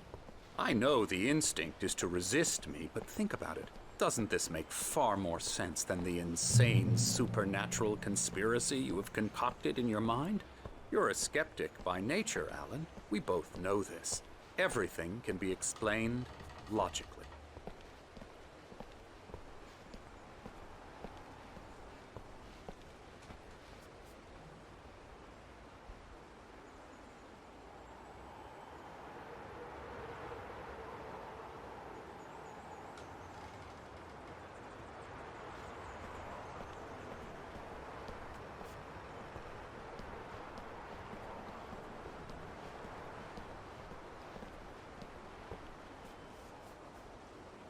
I never get tired of this view.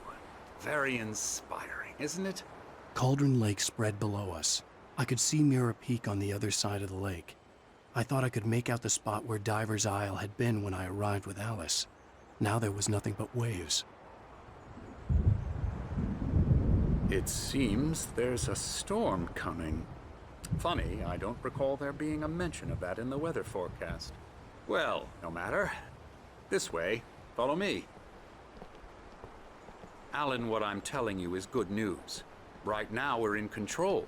Every time you have a relapse, it gets more and more difficult to resurface from the dark depths of your imagination.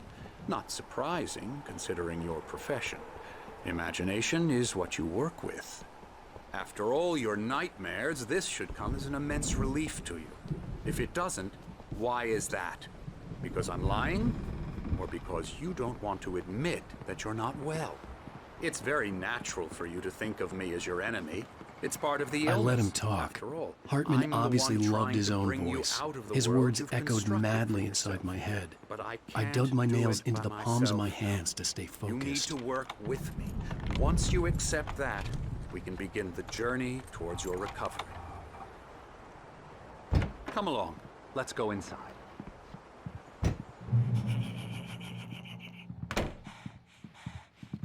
Here's the entrance to the office wing. That's for staff only. You were impressed by my trophies when you first arrived here. I do love to hunt. The great outdoors, man versus nature. It's wonderful stuff. Pretty damn wonderful, yeah. Scary, scary, scary.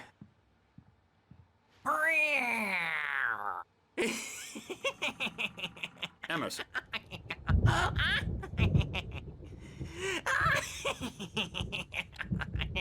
I'm a real bad dream, mister. You should be afraid of me. Don't want to run into me in the night, that's for sure. Please, Emerson. Mr. Wake is confused enough as it is. Yeah, you'd like me to go away so you won't be scared. But you can't just decide what kind of dream you have or when you have it. Emerson. Okay. Sorry. Boo. That's Emerson.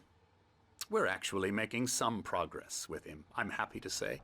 He works on video games. Ooh, yeah. It's trash, of course, but it does involve some small creative effort, which makes him receptive to my therapeutic methods. No kidding.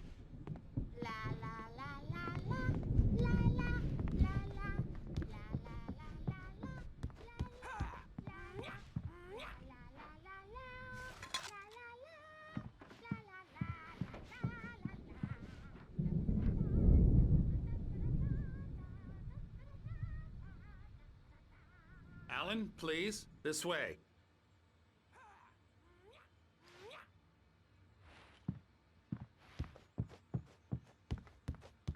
Now, you might have noticed the typewriter in your room. You've been writing as a part of the therapy. As soon as you feel up to it, you should continue.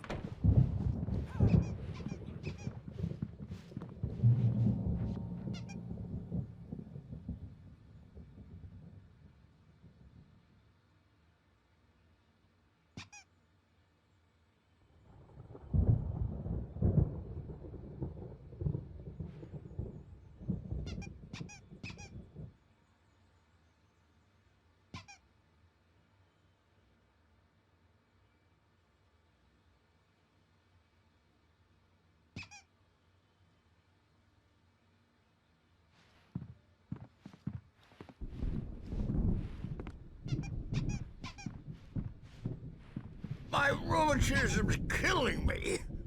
There's a storm coming. Oh, what a storm. I hope it wipes this place off the face of the earth. And these two are the Anderson brothers, Odin and Tor. They had how should I put this? A heavy metal band in the 70s and 80s called Old Gods of Asgard. They even adopted new first names to complete the image of Viking gods. After the band broke up, they lived on a farm nearby. They are, well, in advanced stages of dementia. They're well cared for, TLC and all that. There's nothing more that can be done. I'm afraid that the rock and roll lifestyle has left its mark. Oh, that won't do. I'm so sorry to cut this short for now, Alan. The power has been acting up. I'd better go check on it. We'll continue this soon. Meanwhile, when you feel up to it, return to your room and try to write. It really is for the best. Don't you think? I'd like to bash his head in with a hammer. Oh, he'd love to fish out our secrets, but he has no clue. He's not crazy enough. Not crazy like us, Sonny. Yeah! Being crazy's a requirement, Sonny. Who else could understand the world when it's like this? It takes crazy to know crazy. That's the sanest thing I've heard in a while. Zane! You're all right, Tom. Hey, we like him, don't we, bro? He's got to go to the farm. The Anderson farm. Valhalla! We wrote it all down, lest we forget. A crash course. All you need to know to get your head right. You need to find the message. Here, Sonny, here's something for you. Gave me a rash, but I kept it safe from these bastards.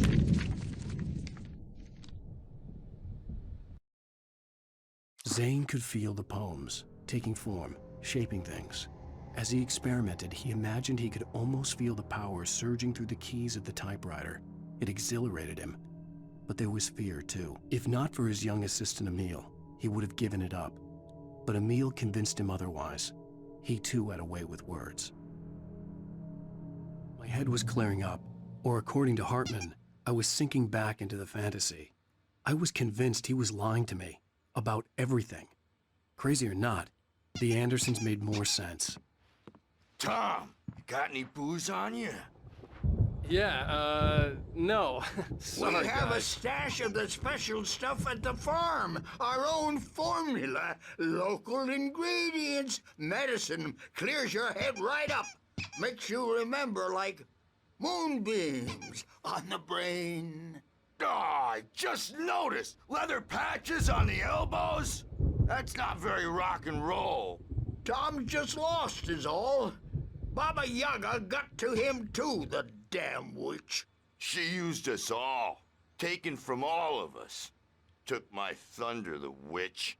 And my ravens. What were they? Memory and thought, the hag. She took something from you too, didn't she? That's what she does. We're better off. This place, the lake, it gives you power. If you're a creator, an artist, a god. Nightmare shifted in their sleep in the darkness of the lake.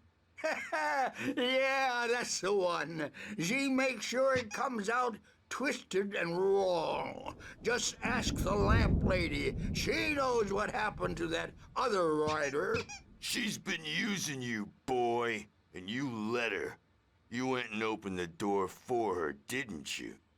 Now, it was already open a crack. And whose fault is that? We're morally corrupt, disease-ridden, old and stupid. Doesn't mean he had to open it all the way, goddammit.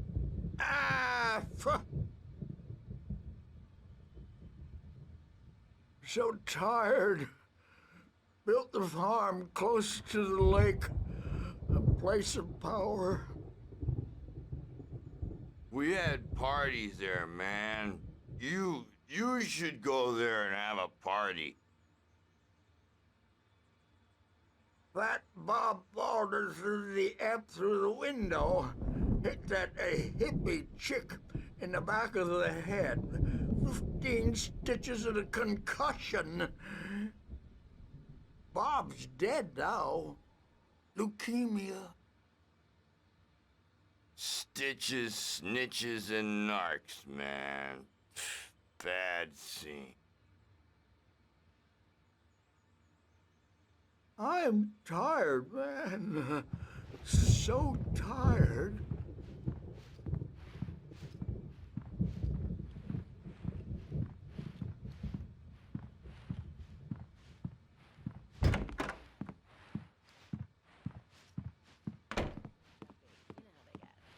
Gotcha. Doc's got me looking after Wake here, but holler if they get too rowdy. I'll do that, Birch. Hey, Wake, why don't you humor Dr. Hartman and give the writing a shot, huh? The typewriter's in your room. You can get to your room by those stairs, Wake.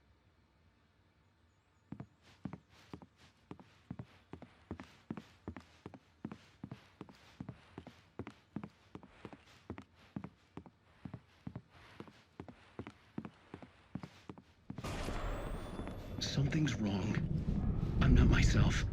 It's hard to think that there's a shadow inside my head. I can only focus on writing. Everything else is a blur. I'm trapped in this cabin. Have been for days, but it's always dark outside. My editor is real. I saw her again. She's not human. It's not human. A dark presence is wearing the old woman's face. She was covered in clinging shadows. There's a hole in her chest where her heart should be. I think I've made a horrible mistake. I don't think I'm any closer to saving Alice. It's been lying to me. using me to get the story it wants, and the story will come true.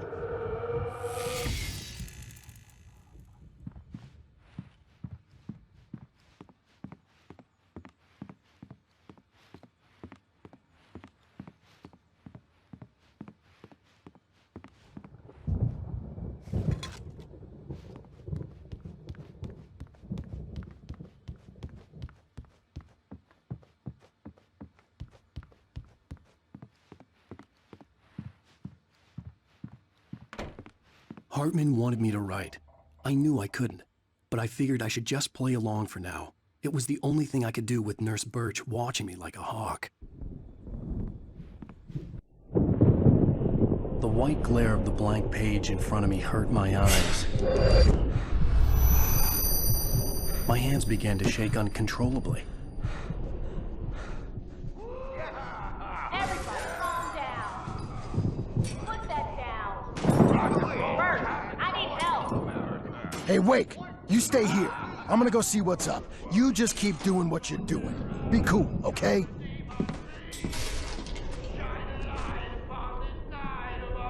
I didn't know what the chaos was all about, but it could be my only chance of getting out of here. Where the hell did you get a damn hammer? I don't know. Hammer's up. Here's a friendly poke from Mjolnir, wench. Oh, afraid of the crazy brothers, are ya? Hartman kept talking, giving Barry the grand tour, clearly proud of the place. He went on and on about his hunting trophies, and Barry was impressed. But he was here on business. He raised his voice, cut through the monologue. Hey, Hartman, where's Al? Hartman stopped in mid-sentence, annoyed at the interruption. He nodded at the hulking orderly standing nearby. The man smiled and clapped a practiced hand on Barry's shoulder. Not so weak now, are we? Well, things are unraveling fast, aren't they? Sinclair looked bad. That wasn't a love tap. The crazy old fart hit her hard. And if she was one of Hartman's goons, she had it coming. I could get the key to the office whip from Sinclair. I had to get to Hartman's office. He had taken all my manuscript pages. That's where he'd be keeping them. To pay the piper. Maybe you could come out and beat our wrinkled, adult, diapered asses for us, since you're so tough, Birch.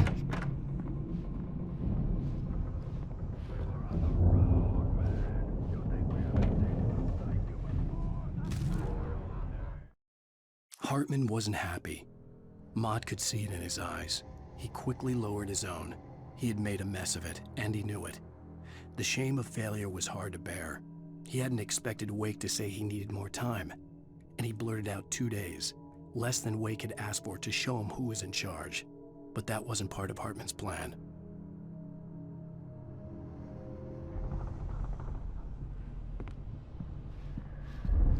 The markings on the tape said they were recordings Hartman had made at the sessions with his patients. I saw Alice's name on one of them. For a moment, I couldn't breathe right.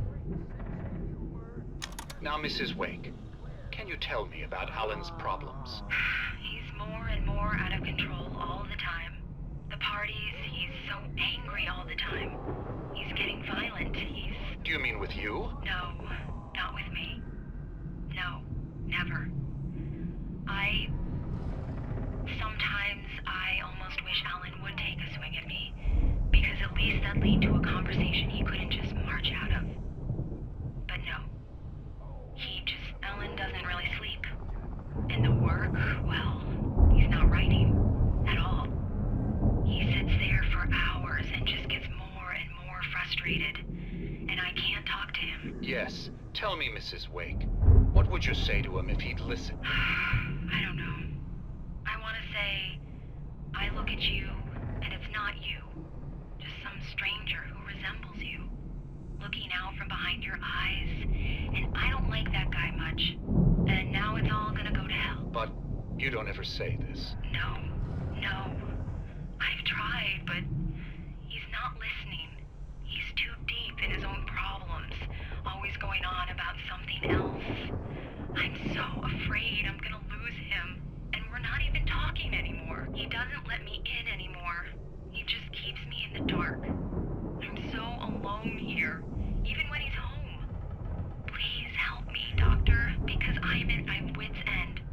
Well, if you can just get him here, I'll absolutely do my very best. Yeah, but Doctor, you need to be careful with him. He's not just going to listen to you and cooperate.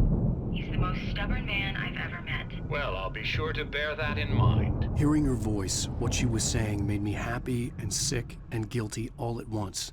Worst of all, I recognized the words. The phone call from her. It had been a cut-up of this. Just a recording. Rudolph Lane's case is interesting. He was completely blocked, and frankly, I was about to discard him as useless. However, once Wake arrived and started writing, something changed in Rudolph. He's producing extraordinary work, increasingly dark pieces. Unfortunately, he doesn't respond to direction at all, and it's my belief that he's not so much a creator as an illustrator, perhaps, a recorder of sorts. I hadn't considered the existence of such a role before, let alone its implications, but the paintings he has produced are informative. At least he's easily controlled and useful. I wish I could say the same about Wake. It's frustrating that the best subjects are always so damn difficult to deal with. I'm buying that. I was tailing Wheeler, and this is the only place he could have gone. That means Wake is probably there too! Agent Nightingale, this is private property, and I will not allow you to disturb my patients. Yeah? I can get a warrant. How would your fragile little patients like that? Oh, I'm thoroughly intimidated by your mighty authority now, Agent. Listen, you smug snob. How would you like it if I busted through this gate and knocked you around a little? Agent Nightingale, first of all, I'm recording this conversation, so you might want to watch what you say. Secondly, you're not dealing with a hick now. I know the law, and if you can get a judge to grant a warrant, I'll be glad to cooperate. But you won't get one. Be advised that any further communications with me are to be made through my lawyer. I don't believe this. Good day, Agent. Yeah.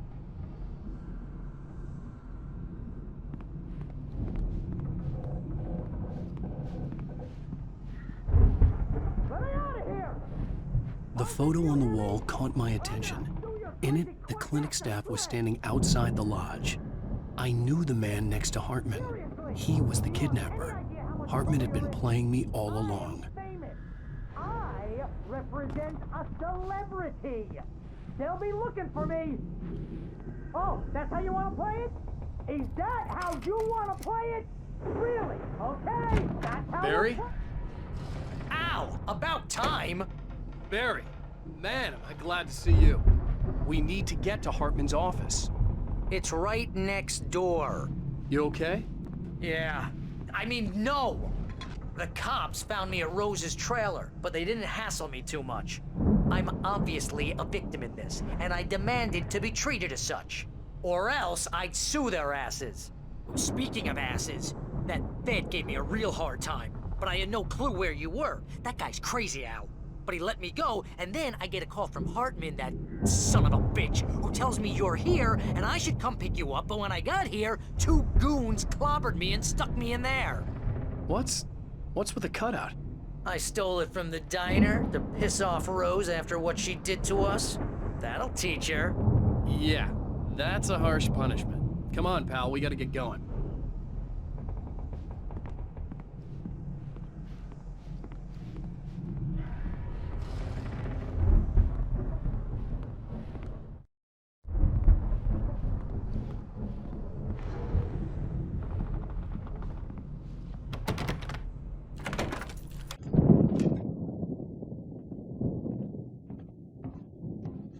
These were all the pages I had on me. And more.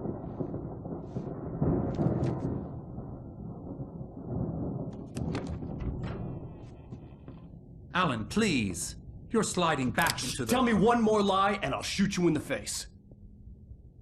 Ah, well, it was worth a shot. Really, Wake, come on. Let's work together on this. You have no idea... Hartman, shut up! Barry, get out of here. I'll catch up with you. Get a car. Oh, Al, let's just... Go! Wake, listen to me. This is a mistake. Don't you see? Together we can create something absolutely wonderful. With your ability and mine.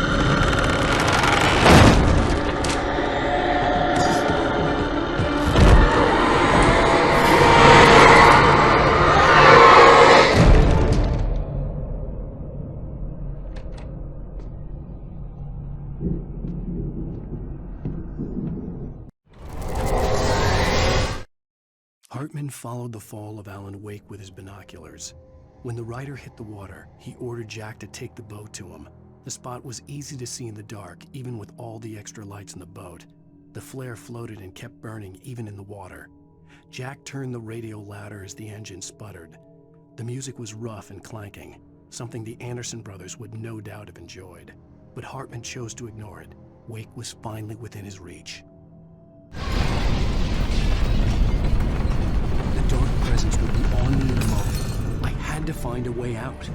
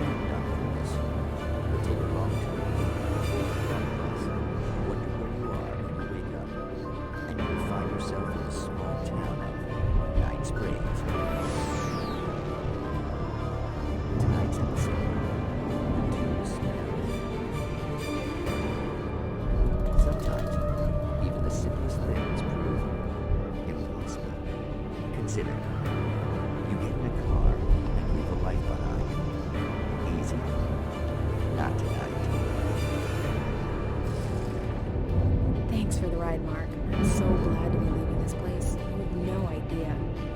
What, Night Springs? Come on, Linda, relax. It's not that bad. Hey, what's that up ahead? Oh, God. There's someone on the road. I think there's been an accident.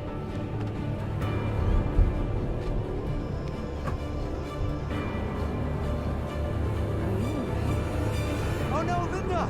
Oh no! It was me on the road! Wait! Tell him to watch out for the truck! Watch out for the truck! My God, Mark?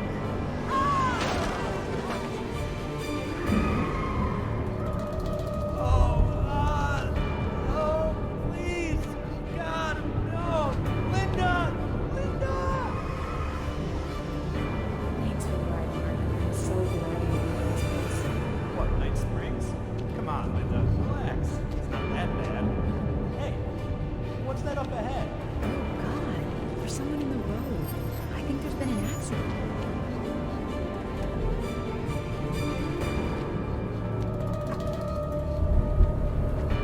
Are you all right? Oh no, Linda! Oh no! It was me on the road! Wait! Tell him to watch out for the truck! Watch out for the truck! My God, Mark? And there you have it. A vicious cycle, brutally punctuated by the blast of air and screaming metal.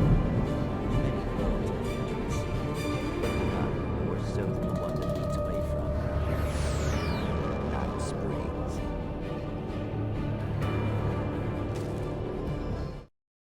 Hartman knew he was no creator.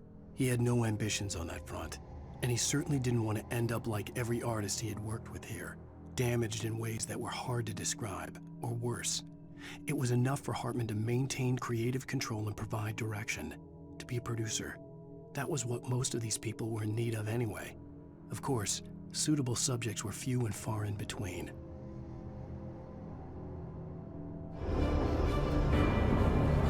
Magic.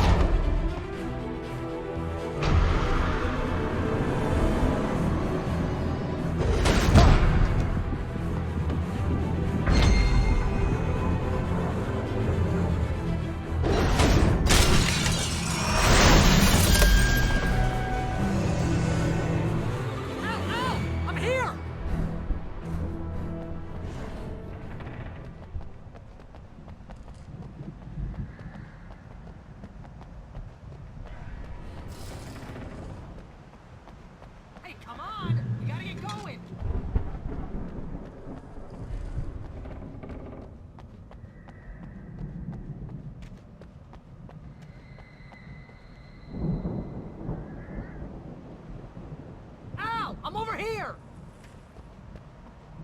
I found the car, but the gate's locked. You're gonna have to go through the hedge maze over there! Barry, I don't have a light. Take this, Al! Oh, God! Look at the house, Al! Look out!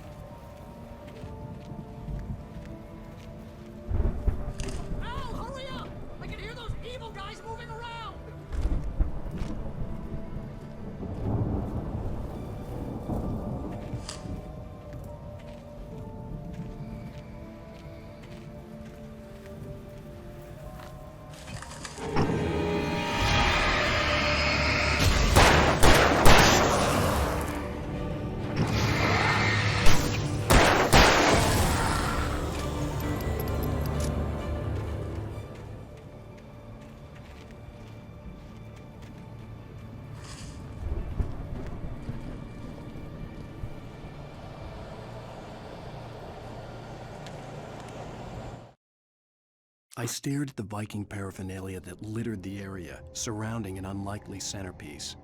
A full-size stage complete with an impressive sound system with all the trimmings, including a dragon. It took a special kind of crazy to build something like this in a remote field. When the sky split open with a deafening boom and the music started blasting, it felt strangely appropriate.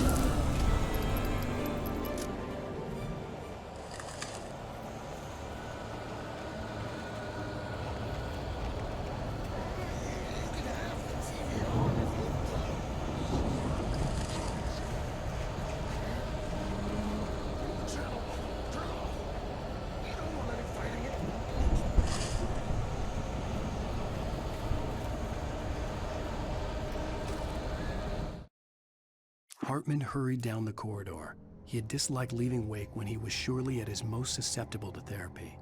But this was not an ordinary storm. Wake had been writing, and he had woken something up in the depths of the lake. Now, it was coming for him. Hartman had naturally prepared for a situation like this.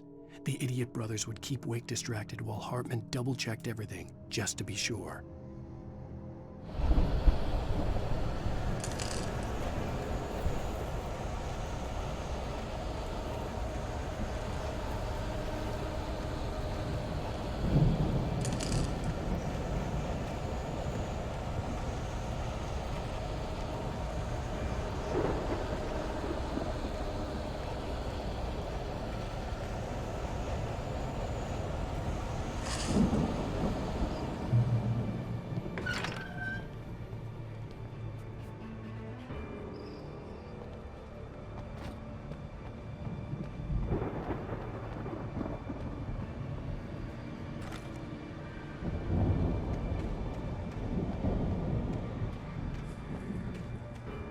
You get 2 pills in the morning, and then you'll be nice and calm all day long.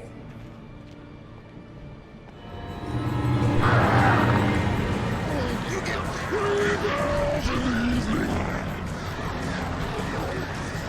You sleep like a baby.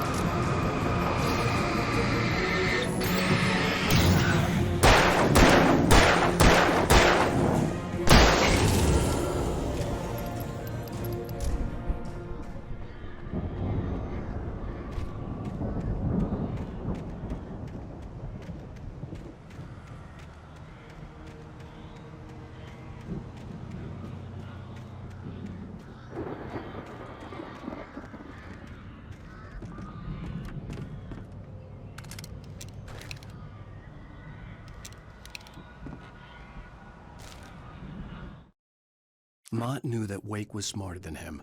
Wake had more money, a beautiful wife, everything.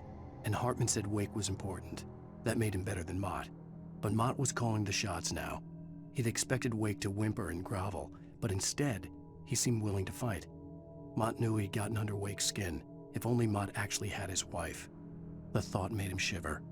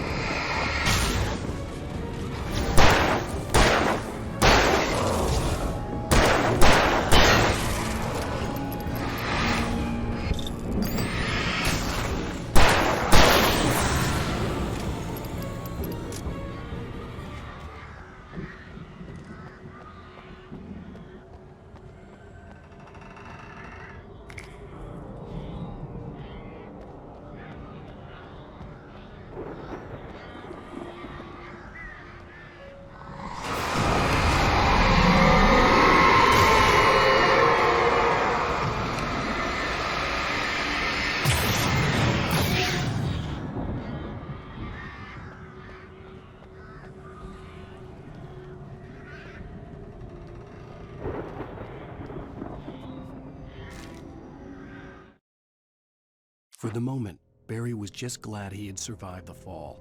He had been separated from Al, and there was no easy way to climb back up. He told himself he'd be okay in the gloomy forest at night. He would just have to wait for a while for Al to find his way down. Barry turned when he heard the heavy footsteps and saw the movement. The man-shaped shadow lunged at him from the bushes, an axe held high. Barry screamed and threw up his hand. The world exploded.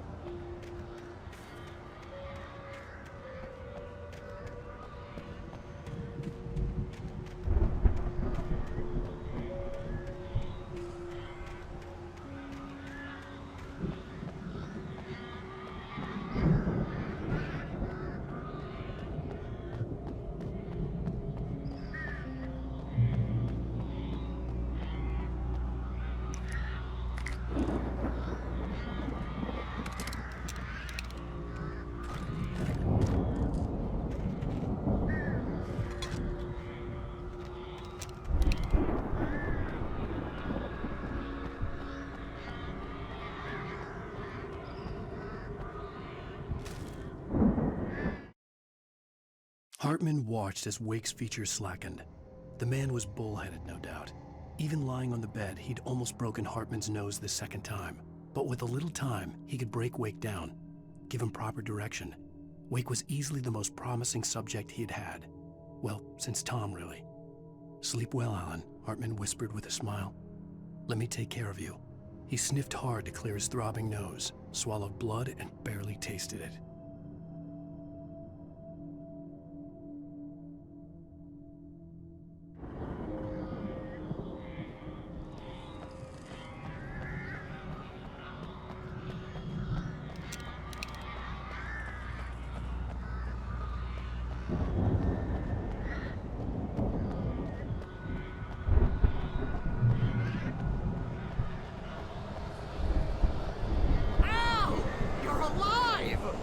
Let's get out of here. Can you open this gate? Maybe. Barry. Well, I slammed it shut when the nasty showed up, and the key fits kind of loose in the lock, so, I'll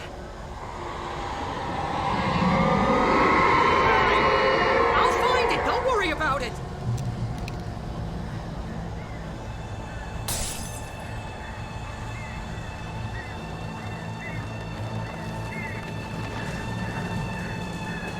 Hurry up, Barry! I'm on it! I'm on it!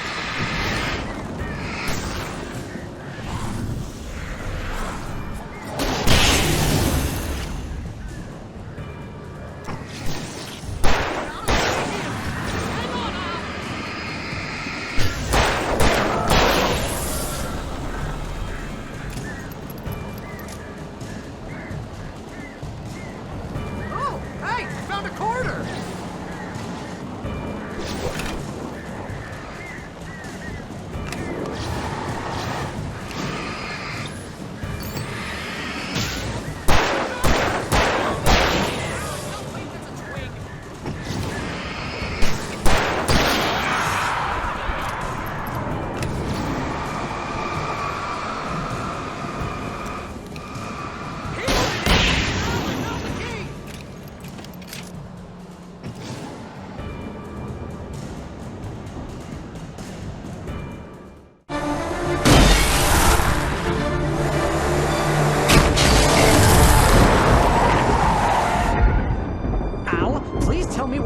nearest "You're now leaving Bright Falls. Come back soon" sign. We're going to the Anderson farm. I knew you were gonna say something like that. You know what? You owe me big time for this. When this is through, if we make it, I don't care what anybody says, I'm done with darkness. You're gonna buy me a tanning bed as a gift, and I'm gonna live in it.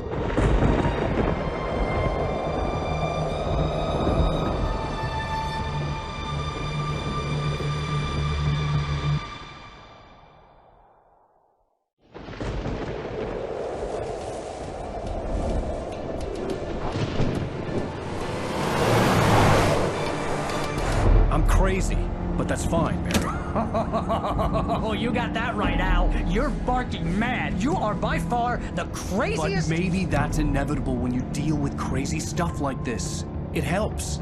This is happening, Barry. Alice, they never had Alice. She's trapped in the darkness at the bottom of the lake, but she's not dead. Al, how can you know that? I know, Barry. I can... Al, No, listen. I can bring her back. I can find her. There's something special about this place. The lake, it does something to the works of art created here. It makes them come true. But there's a catch. The dark presence, whatever that thing is, twists it to its own ends. That's why all of this is happening. It's using my manuscript to take over everything. Al, I believe you. It happened to Thomas Zane before, it happened to the Andersons. I believe you. Crazy or not, you're not delusional. Weird shit's going down. That's a fact. I'm on board, man. I'm with you. The Andersons knew about it, but they were too far gone to tell me with all the drugs they were on. But they wrote it down. There's a message somewhere at their farm, Barry. We just need to find it. Look out!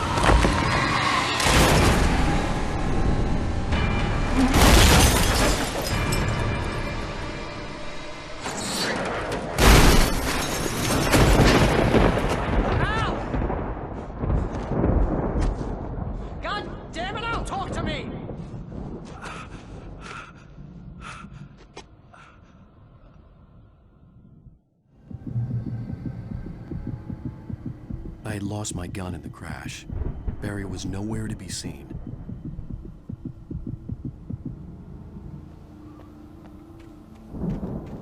Barry! Barry! Oh, man, you're okay!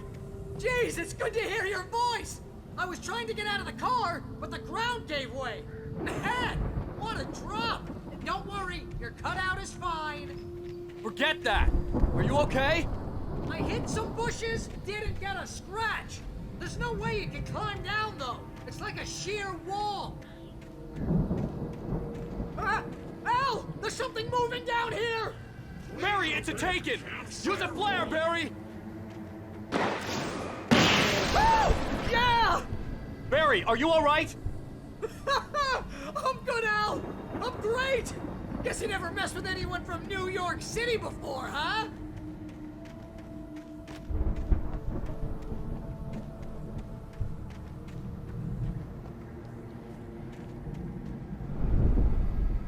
You're gonna have to find your way around to the farm, Al! I'll be waiting!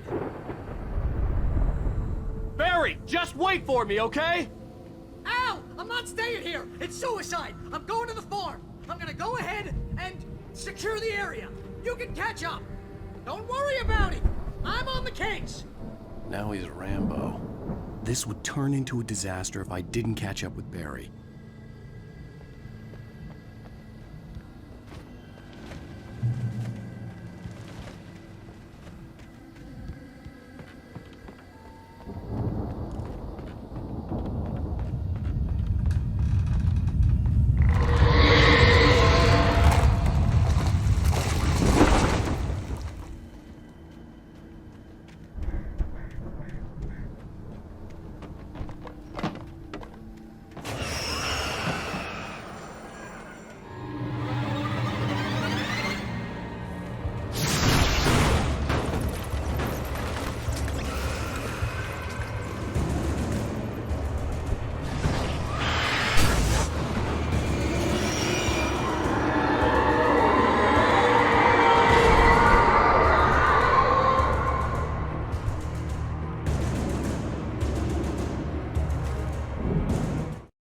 When he stopped the car at the Anderson farm, Walter felt relieved. Oblivion was close at hand. The brothers wouldn't miss a jar of moonshine or two in the booby hatch. But then he saw the man on the porch, and he knew who it was. Driving for his life and knowing it was useless, he didn't realize he was crying until he couldn't see the road for the tears.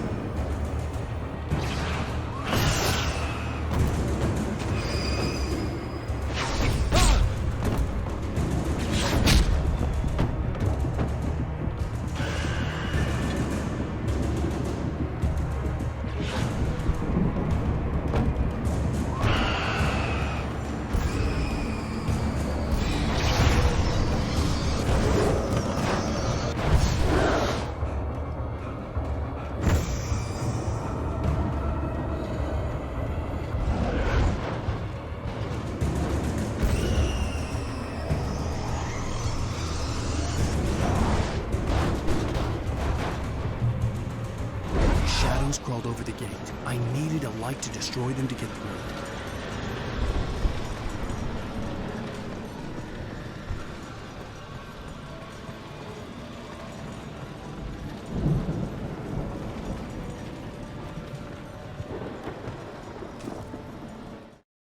Agent Nightingale stared at the passed-out rider.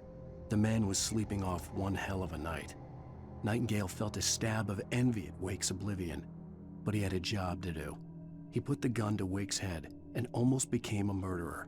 His hand shook and his throat felt tight and dry. Biting his teeth, he tried again to pull the trigger. He lost the nerve. Wake stirred. Nightingale would have to settle for an arrest.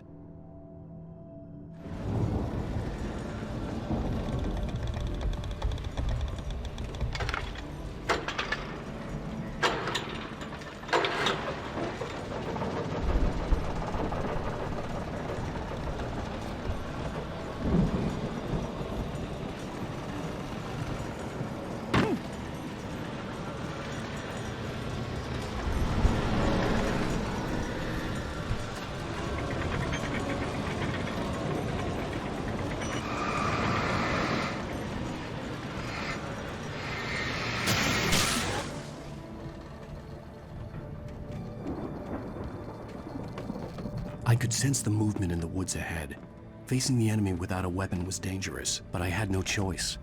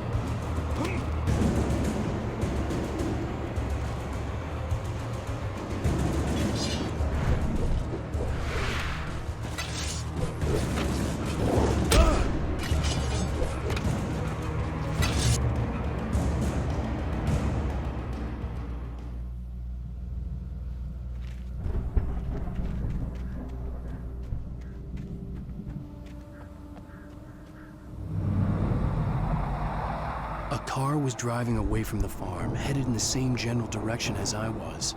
For all I knew, it was Barry, caught in the consequences of leaping before looking.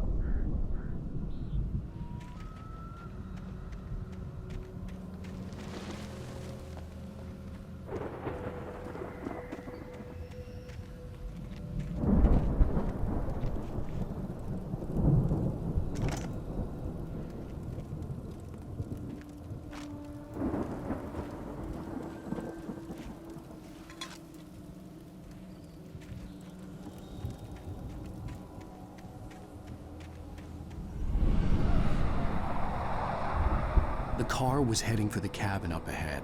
It wasn't far. If it was Barry, I would see the damage soon.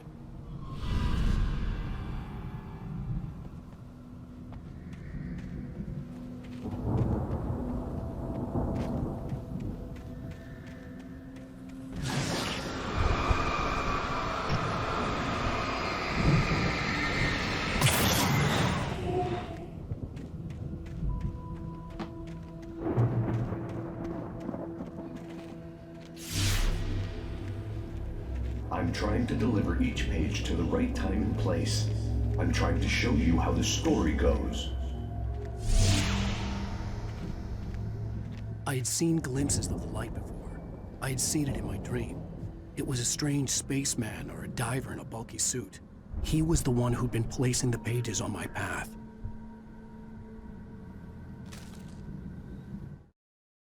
The dark presence followed the choreography laid out to it in the manuscript, growing stronger and stronger, moving like a storm from one scene of destruction to the next. But it was still bound to follow the story and chained to the dark place it came from. When the story reached the end it longed for, it would finally be free.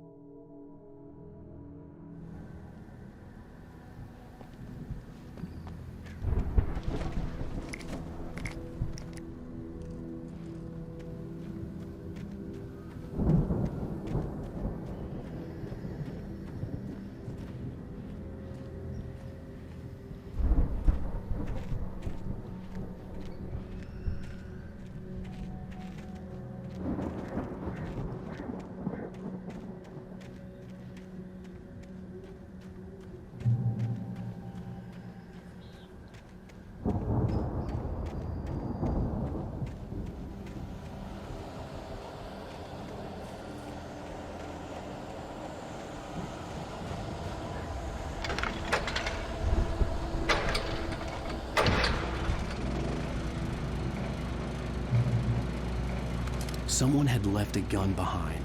Now I had a fighting chance of reaching the farm.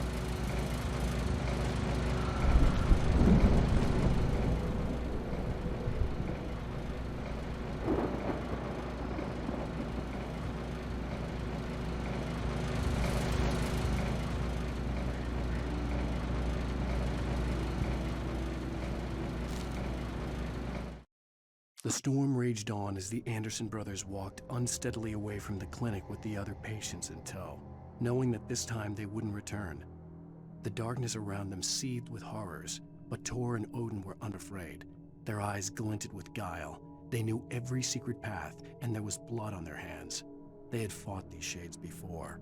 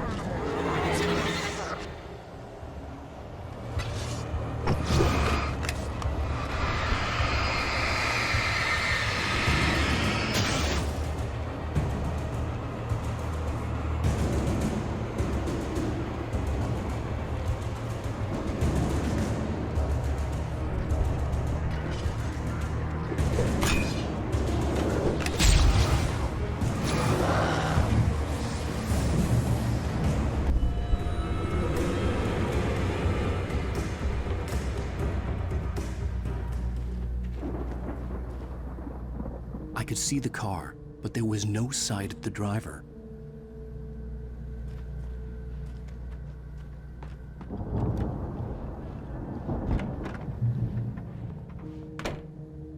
Hello? Anybody here? Barry! No! Danny, you're not! Please! What are you? No! Don't! I'm sorry!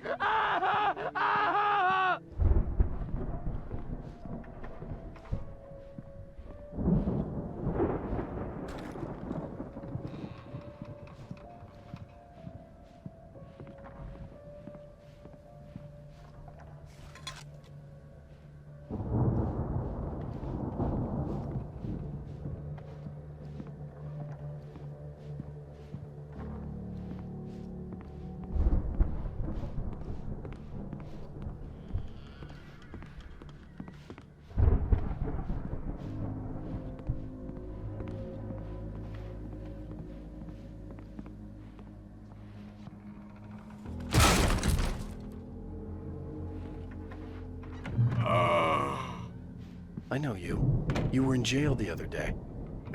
I went to the farm again for the moonshine, you know? It makes you see. They're not gonna miss it. They're in the loony bin. But my buddy, Danny, I lost him. Something's gone wrong with him. It's not him. Like a real bad follow-up to a real good movie. The best friend's suddenly the bad guy who wrote this crap anyway.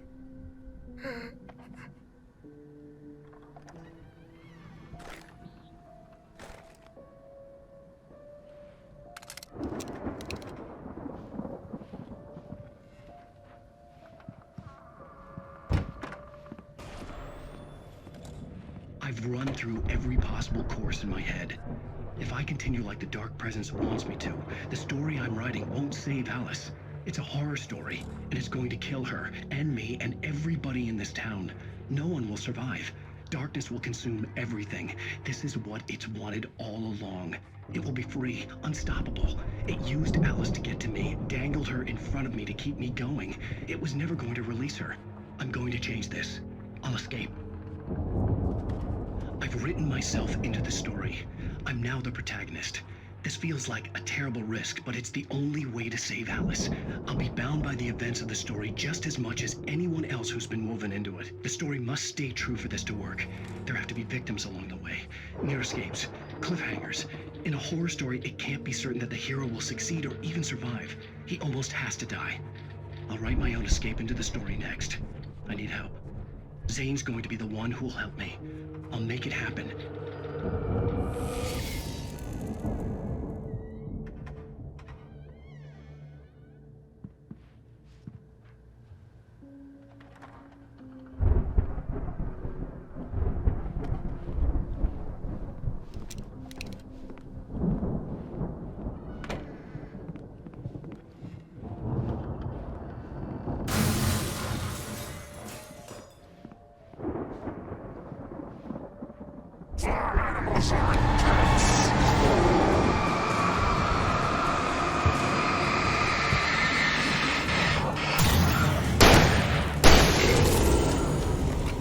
Let me guess.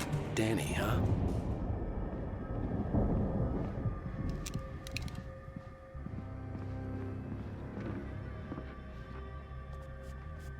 The farm was still a good distance away. I'd need a car to get there fast.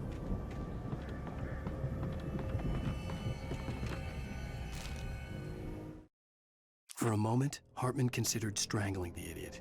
Mott was mean-spirited, but easily manipulated. An emotional infant who lived for his approval. Wake, by contrast, was a far more difficult subject. Mott had given him too much leash. In 2 days, who knew what could happen? Hartman would have to find a way to rein him in, and quickly.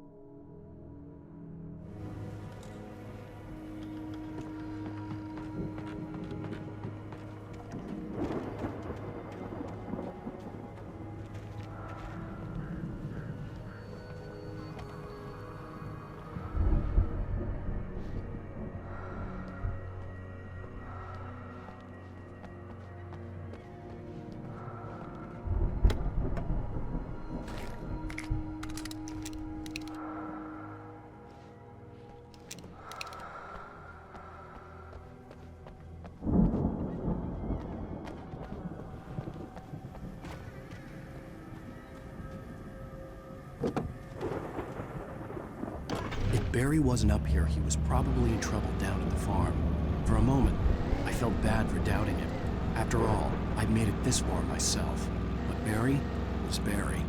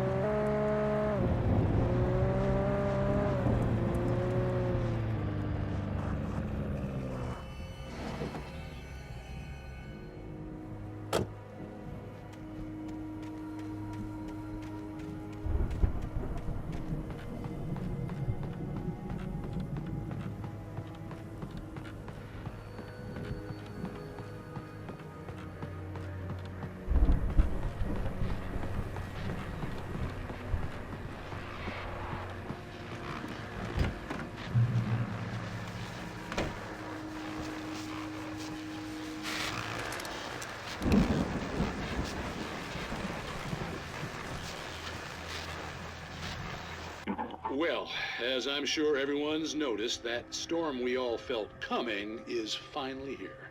The boys at the Weather Service reckon it'll last until morning at the very least. Pertaining to that, let me read that missing persons alert again.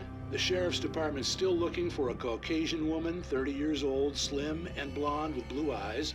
She may be lost in the woods, and it's possible she's been injured in a car accident. If you see her, please make sure you get her indoors and call the sheriff. It's bad weather to be caught out in, so if you see someone in the area who maybe looks a little confused, give him a hand, all right? This is Pat Maine on KBF FM, hoping you're all safe and warm tonight.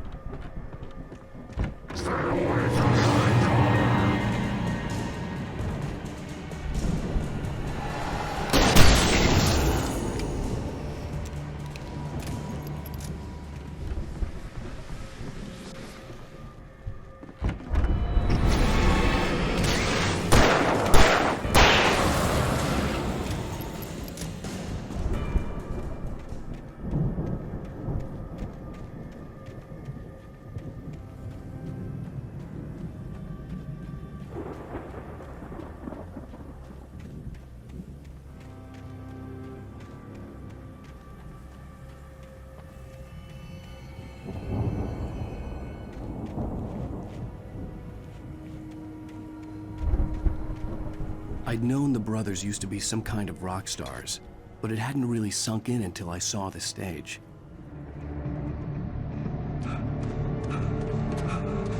Ow! Run! Incoming! There's too many of them!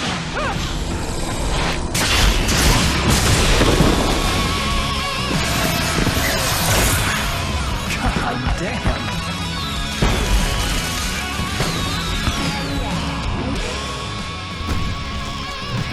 So glad you decided to go it alone, Mr. Johnson. Shut up and shoot! Ow! We have to fight them off! I can set off more fireworks from here and help you out!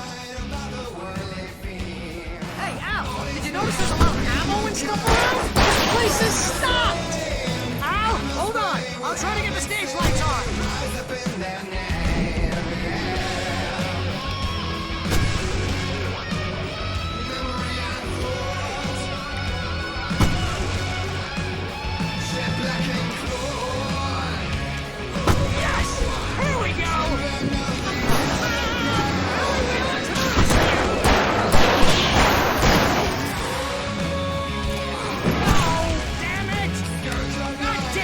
Century wiring!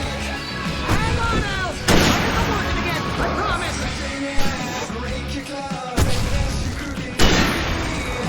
Taking slaves like ocean waves, I feel the ocean sea. Father thought, bless this war between the dark and light. In their songs, let their arms bring these solutions now.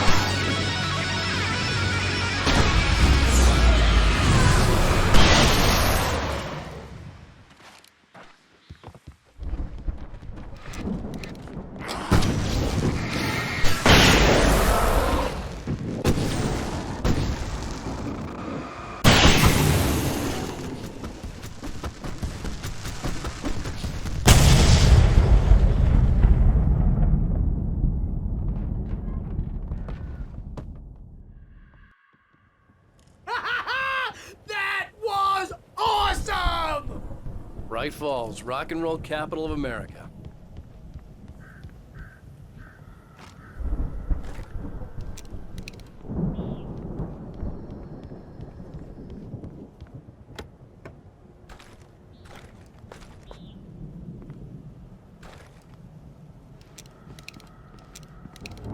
Hey, Al! This way to the farm!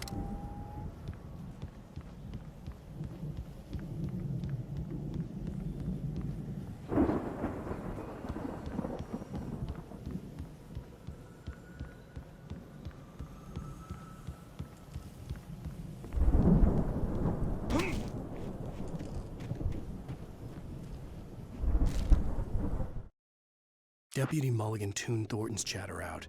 He didn't think writers were particularly useful people, and a huge manhunt for one struck him as idiotic. Certainly not worth the missed opportunity for coffee and pie. It wasn't even clear what the man had done, except run from them at the trailer park. Mulligan knew he wasn't alone. The sheriff's patience with the Fed was running out.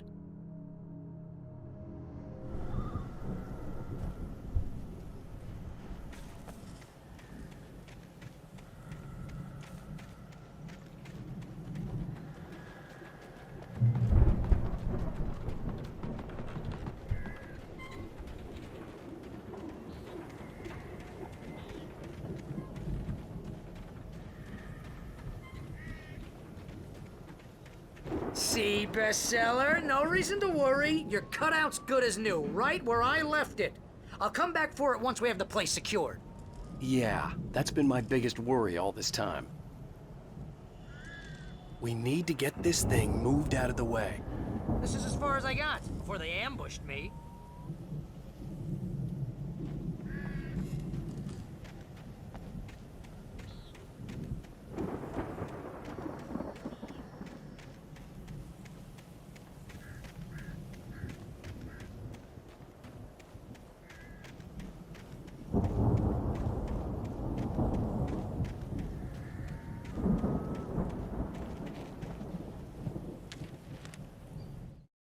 As the deputies hauled Wake and Wheeler away, Agent Nightingale eagerly examined the stack of papers Wake had been carrying.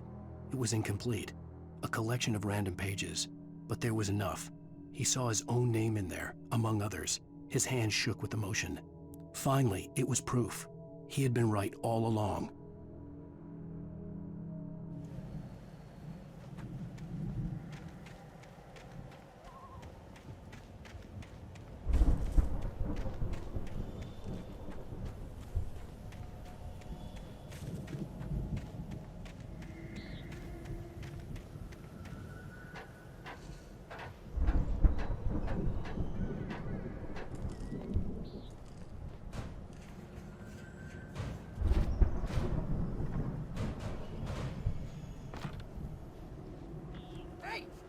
Wake here has something to say. What's that, Al? Oh, I'm Alan Wake. I'm always right about everything. And if I don't get my way, I'll sulk all day long. I'm always intense and moody. It makes me very attractive and mysterious. Right now, I'm just standing here because I need my best friend Barry to carry me. But that's okay. I can just take him for granted. I think I see what you did there. Yeah. Was pretty good. You want me to do my imitation of Barry Wheeler? No? Thought so.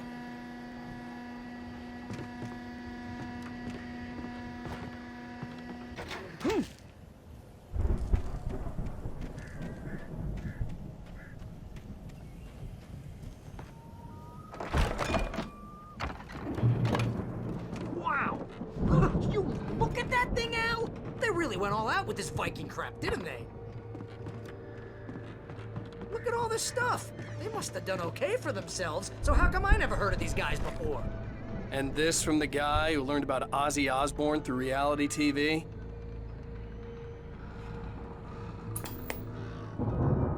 Sleep.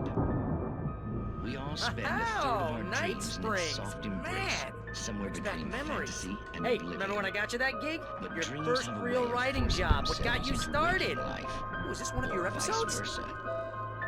In Night Springs.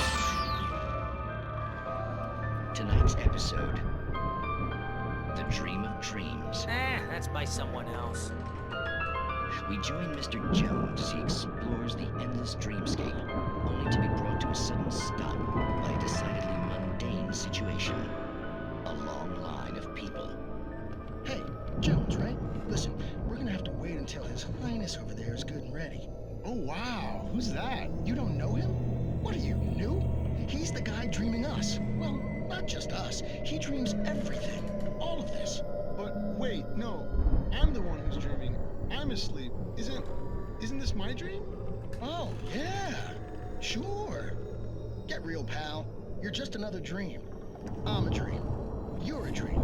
The weirdo in the diving suit is a dream. And the girl made of smiles and sunshine is definitely a dream. but I'm pretty sure I'm dreaming this. Well, maybe you're a really confused dream. What am I, a shrink? All I know is I'm going with the smart guys, and they say that's the guy doing the dreaming. Right there. I don't know what that means. It means we keep him happy. No sudden falls.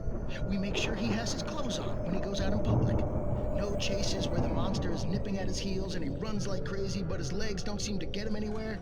None of that. Because if he wakes up in a cold sweat... Oh... Yeah, precisely. So we wait till he wants to move on. Keep things nice and calm. Hey, something's happening here. Yeah? What's that? What? Can't you hear that? Oh, God help us, it's an alarm clock. Oh, it's you, isn't it? Please, man, I got a wife and kids. Please don't wait.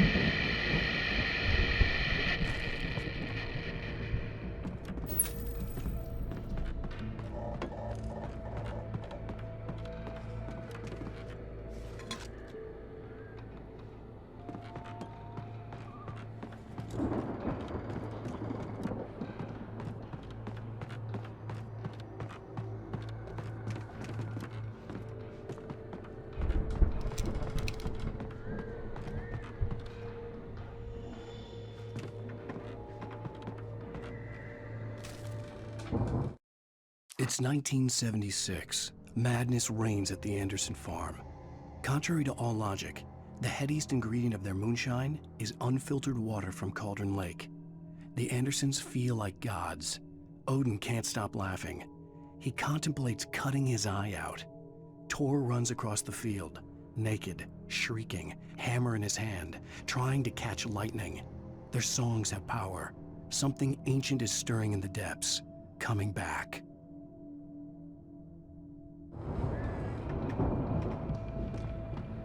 The Viking boat looked imposing, almost like a battering ram.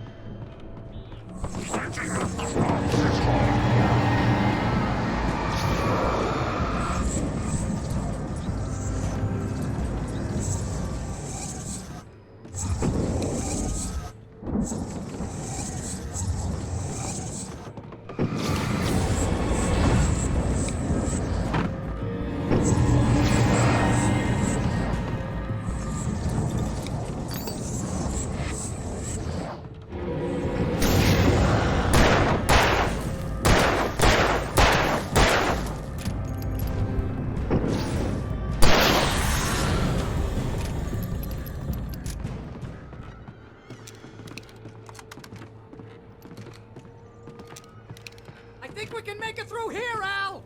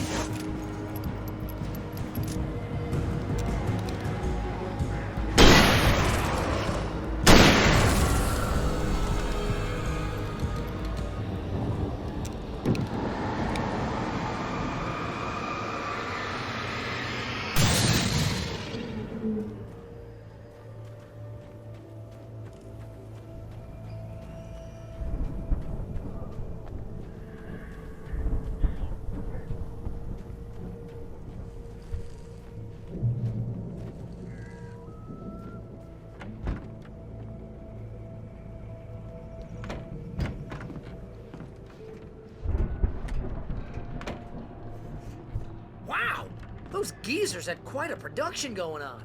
Ooh, you know what, Al? If we make it through this alive, I'm gonna start representing them.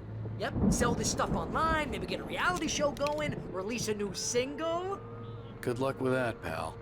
Hey, you find us a way out of here, okay? I'm gonna take a closer look at this stuff.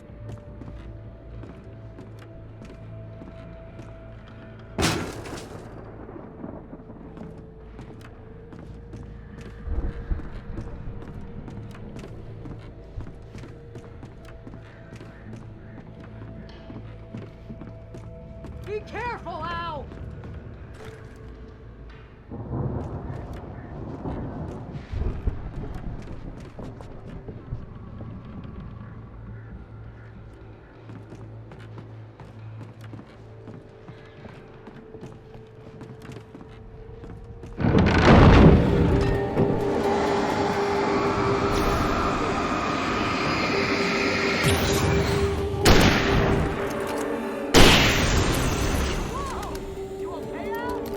I'm good. Keep your eyes open, okay?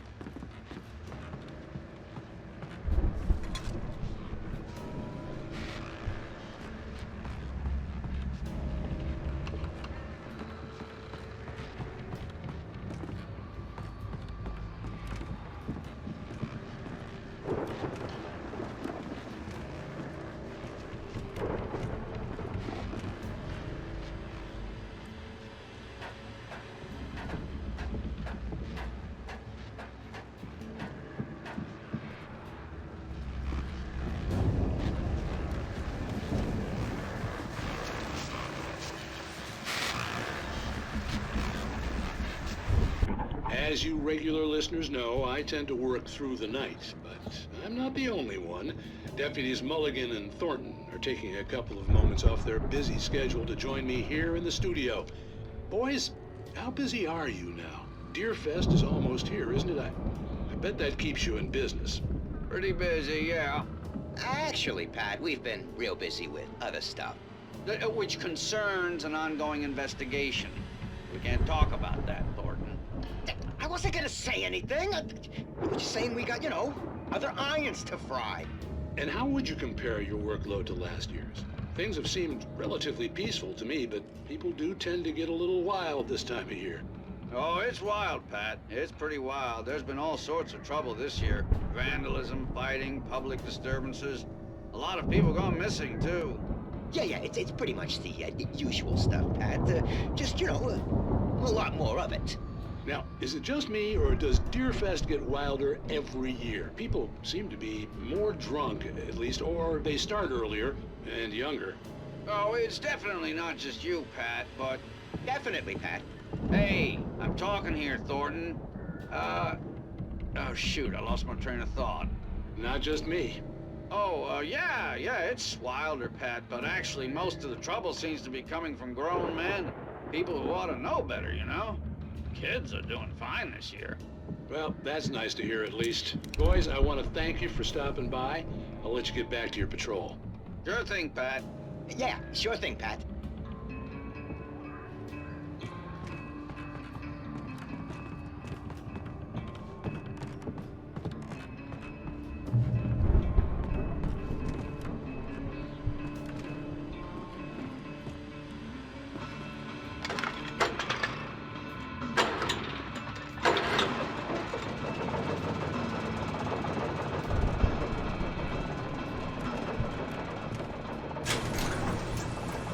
I could see the building that had to be the Andersons' home on the other side of the field.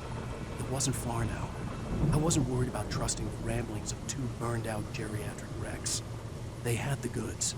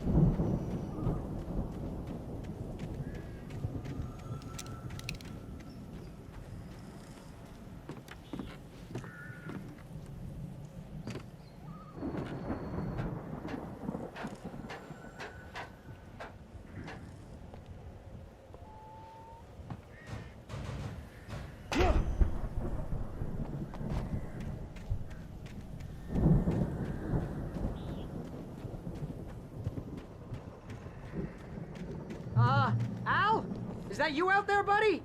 Yeah, it's me. Hang on. I'll try to find a key to get the door open. I had to find a key to get Barry out.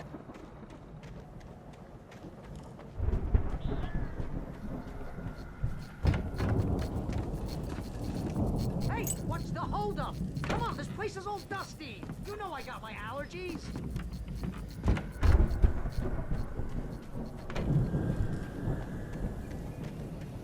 Come on, Al, open the door already. Seriously, I don't like it in here.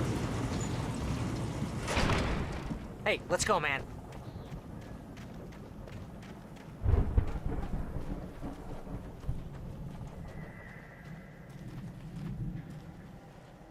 I think we're gonna have to work together to open this gate, Al. Looks pretty heavy. Hey, I think that's the farm on the other side of the field. We're almost there. This farm is a crazy place for crazy people. We should feel right at home then.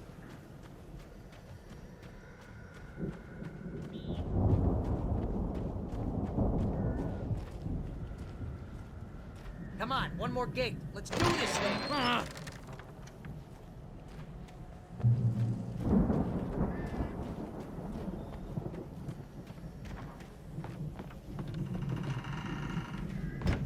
The lights are out.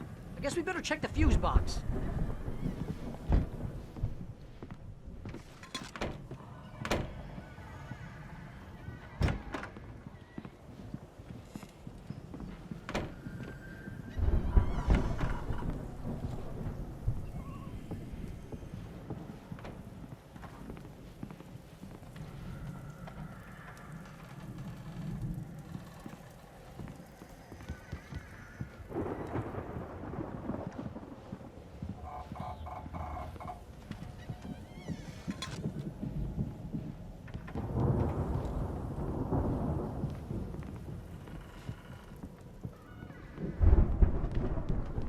You know, this place looks kind of lived in. I thought the Andersons were in the booby hatch.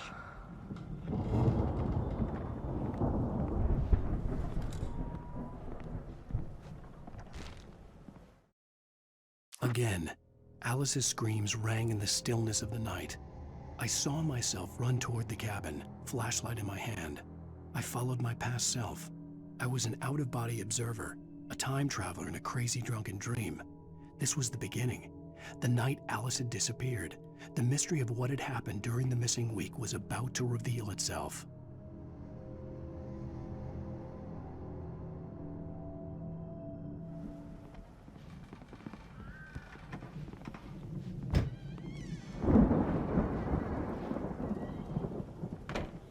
Come on, Al, let's get the lights on, huh?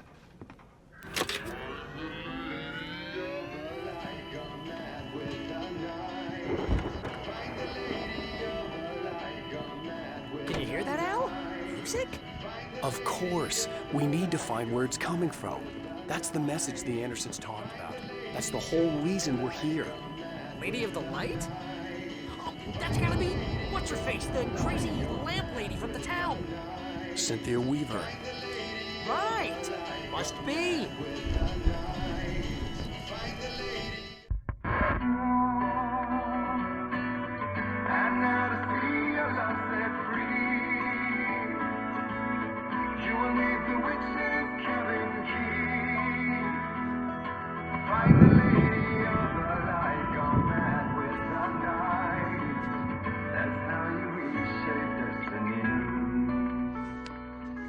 Okay. We need to find Cynthia Weaver. We'll stay here for the night and head back to town as soon as it gets light. Hey, Al. Lots of hours before dawn. Might as well get some rest. And by rest, I mean drunk. Come on, Barry, this is... Yeah, what the hell?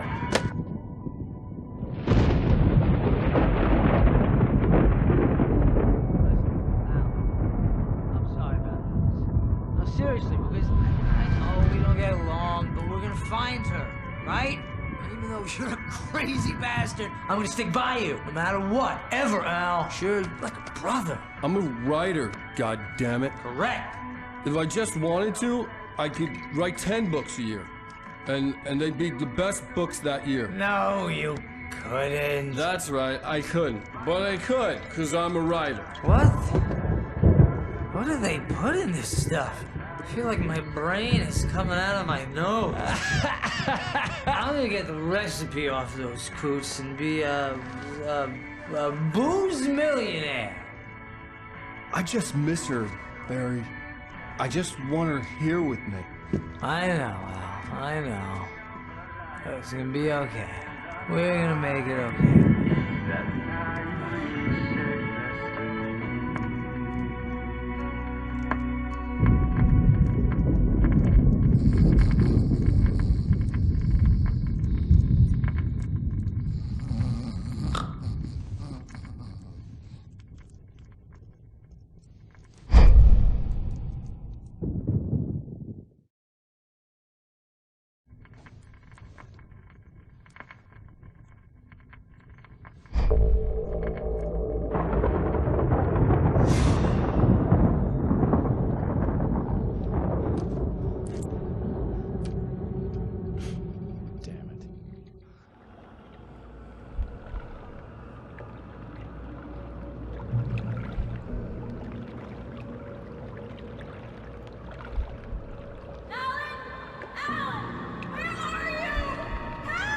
Alice, I'm coming. It's all right. I'm coming. It was a crazy, drunken dream, and yet it was more than that. It was the truth, a suppressed memory unearthed by the Andersons' moonshine. I was there, an out-of-body observer. This was the night Alice and I had arrived at Bright Falls, the night Alice had disappeared. I had a chance to find out what had happened. I remembered being surprised to see the cabin dark. Alice would have never turned the lights off.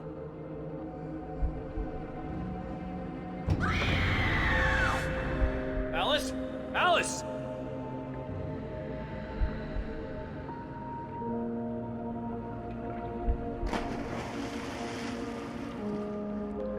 I remembered thinking I caught a glimpse of her form underwater, sinking into the darkness.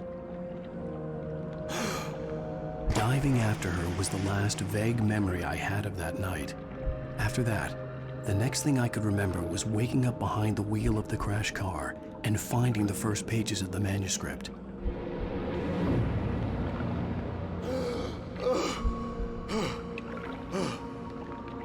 I couldn't find her in all that blackness. I must have thought she drowned.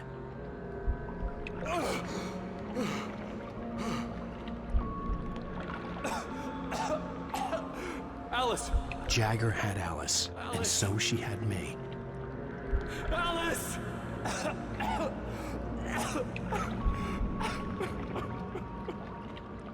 I'd been easy prey. Look at the cabin. Is there someone in the window? Alice? Maybe she didn't drown after all. Maybe she's inside. Alice! Yes. The dark presence had touched me. She had dug her nails into my brain and used me, made me her puppet.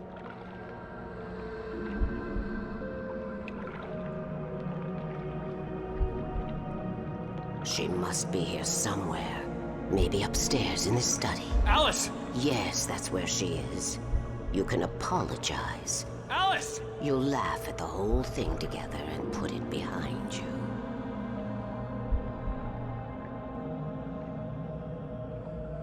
Alice? She's not here. You were foolish to think so. No, she's dead. She drowned. No, no, no! It's your fault your wife is dead. You are guilty. All she wanted was to help you right. You killed her. Oh, hush. There's still hope. Cauldron Lake is a special place. Here, you have the power to change things. She wanted you to write. I will tell you what to do.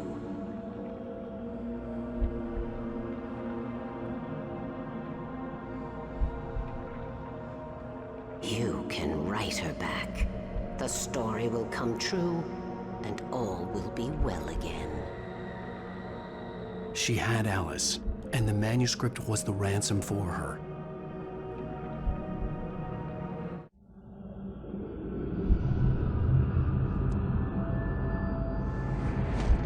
Yes. All right. I'll fix it. I'll bring her back.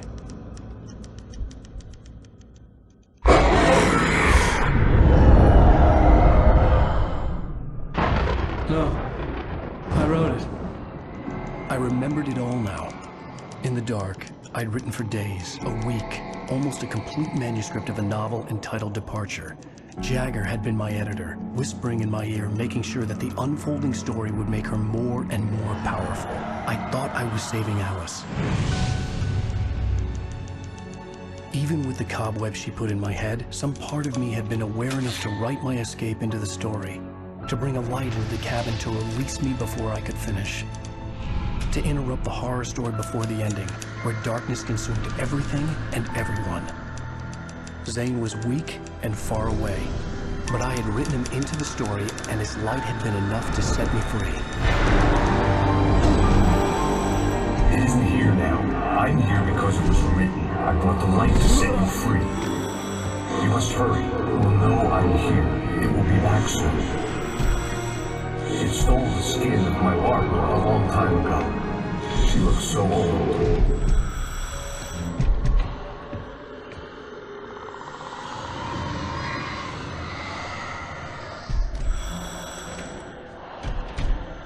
I had woken up, confused and groggy, my mind consumed by darkness and fear. All I could do was to escape.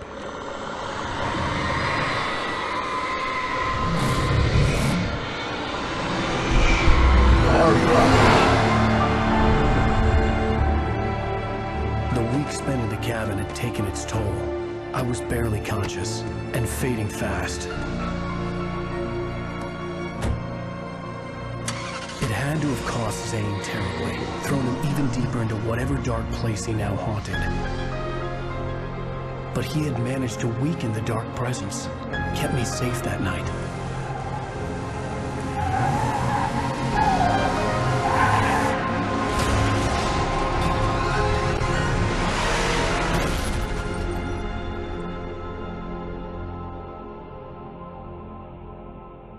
I wrote it. It's my fault. That's right, James Joyce. It's your fault, and you're gonna pay for it.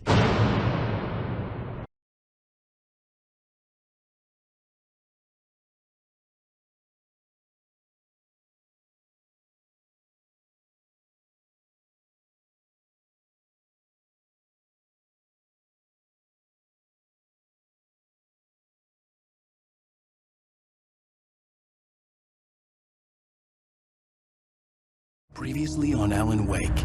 Under the influence of the dark presence, I wrote a horror story that is coming true. Jagger had been my editor, making sure that the unfolding story would make her more and more powerful. Some part of me had been aware enough to write my escape into the story. Together we can create something absolutely wonderful. The lake, it does something to the works of art created here. It makes them come true. My mom gave me this old light switch. The clicker. Alice is being kept in a dark prison. I need to find Cynthia Weaver to fix this. It's your fault, and you're gonna pay for it. Well, we're expecting a record crowd from the neighboring counties. Naturally, we hope to break the record set by last year's Moose Fest in our neighboring town, Watery. Ladies and gentlemen, some people have asked me, what's the big deal about Deer Fest? And I think that this sums it up. It's about friendship and community. We've got a great party coming up, but let's try to hold it in until tomorrow and get through the night in one piece, all right?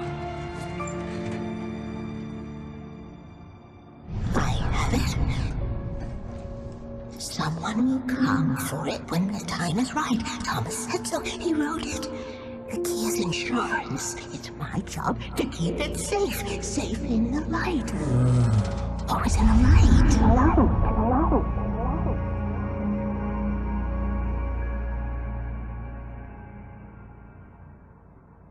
All the manuscript pages were gone. The FBI agent had taken them. I think my tongue just took a crap in my mouth. Ugh. Oh, wait, we're in jail now? Al. Al, this is not good. That about sums it up.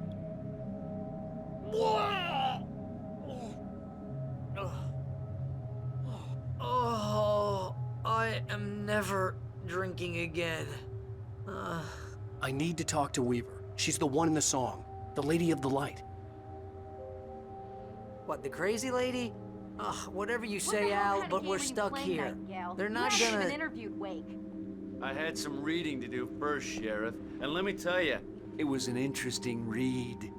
Well, I've got you now, Raymond Chandler. It's all here. All the evidence, including conspiracy to murder a federal agent. There's no way you're walking out of here. You hear me in there, Bret Easton Ellis? Huh? Agent Nightingale, I want to talk to your superior. Well, we all want things, Sheriff. I wanted my... Look, that's not possible right now. Agent Nightingale, I insist.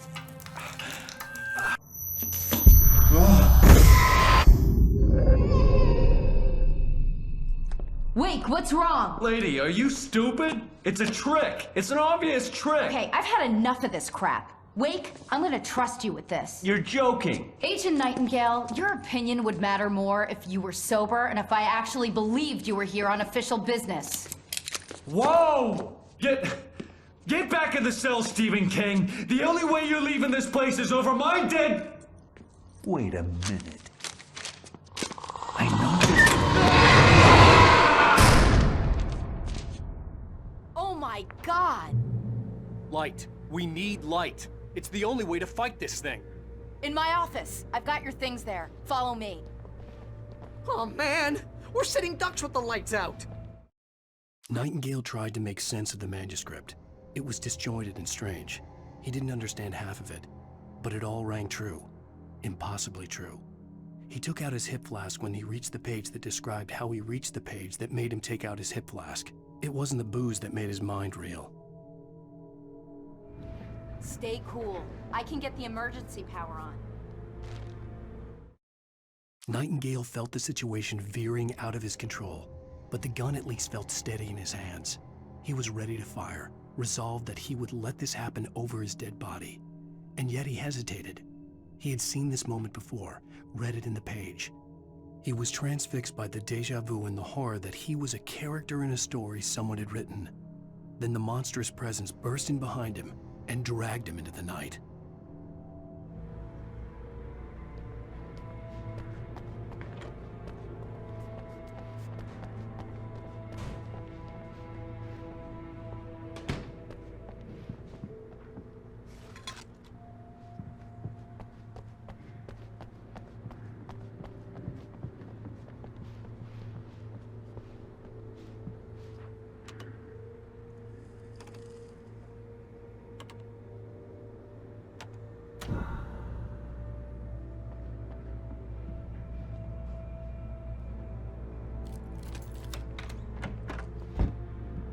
Here are your things. Wake, what do I need to know? What do you need from me?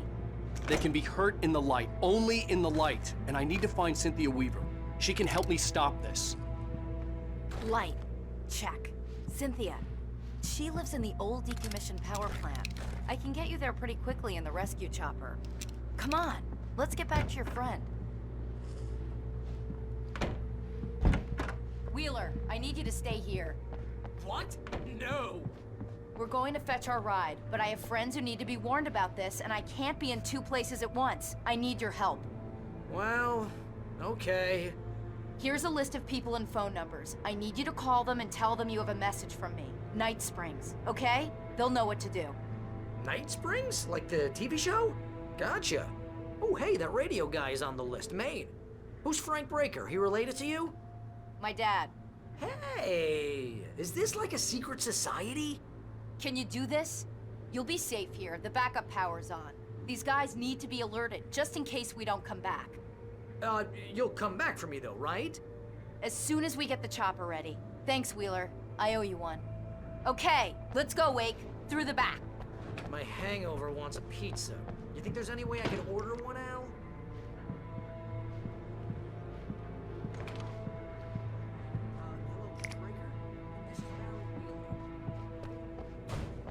Yeah, I know it's late, but listen, Sheriff Sarah asked me to tell you something. She says Night Springs, okay? So I guess she... Yes, sir.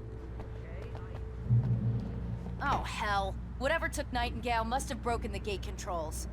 We can't reach the gate's control box from here. We need to get to the other side over the rooftop. I'll go. I'll open the gate for you once I'm across. You stay here in the light and cover me, Sheriff, okay?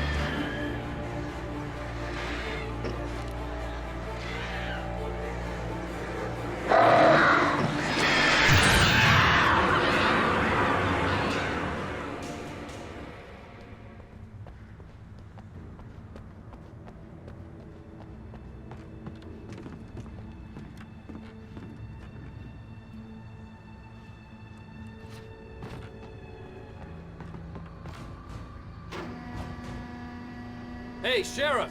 Your password. Night Springs? What's that all about? It's a stupid joke we have. That Bright Falls is the original inspiration for the TV show. This town can get weird at times. Never this weird, though. You need to bypass the damaged control box. What am I, an electrician? Hold on!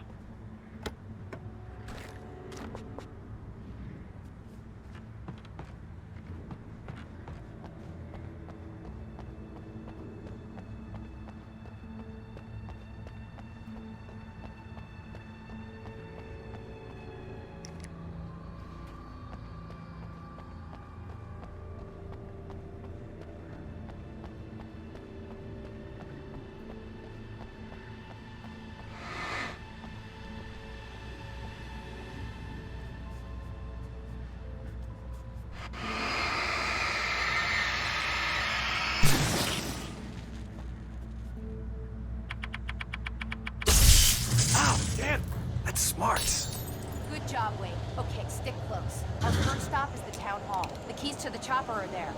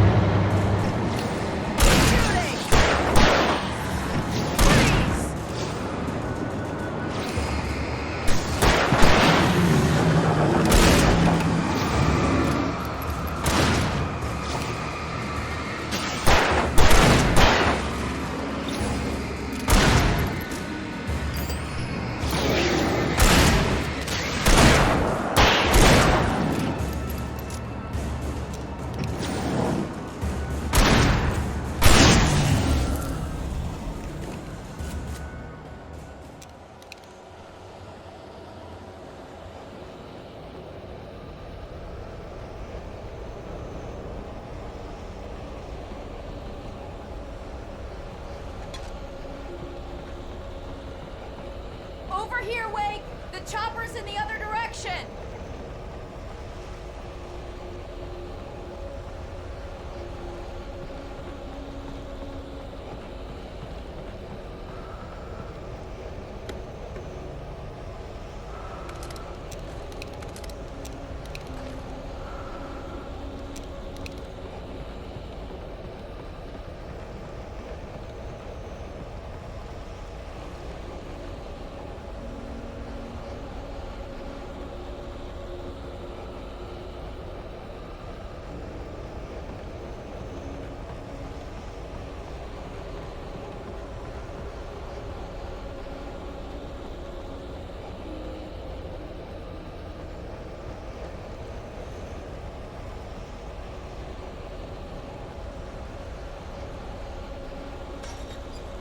The air smelled of fish.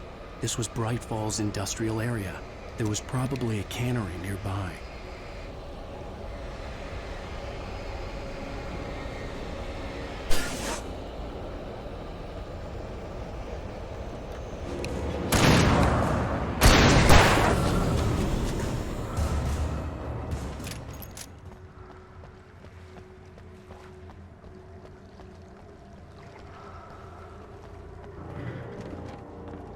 Fishing can be a hobby.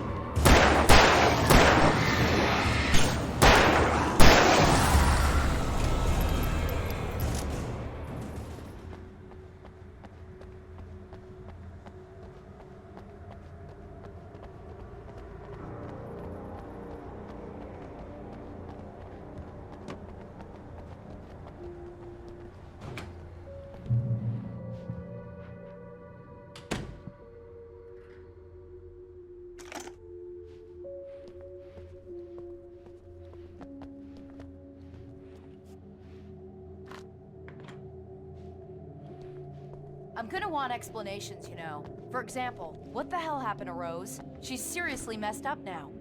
The same thing I think happened to me after I arrived. During this week you can't remember? Oh, I remember now.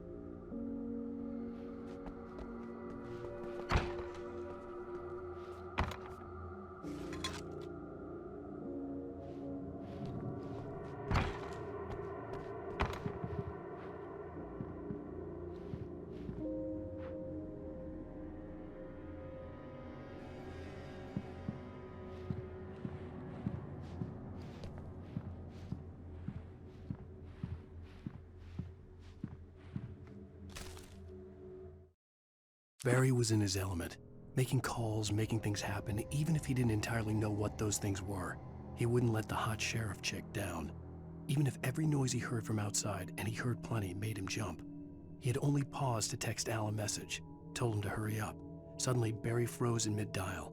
A window broke somewhere in the building, and then the lights went out.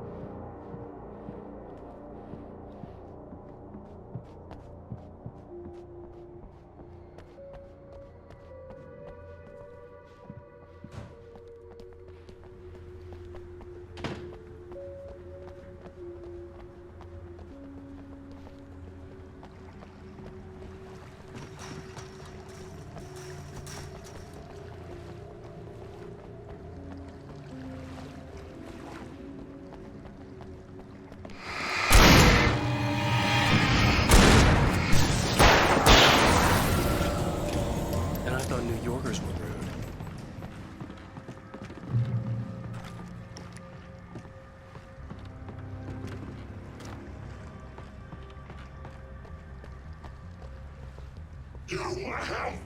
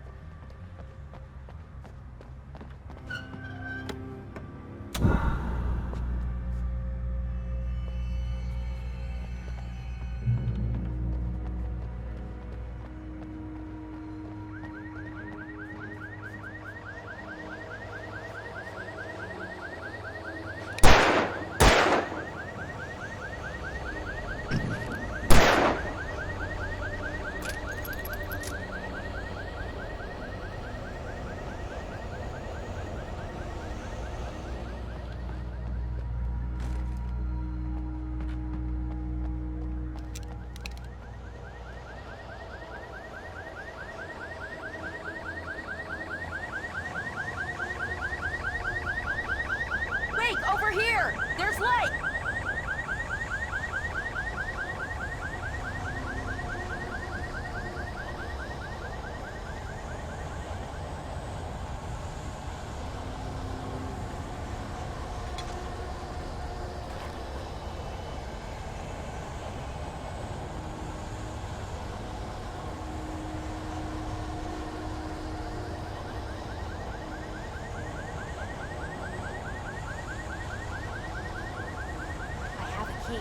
Watch my back, Wade.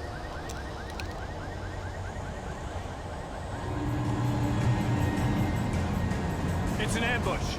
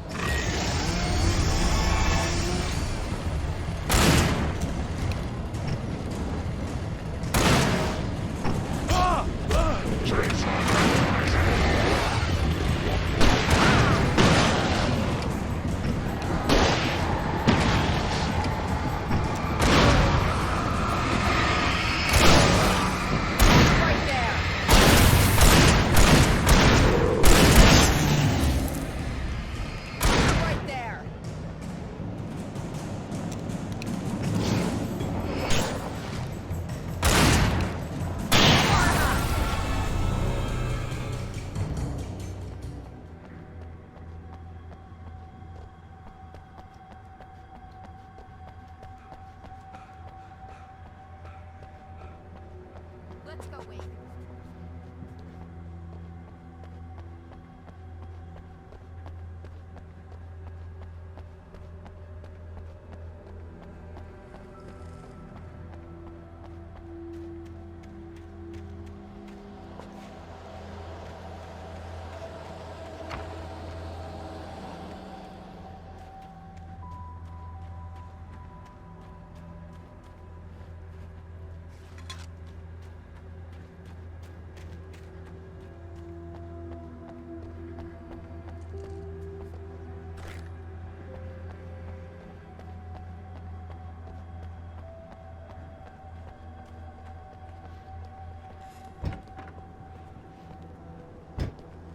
Okay, someone's messed with the fuse box here, but you should be able to jury-rig it while I find the keys.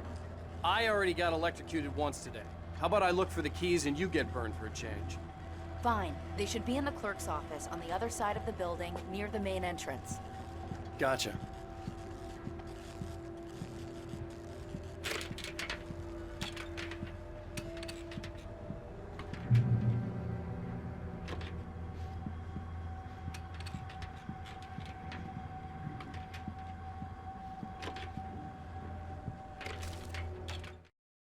The darkness that wore Barbara Jagger's face was furious.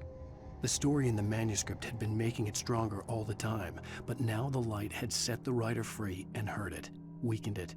It was only a matter of days before the dark presence would be strong again, but meanwhile, it would be difficult to recapture the rider.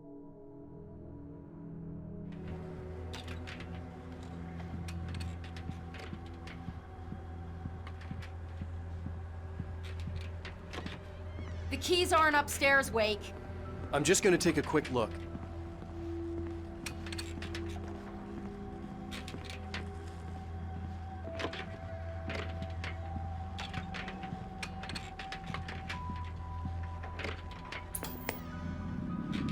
Freedom.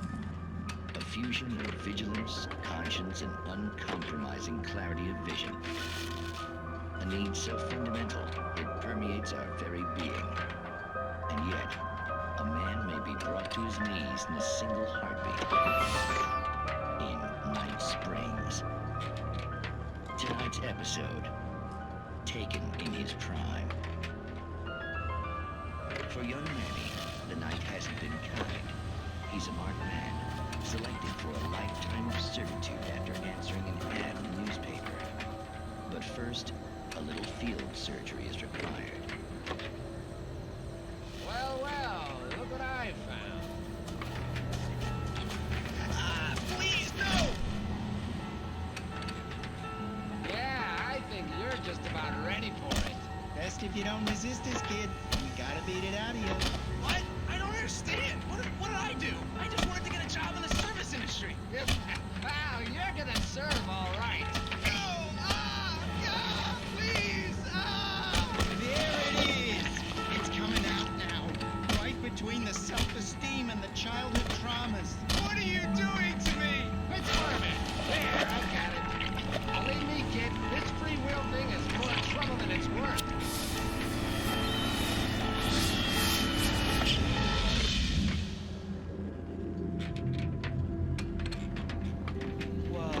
What was that? Oh, nothing for you to worry about, Manny. I don't know what I'm supposed to do. We'll tell you all about that. Don't you worry. Another vacant worker ant, birthed in fury and violence for the pleasure and convenience of ruthless and malicious men. Stranger things can happen in Night Springs.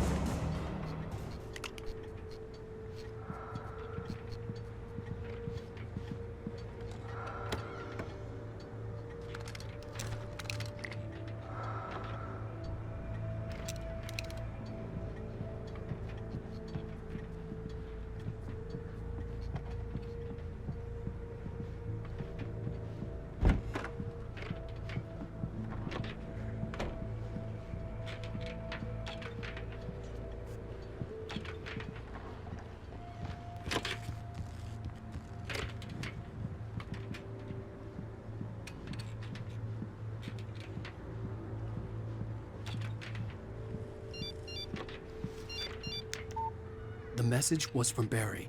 He was getting worried at the station. He wanted us to hurry.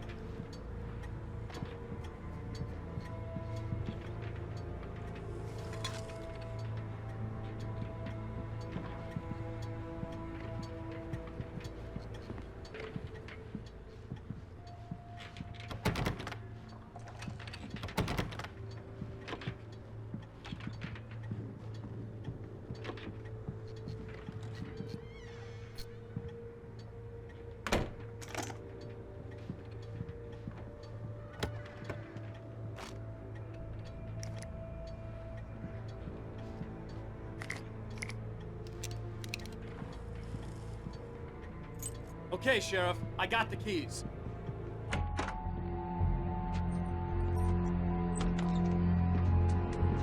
Barry? Why isn't he inside? Oh God! Oh God!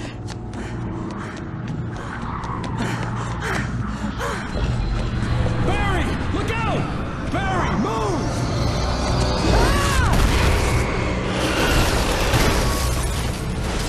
Barry! He made it inside, Wake. He's okay. The storefront's blocked. Come on, Wake, let's go around. We can meet him in the back.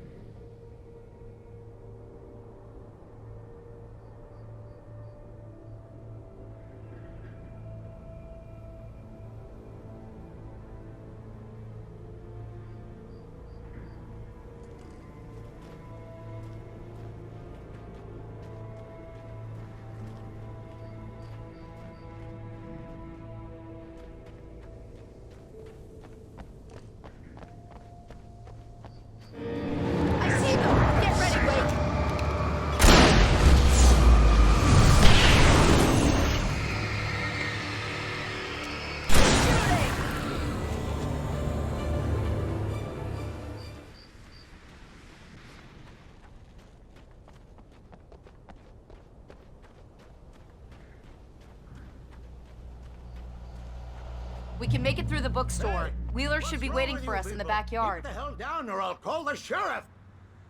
Oh, hi, Doc. I've got it. Don't worry about it. Sarah, about time somebody showed up. All the shooting in the air is idiotic. One of these days they'll kill somebody. And over Deerfest. I know.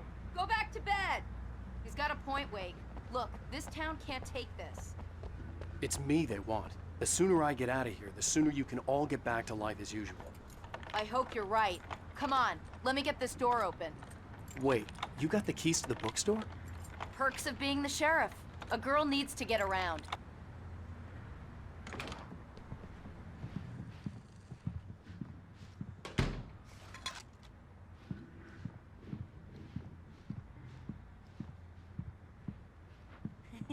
They're really taking advantage of your presence here, Wake.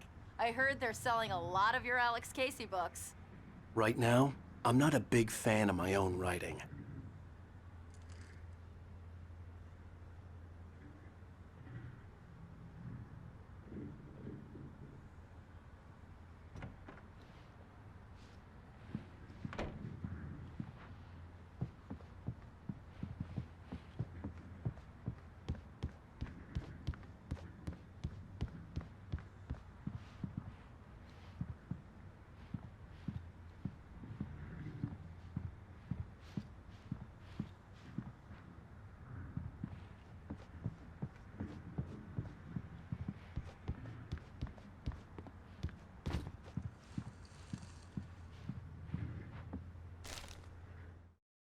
Cynthia Weaver worked hard, following her obsessive rituals, sometimes fighting them, always giving in to them in the end. She haunted the halls of Bright Falls' abandoned power plant. She marked her caches with light-sensitive paint that could only be seen by eyes that had been touched by darkness and saved by light like she'd been. She was preparing defenses and supply lines for the war she knew would come. The war between the forces of light and darkness.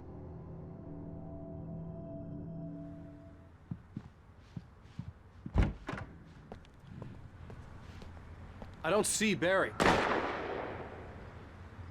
Look, Wake! Maybe that's him. That's the way to the chopper.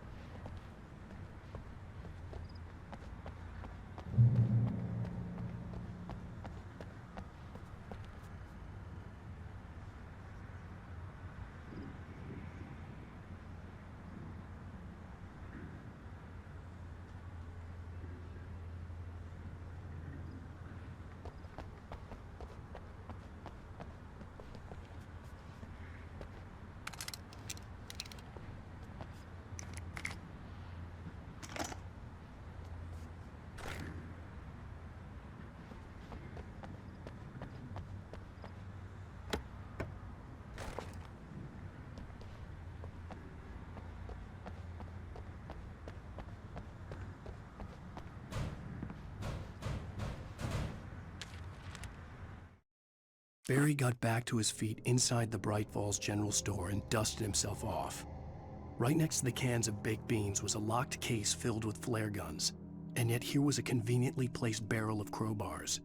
Barry's smile widened as he realized that this was the classic movie scene where the hero had to gear up and arm himself to the teeth. Barry threw himself into the role.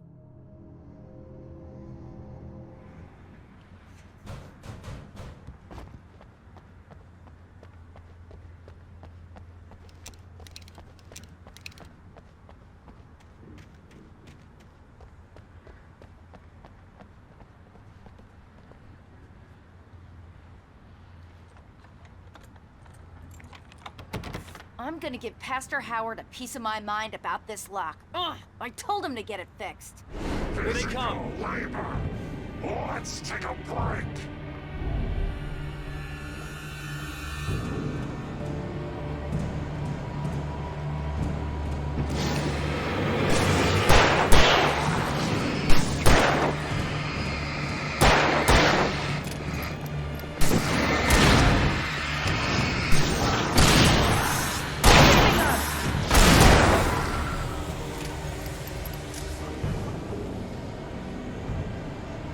Omega-3 fatty acids are good for your heart.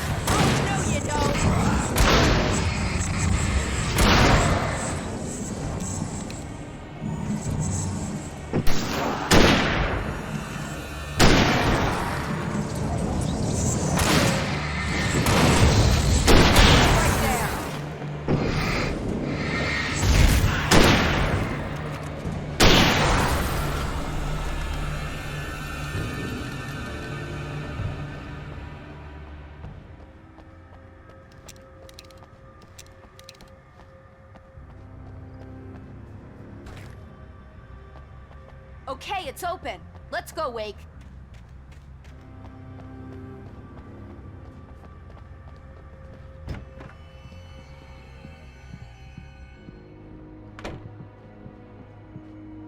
Wow. We keep them lit all night long on the night before Deerfest. Why? Well, it's tradition.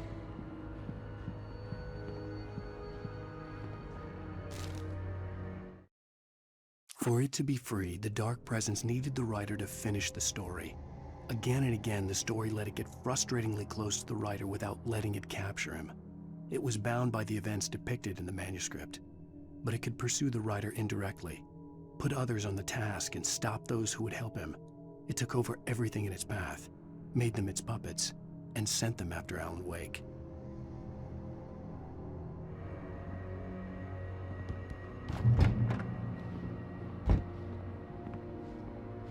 We're almost there. We'll have to go through the basement to get to the parking lot. Yeah, there's no way going through the crypt will turn out to be a bad idea.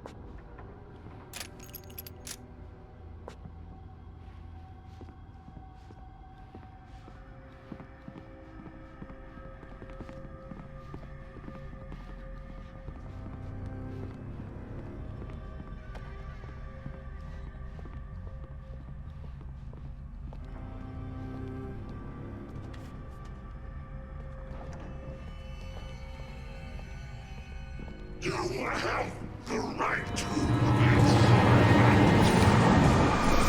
Right there. Come on.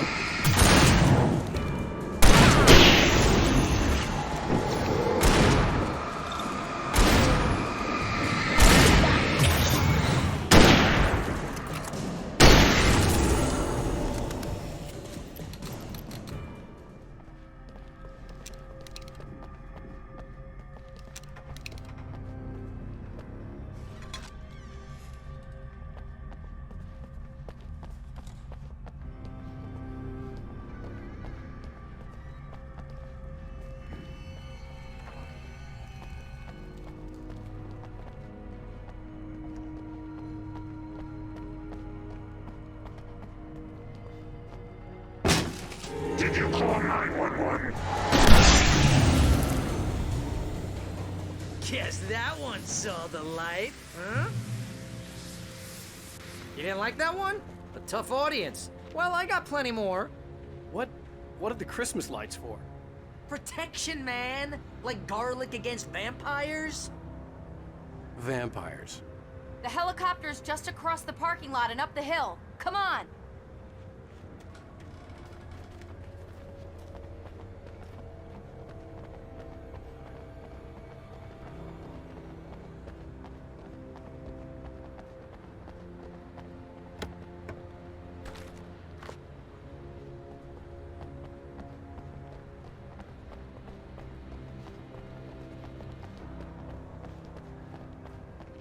The Bright Falls General Store is now my favorite place in the entire world.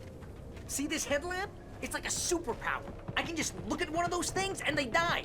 It's my flaming eye of Mordor. I wish I didn't say that. Yeah.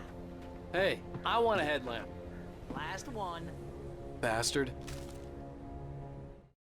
Alice had screamed until she had no voice left to scream. Around her, the darkness was alive.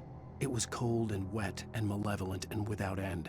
She was a prisoner, trapped in the dark place. The terror would have burned her mind out, but one thing made her hang on. She could sense Alan in the dark. She could hear him. She could see the words he was writing as flickering shadows. He sensed her too. He was trying to work his way to her.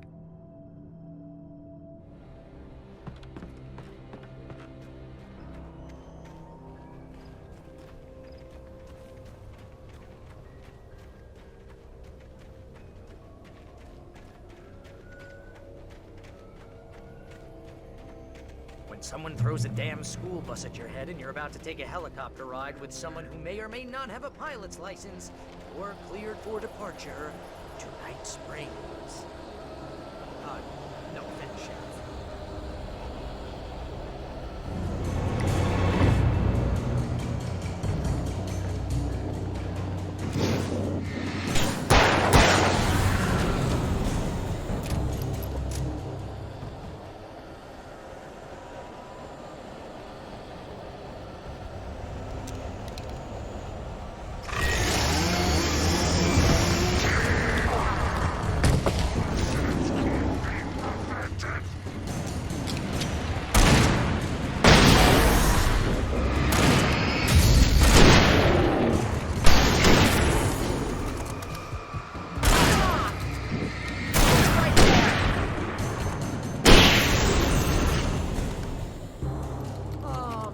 Get used to this.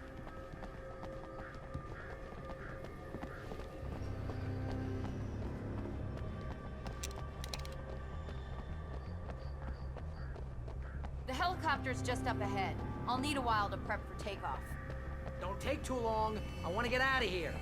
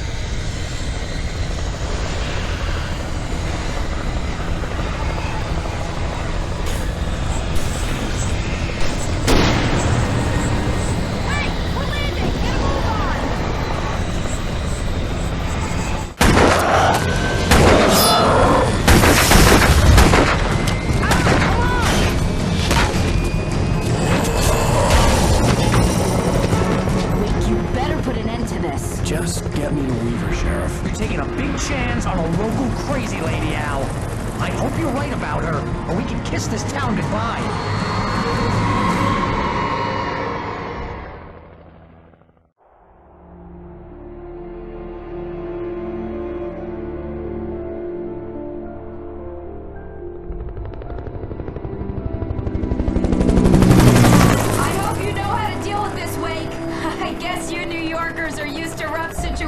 Like this. Right, the city's a war zone. King Kong, mutant alligators, and Alex Casey shoots the place up every weekend. Look, I never even carried a gun until a couple of days ago. Well, my dad used to be a cop there. Tells some pretty wild stories. Stuff like this? No, just normal bad stuff. Kinda like your books, Wake. I used to tease Dad that he was just like Alex Casey. You've read me. Oh, sure. You're a pretty good writer. A little heavy on the metaphors, maybe. Nobody's ever said that before. We're coming up on the power plant. See the lit building over there? And that's the dam further up the river. I can't land here. I'll take her down the road across the river. Just get me there, Sheriff.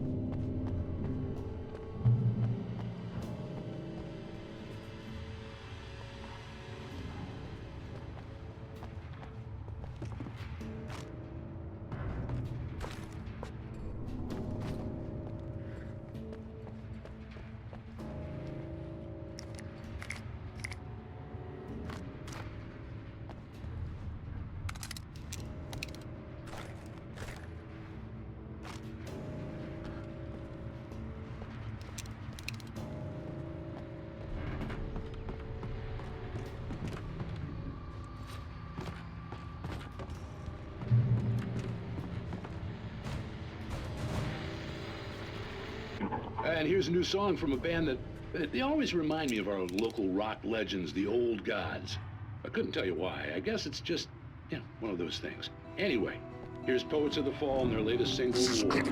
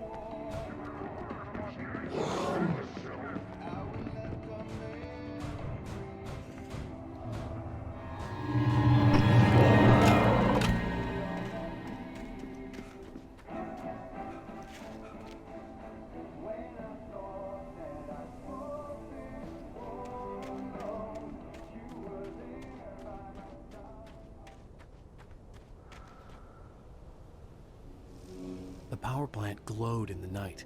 It was close, but I had to find a way across.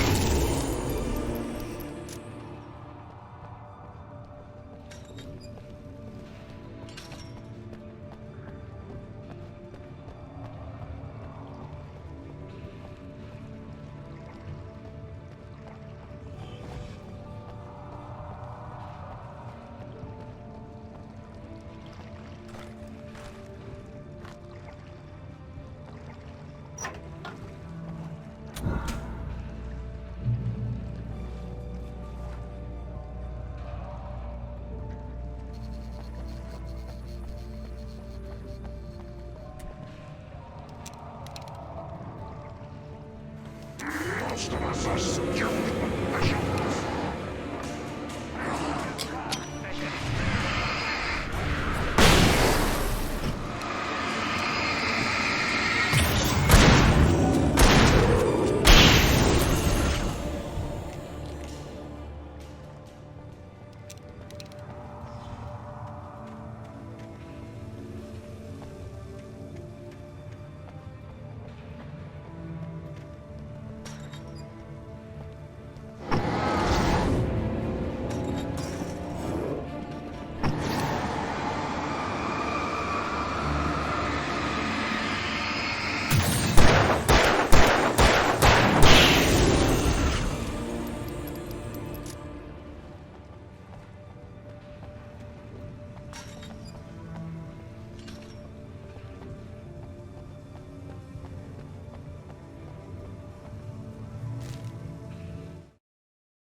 Making her way through the water pipe alone, Cynthia was angry at the writer.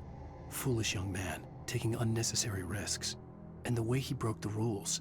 Didn't he understand what was at stake? Since the terrible days in the 70s, she hadn't wavered once, as hard as it had been. She was tired of protecting the town all these long years, and now only wanted to rest.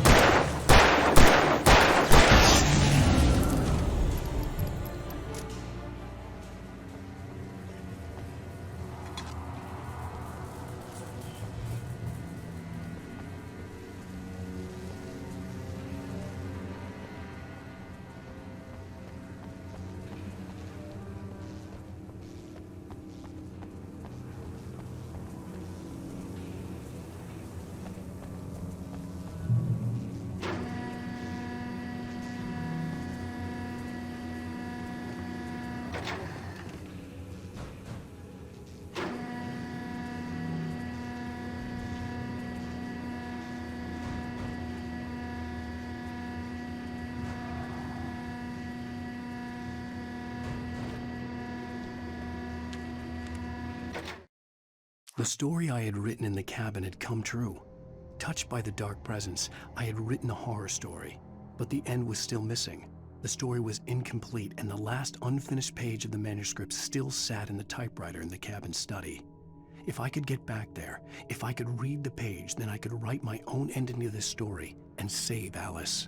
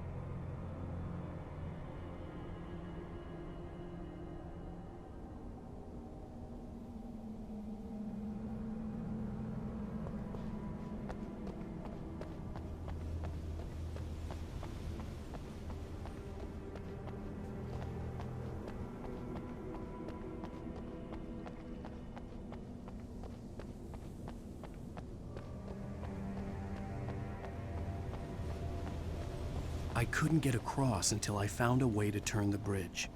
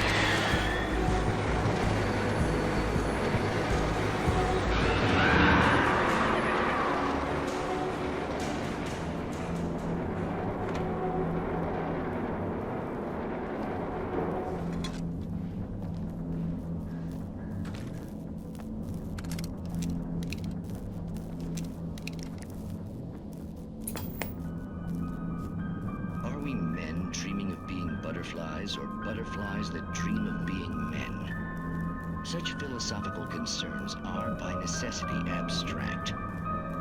And yet, some of us can find concrete proof of the nature of our existence in Night Springs. Tonight's episode, an absence of creativity. Hello, Martha. What did you want to show me? Oh, Lydia, thank God you're here. Please, it's in the basement.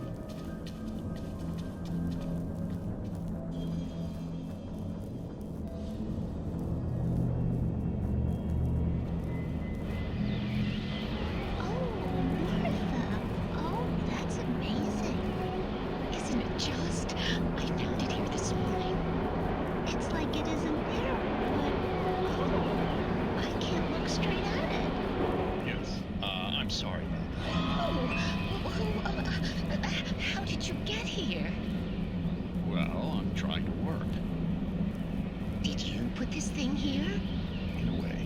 To be more precise, I put everything here but that. Really? But what is it? Oh, I guess the temptation is to call it a hole, but it's really an absence, a profound lack of reality. In Martha's basement? Yes, I was doing so well, too. I came up with 2 old ladies and put something really weird in the basement. It was a great start, but I'm completely blocked now. I can't imagine what I was up to. Well, surely it's just an ordinary basement. Is it? Why did you call your friend here, then? Well, I don't know. Oh, well. Couldn't you just ignore it? Oh, no, I couldn't do that. It would probably turn into a plot hole. Might be one already. Could sink the whole enterprise. Oh, my. Listen, ladies, not to be rude. I'm really not at all sure where I'm going with this, and you're just not helping. You should just go back upstairs for a cup of coffee while I try to figure out what I'm up to. Well, if you think that's best. Maybe I should just stop here. Or is that too moronic? Is that too moronic? Indeed. Who can tell? It's a fine line between the stupid and the sublime. Springs.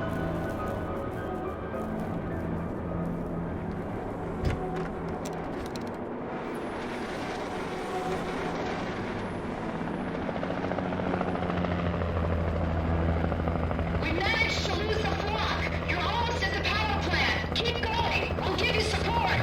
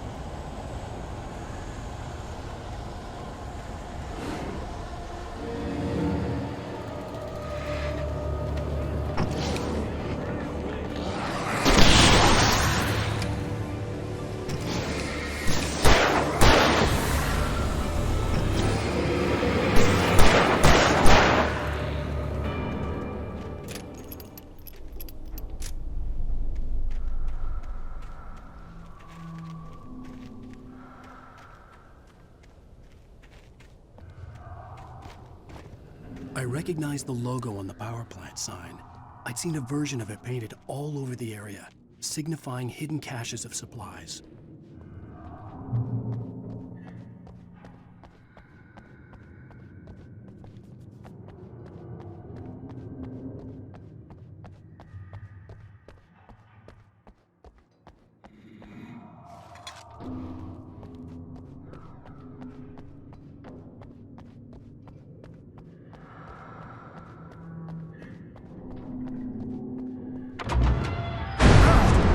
Right there! Miss Weaver! Cynthia! I'm a friend! Prove it! You knew Zane! Thomas Zane! You're the Lady of the Light in the song! You can help me! About time! Young man, I've been waiting a very long time for you.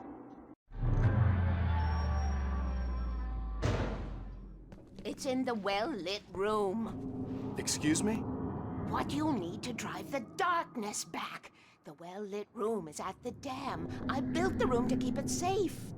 Will it help me find Alice? Will it get me back to the cabin? Fine, let's go. I can get my friends to come back with the helicopter. Oh, we won't go outside. Never at night. That's rule number 1. You've been breaking the rules, young man, and where has that gotten us, No, I have a secret route, a lit route, an old water pipe. Something was damaged at the transformer yard. It's draining all the reserve power. Without it, the pipe will go dark. The power to the yard must be cut. Let me guess. You want me to do it? Young man, you're the one who likes to break the rules. I can't be outside in the dark. The kill switch is outside.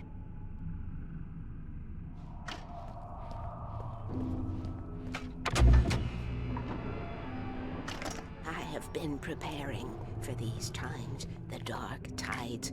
You have found my caches, haven't you? You can see the signs. Very few people can.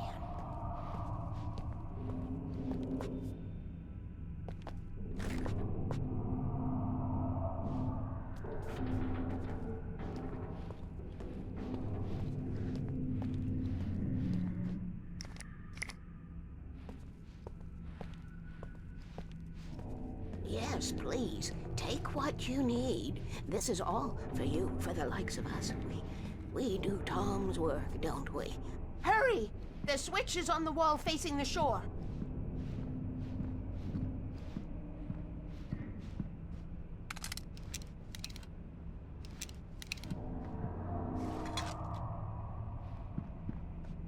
I cannot take you to the well-lit room if the lights in the pipe go out. You must go outside to use the emergency switch.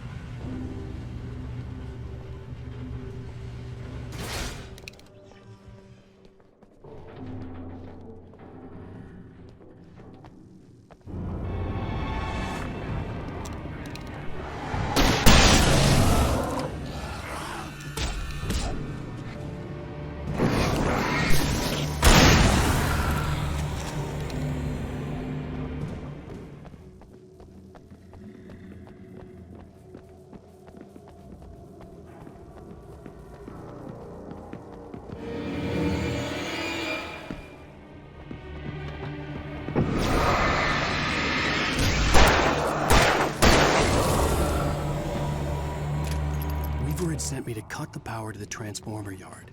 I was willing to do grunt work for her to get her to help me. I hoped Weaver was dependable. I'd stumbled into this crazy world a little over a week ago. She had been living this insanity for decades.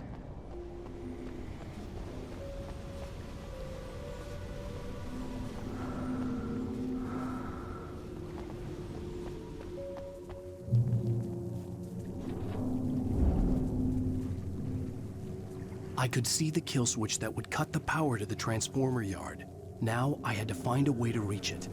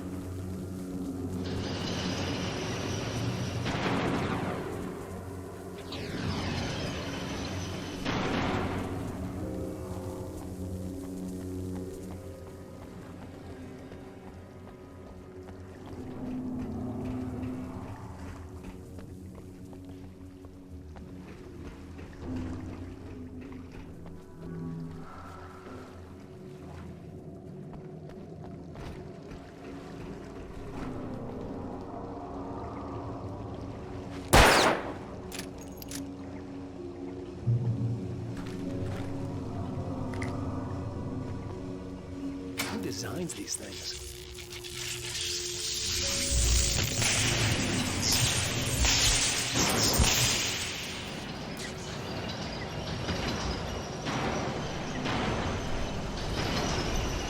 The transformer yard went dark and dead. Weaver's water pipe passage should now be good to go.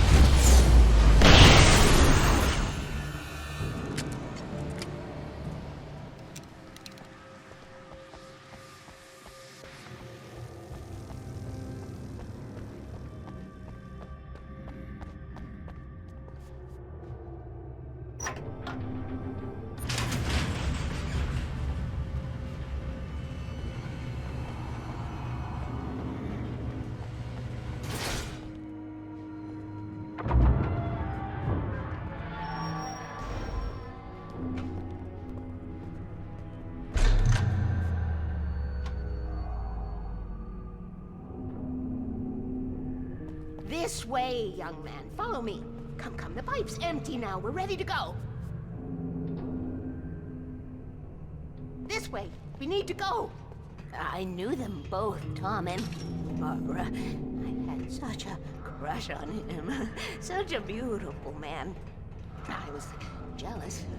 There was a part of me that was maybe a little glad when she had the accident. And then Tom started writing and woke the darkness up.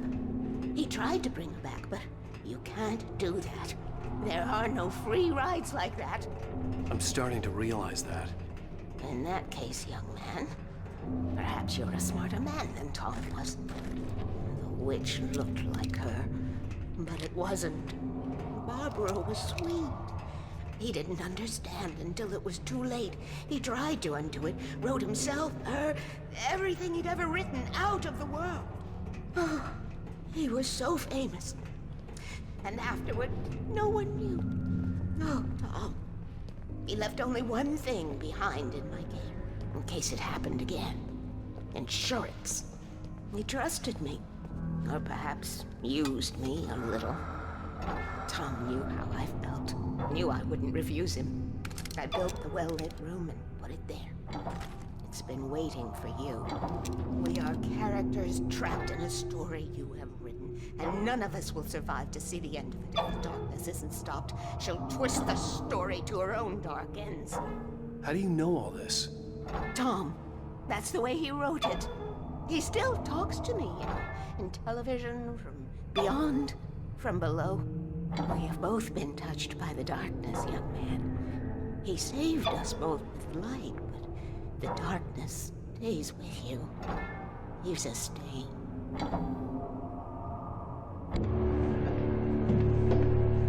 This pipe will take us directly to the well-lit room. Okay, I need to call my friends, tell them where we're going. Hello? Al! Barry, We're headed to the dam in one of the pipes. Meet us there. Okay, I'll tell Sarah. It's Sarah now? Whoa! No! For the sweet love of... Barry! Barry! We gotta go see if they're okay. They're probably dead. You must reach the well-lit room. This is no time to be a selfish idiot. That's my best friend!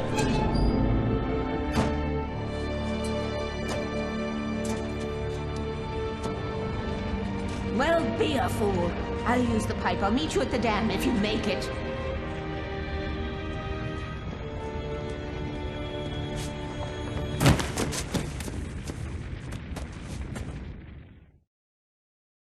At least I didn't have to worry about her. She knew how to stay safe.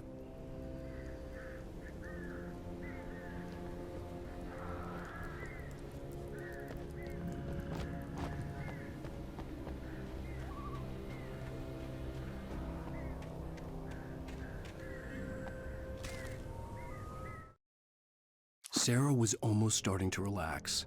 Maybe they could turn this into a win yet.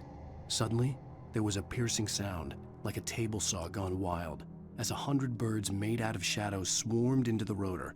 The chopper bucked wildly and the board lit up, telling her what she already knew. They were going down. Barry Wheeler screamed next to her.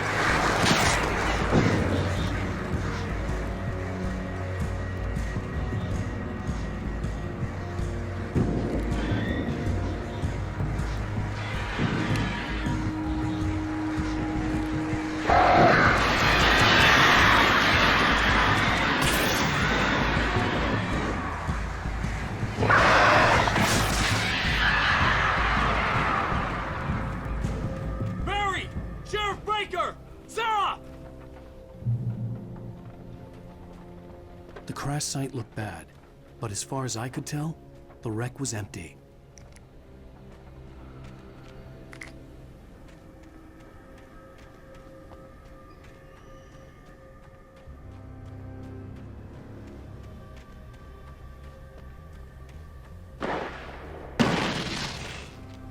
Barry! Barry!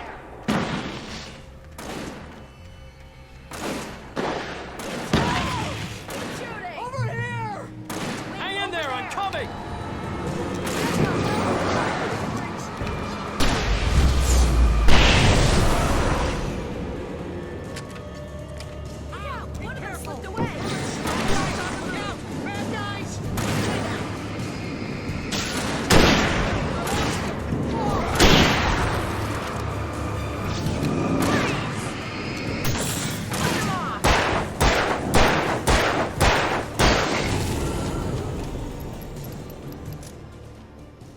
when to make an entrance, Wake.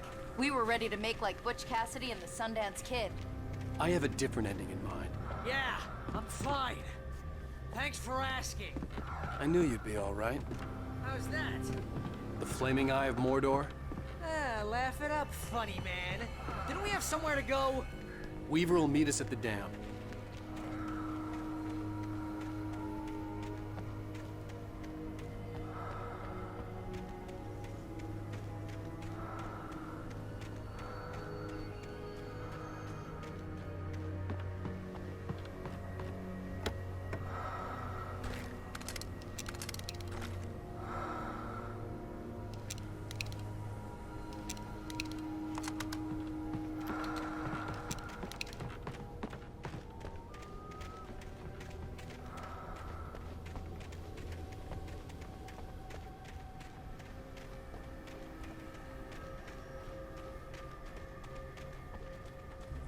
When you spend most of your night running uphill while the crazy bunch of demon hicks try to take your head off with an axe, you know your helicopter crash landed in Night Springs. Oh, jeez, I hate this. Oh, I should have kept that You gym see those membership. lights? That's the elevator we need to take.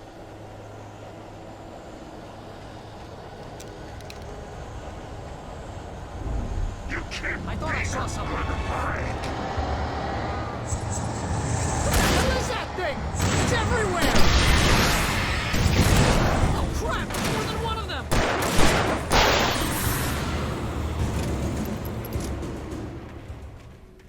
Was that it? Are we safe? That was... wow. I think we're okay. Hey, Al, I got a bad feeling. Let's keep our eyes open.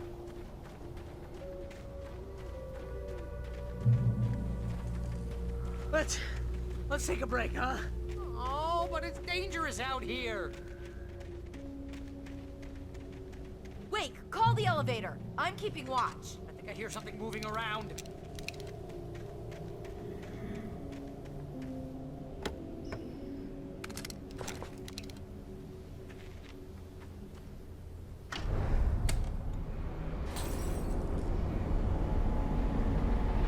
Heads up! Here they come! Oh no! Oh no! They're coming! We have to hold them off!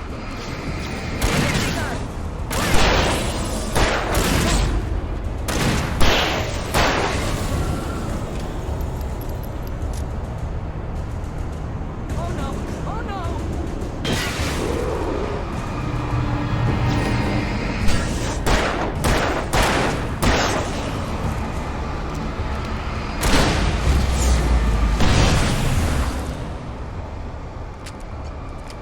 I swear this is the slowest elevator in the world!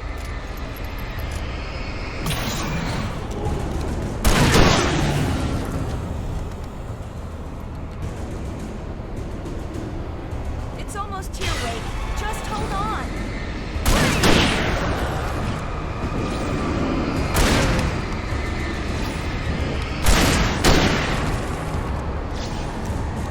Shooting!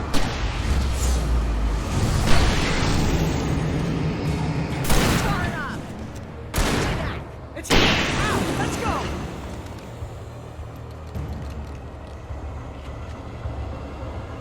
Al.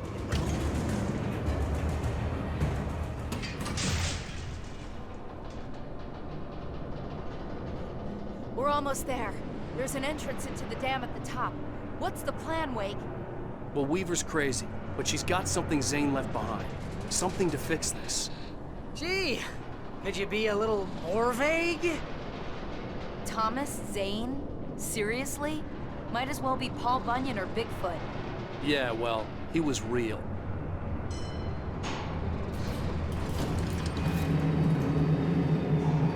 Let's be careful, okay? Oh, jeez, I hate this.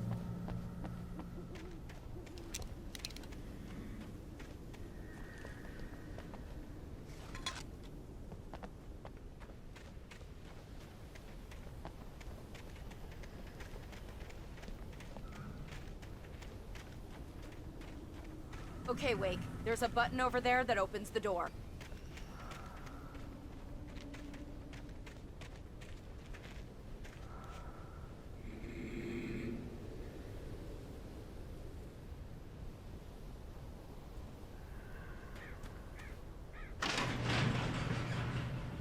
I think something's broken. Hold the button down so we can get in.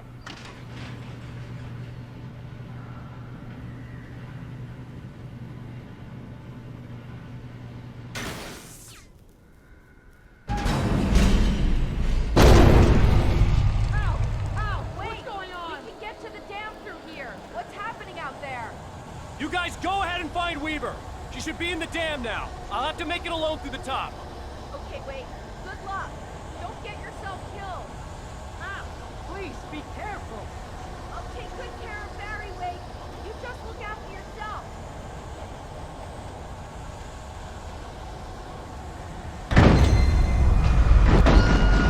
You gotta be kidding me.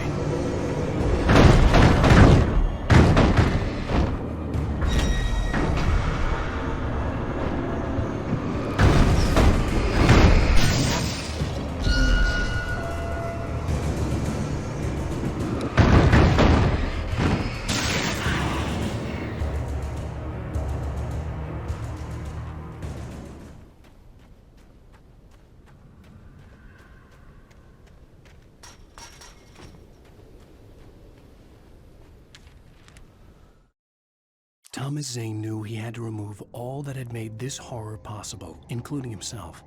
That was the only way to banish the dark presence he had unleashed and now looked at him through the eyes of his dead love. But he also knew that despite his best efforts, it might someday return.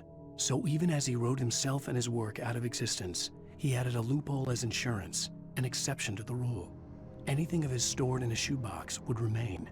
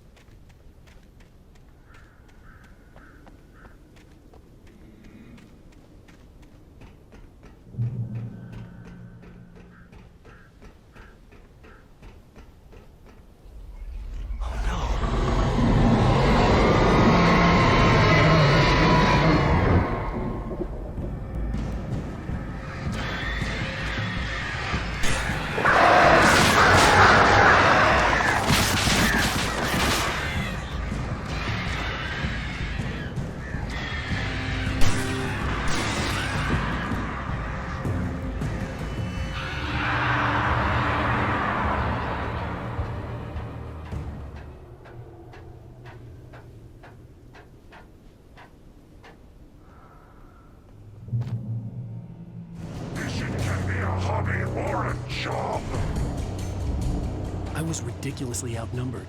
The searchlight could even the odds.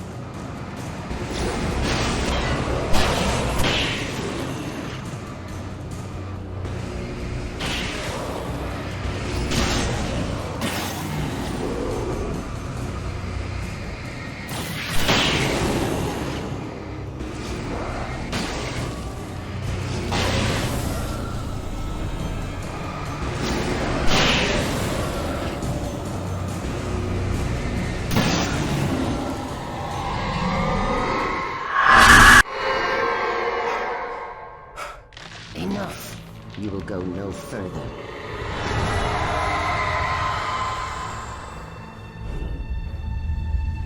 Stop now.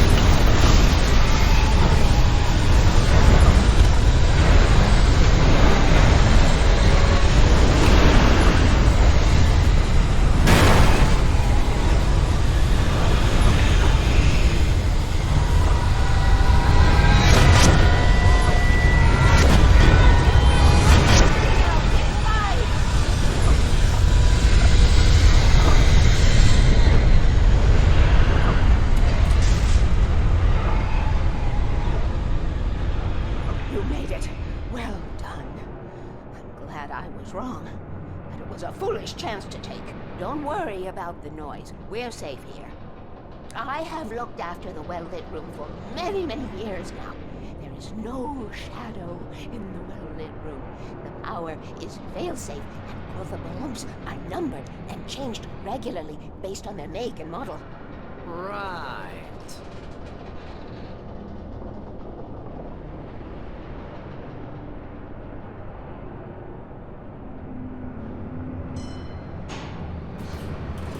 There's an old army base at Raincoat Point, north of here. It was active during the Second World War. They operated here back then. They must have built this. Yes, they did. It's my place now.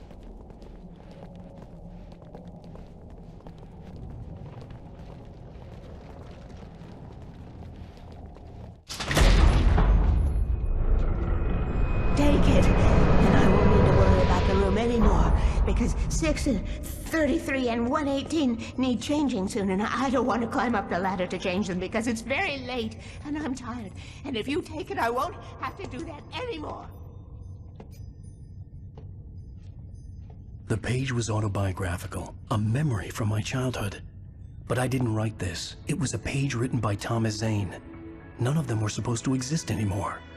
Alan, 7 years old, would fight sleep to the bitter end. When he did sleep, he soon woke up, screaming, the nightmares fresh in his mind. One evening, his mother, sitting by his bed, offered him an old light switch. She called it the clicker, and flicking the switch would turn on a magical light that would drive the beast away. To imbue the talisman with all possible power, she added that it had been given to her by Alan's father. Alan never knew him, and anything of his took on mythical proportions in his mind. With the clicker firmly in his hand, Alan finally slept like a baby. Now, almost 30 years later, Alan thought of this as he stood on the rim of Cauldron Lake, the clicker in his hand. He took a deep breath and jumped. My mind swirled. I'd given the clicker to Alice, yet it was here. Zane had written it into existence in a story I had written. I can get to her now. I can finish this.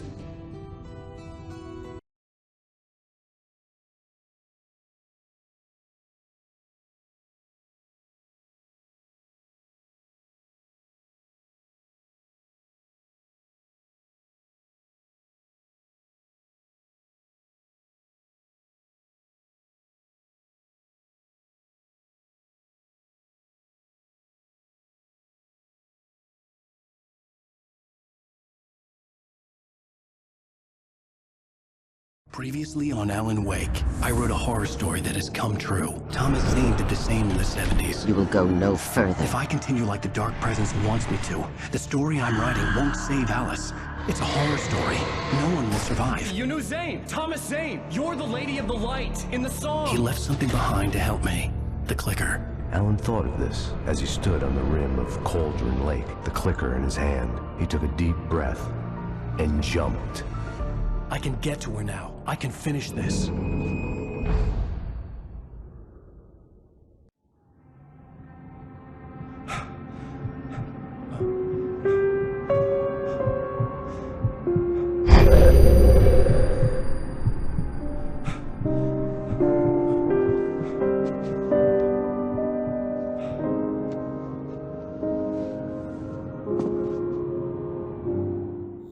I had a hangover. My head was about to explode and the light hurt my eyes. I needed my sunglasses and painkillers to dull the pain. In one of my finer moments of self-deception, I swore to quit drinking.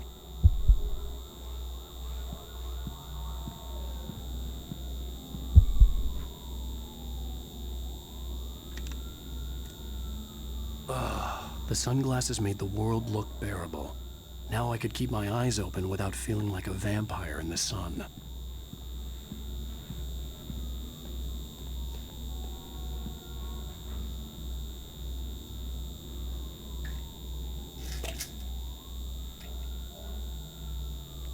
The pills worked fast. The prospect of being awake started to seem bearable again. There was a message waiting for me on the machine. You have one new message.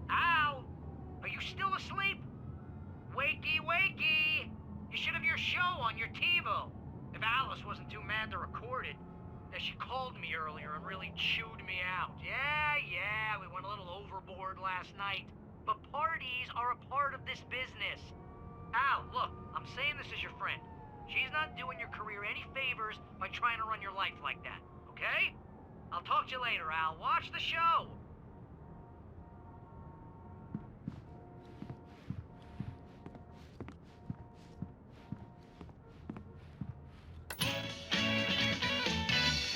Ladies and gentlemen, welcome back to the Harry Gallet Show. Thank you. Thank you, everybody. We have a great show tonight. I've been talking with the best-selling author Alan Wake about his new book, The Sudden Stop.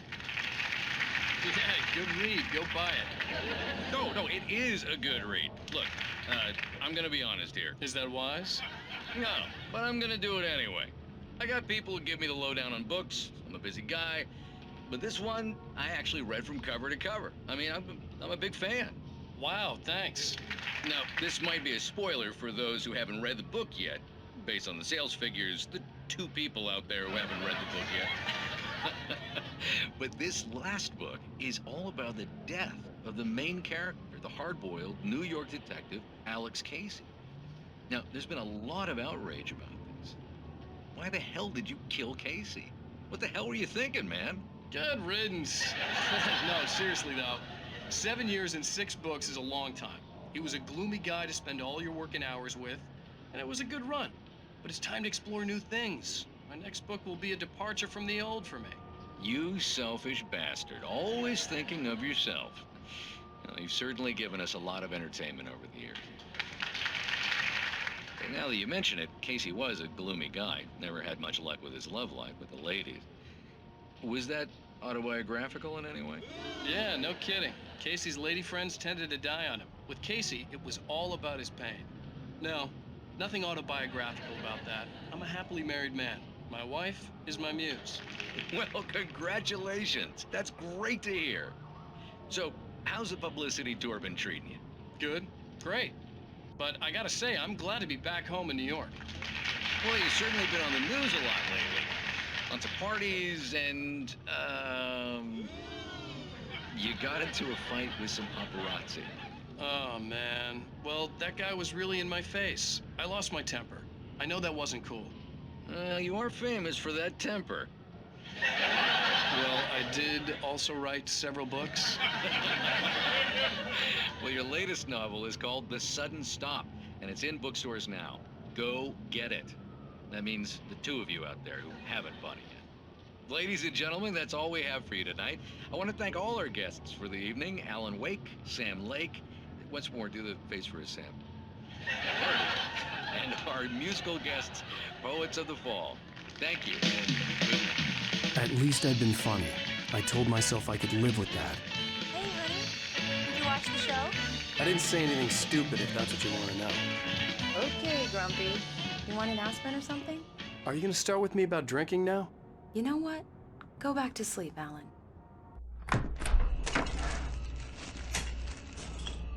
What? Now you can't even talk to me? Well, this morning I was angry because you said you'd be home at midnight and you showed up at 7 a.m. and passed out in mid-sentence. Now I'm over it. Are you angry? This goddamn tour. It's gotten out of hand. Oh, honey. It's almost over, right? We can get back to normal. Then you can start writing again. I'm sorry, honey. Alan, you're not thinking straight. Just take a shower and go back to bed, huh? Yeah, you're right, honey. I'm sorry. Once this is over, let's go away together. A vacation. Just you and me. Some peace and quiet.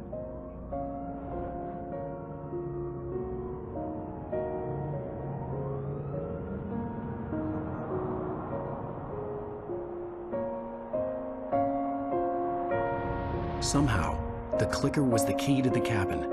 I had to return to Cauldron Lake to save Alice.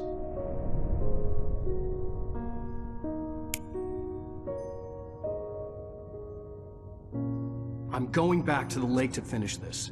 I'm going to write an ending to the story in the manuscript on my own terms, to make it all right. Why can't you just write it here? The last page is still in the typewriter. I need to read it first. Everything needs to be just right. Zane tried to cut some corners, and it didn't end well. Okay, ready when you are. I'm sorry, Sarah, but I need to do this alone. Barry, take her gun. Miss Weaver, close the door when I leave.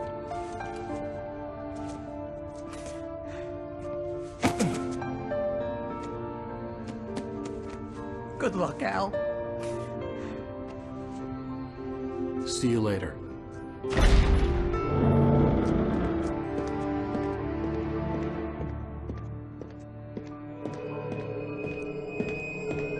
When I got out, it was warm and sunny. I'd flicked the switch of the clicker. Had it done this? I didn't stop to question it. I had to take advantage of the sunlight to get to the lake.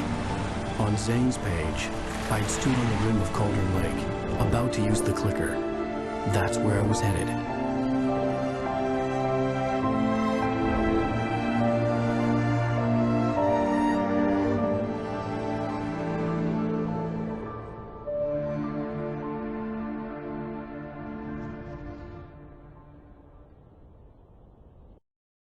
Alone, in daylight, surrounded by the beauty of the Pacific Northwest landscape, it was hard not to let doubt creep in one last time. I could still chalk everything up to a dream, a delusion. I had enough imagination to make up something like this, having been in the cabin all this time, trapped in a story inside my head, gone mad from grief over Alice's death like Hartman had claimed. There would be no way of knowing. I told myself it didn't really matter. My course was set.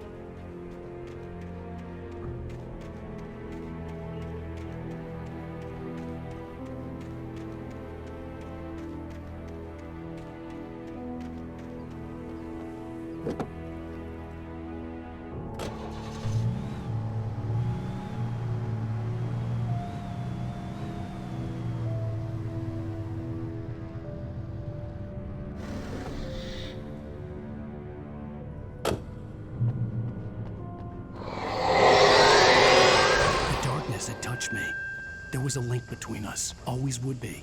I could feel its presence again, getting closer.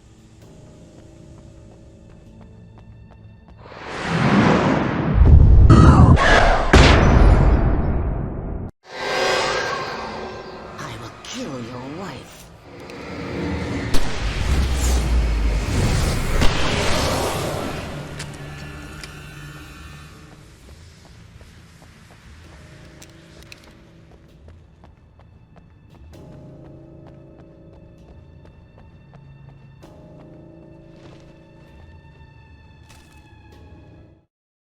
The Dark Presence was no longer trying to capture the Rider so he could create the ending it wanted.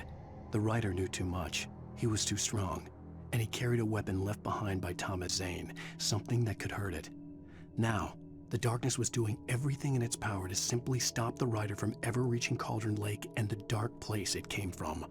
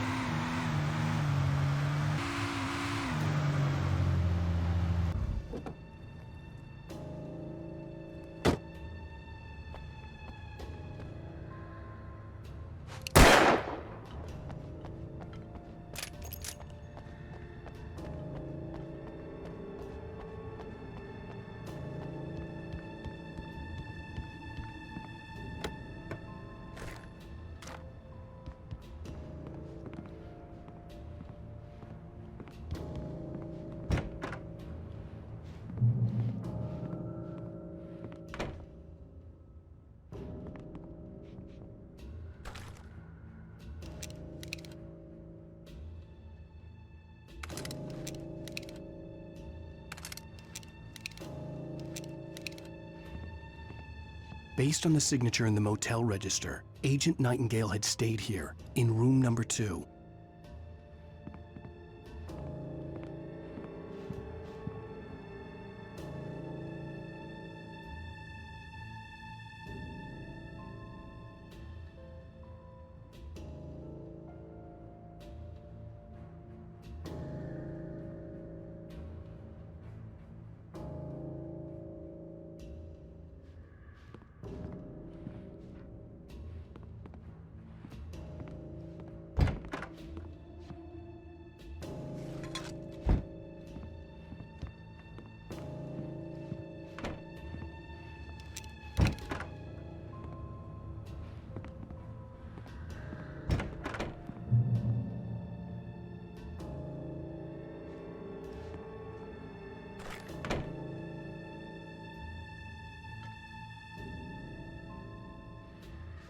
This had obviously been the room where Agent Nightingale had stayed when he hadn't been busy harassing me.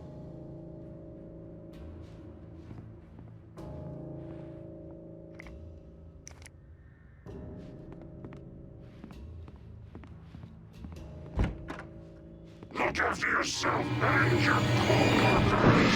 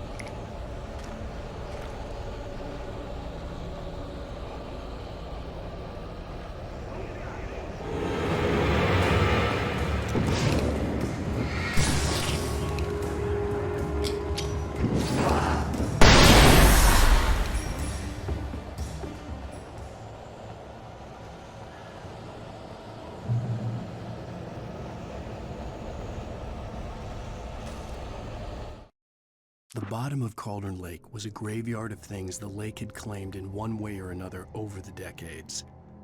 The dark presence brought them up in its wake, scattering the rotten waterlogged hull of an old boat here, the remains of a long-ago crashed airplane there, trees shattered under the impacts. The earth groaned. It didn't even notice.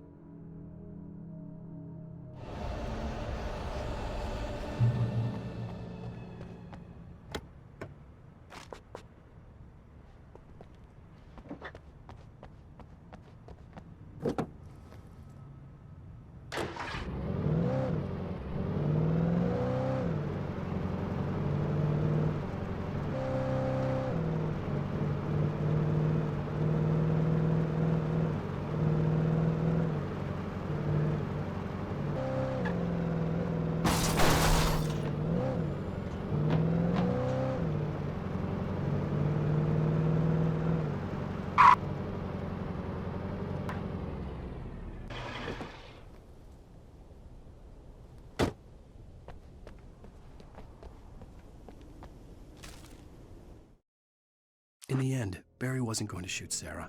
They both knew that.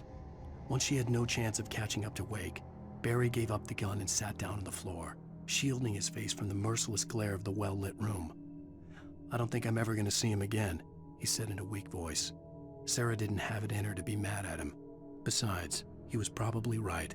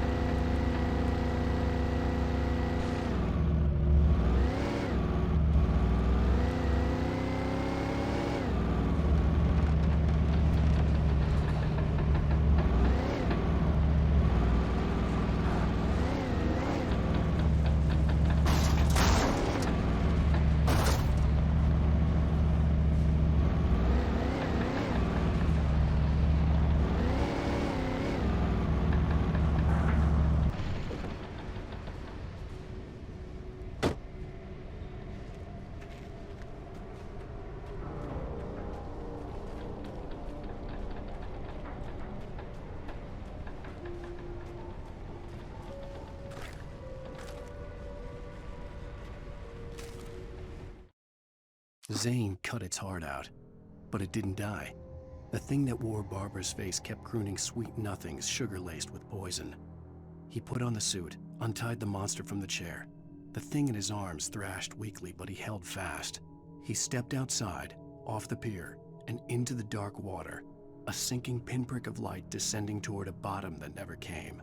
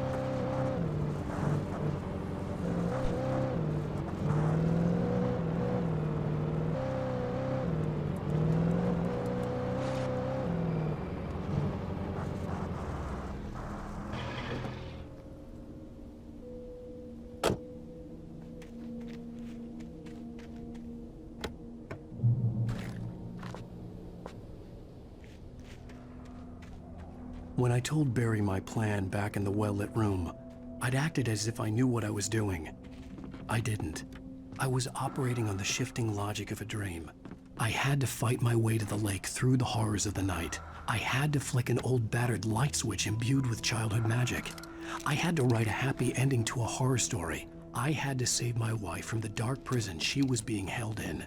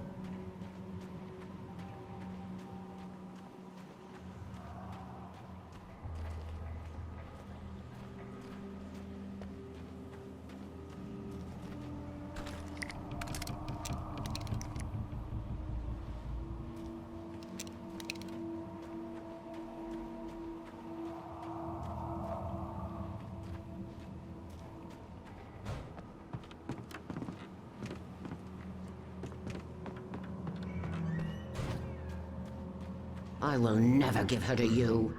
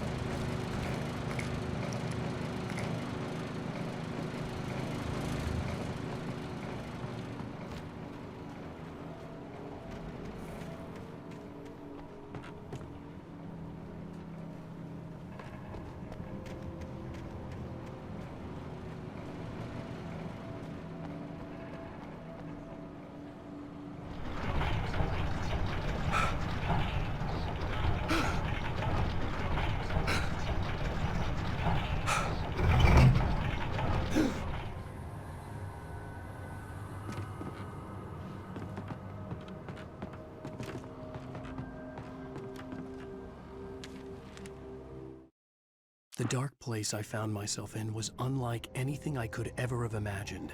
It wasn't solid, it flowed. It was conceptual and subjective. For someone else, an artist in another field, it would have been very different. I could sense the story of the manuscript all around me, the words and ideas floating in the air, poised to become real.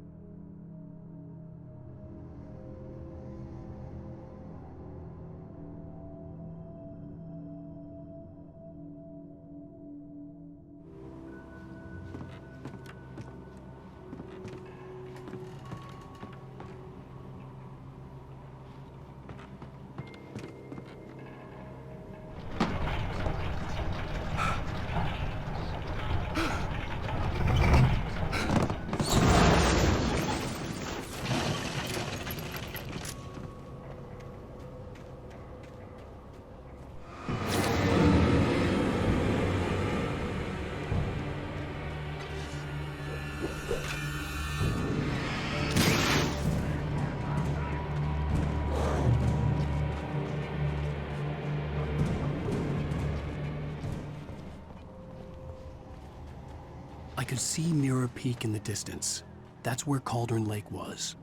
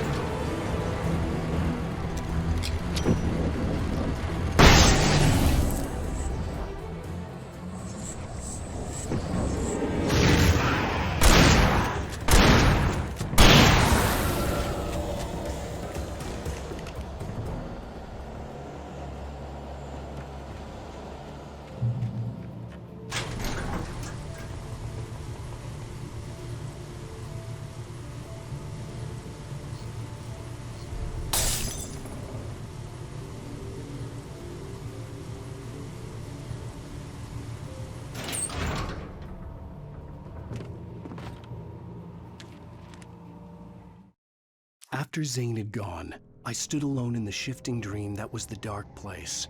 I had to find a way to the cabin.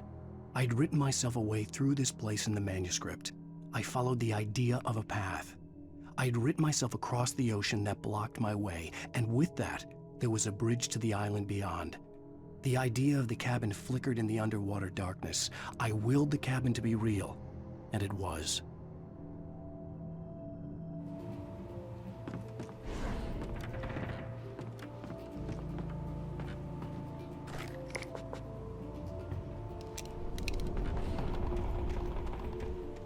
Turn back now.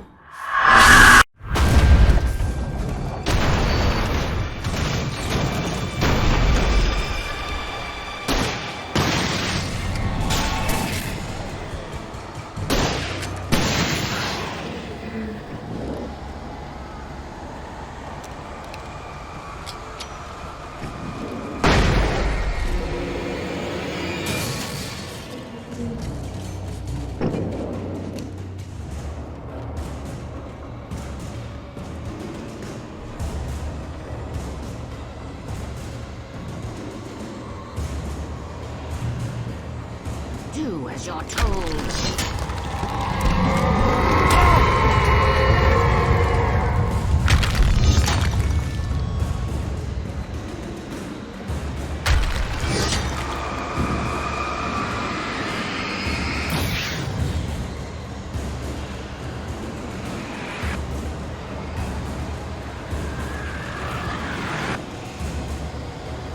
Alice never loved you.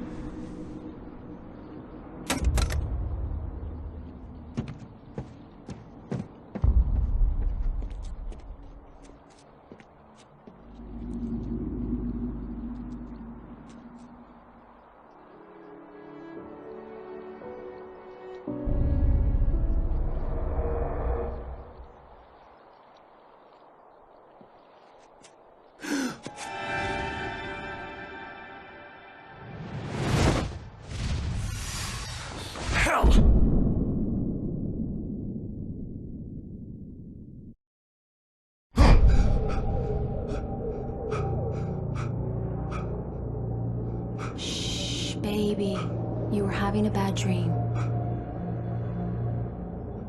It was just another nightmare. No. Everything's fine. You're home. It wasn't a dream. Everything's fine.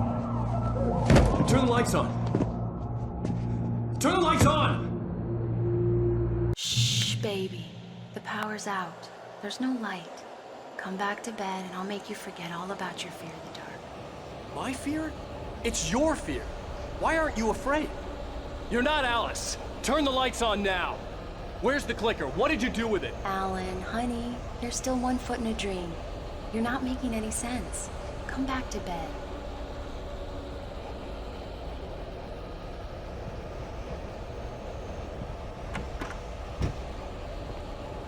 Alan, you're scaring me now. Come back to bed. Have you taken your pills? Do you want me to call Dr. Hartman? I read your manuscript. It's brilliant. Departure is your best work yet. You're a genius. I'm so proud of you. Come back to bed. We'll talk more about it in the morning. Come back to bed, Alan. Come back to bed, Tom.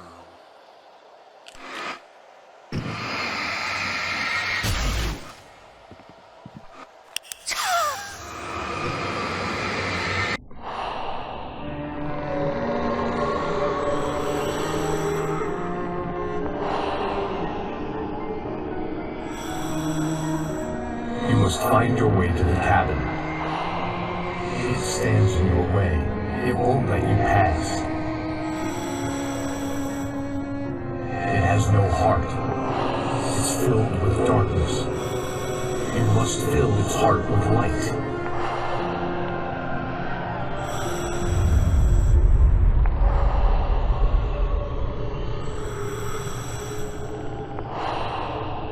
Don't mind him. He's Mr. Scott. Your friends will meet him when you're gone.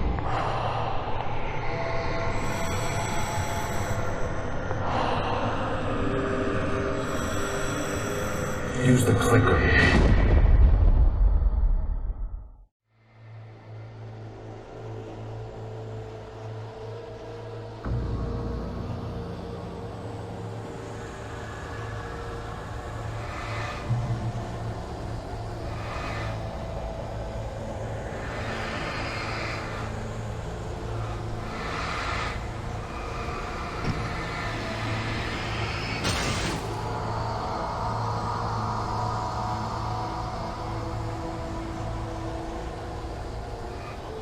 I'm leaving you.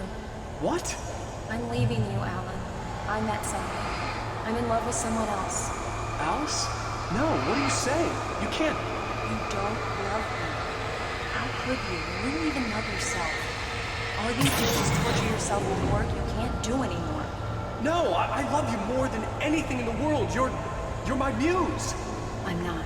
Who are you? What have you done with my Alice? Alan? What are you doing? Put the light back on. What are you doing, Alan? Stop! Put the light back on! It wasn't true. Nothing like that had ever happened.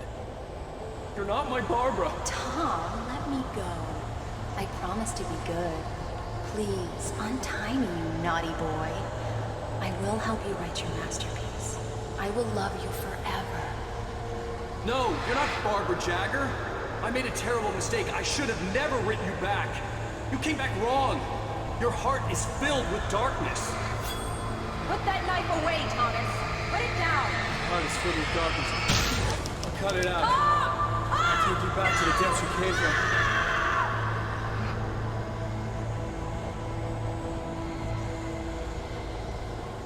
Filled with darkness.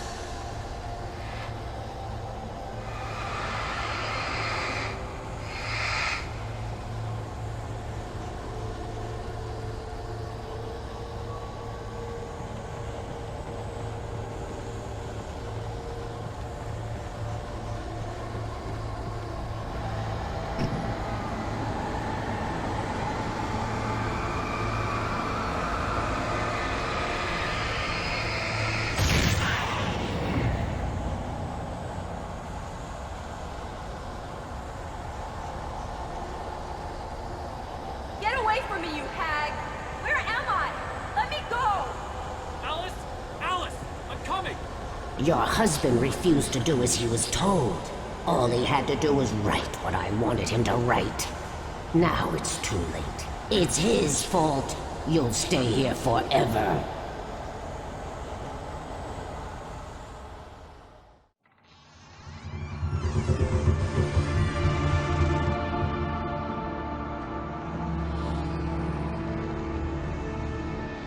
Now you will never get her back.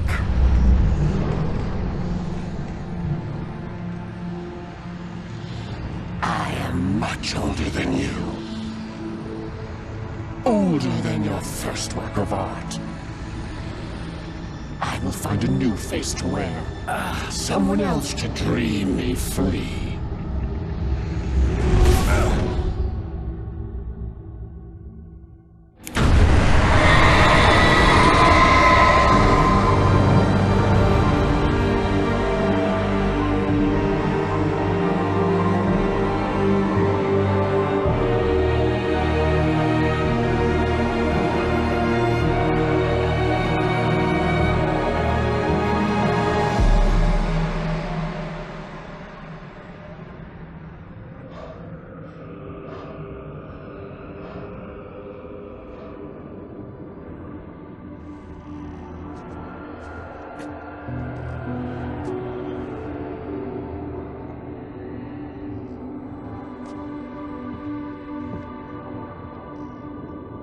I could feel Alice's presence close by.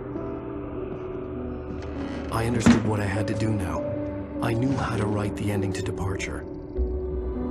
There's light and there's darkness. Cause and effect. There's guilt and there's atonement. But the scales always need to balance. Everything has a price. That's where Zane had gone wrong. There's a long journey through the night back into the light. Alice? Alice?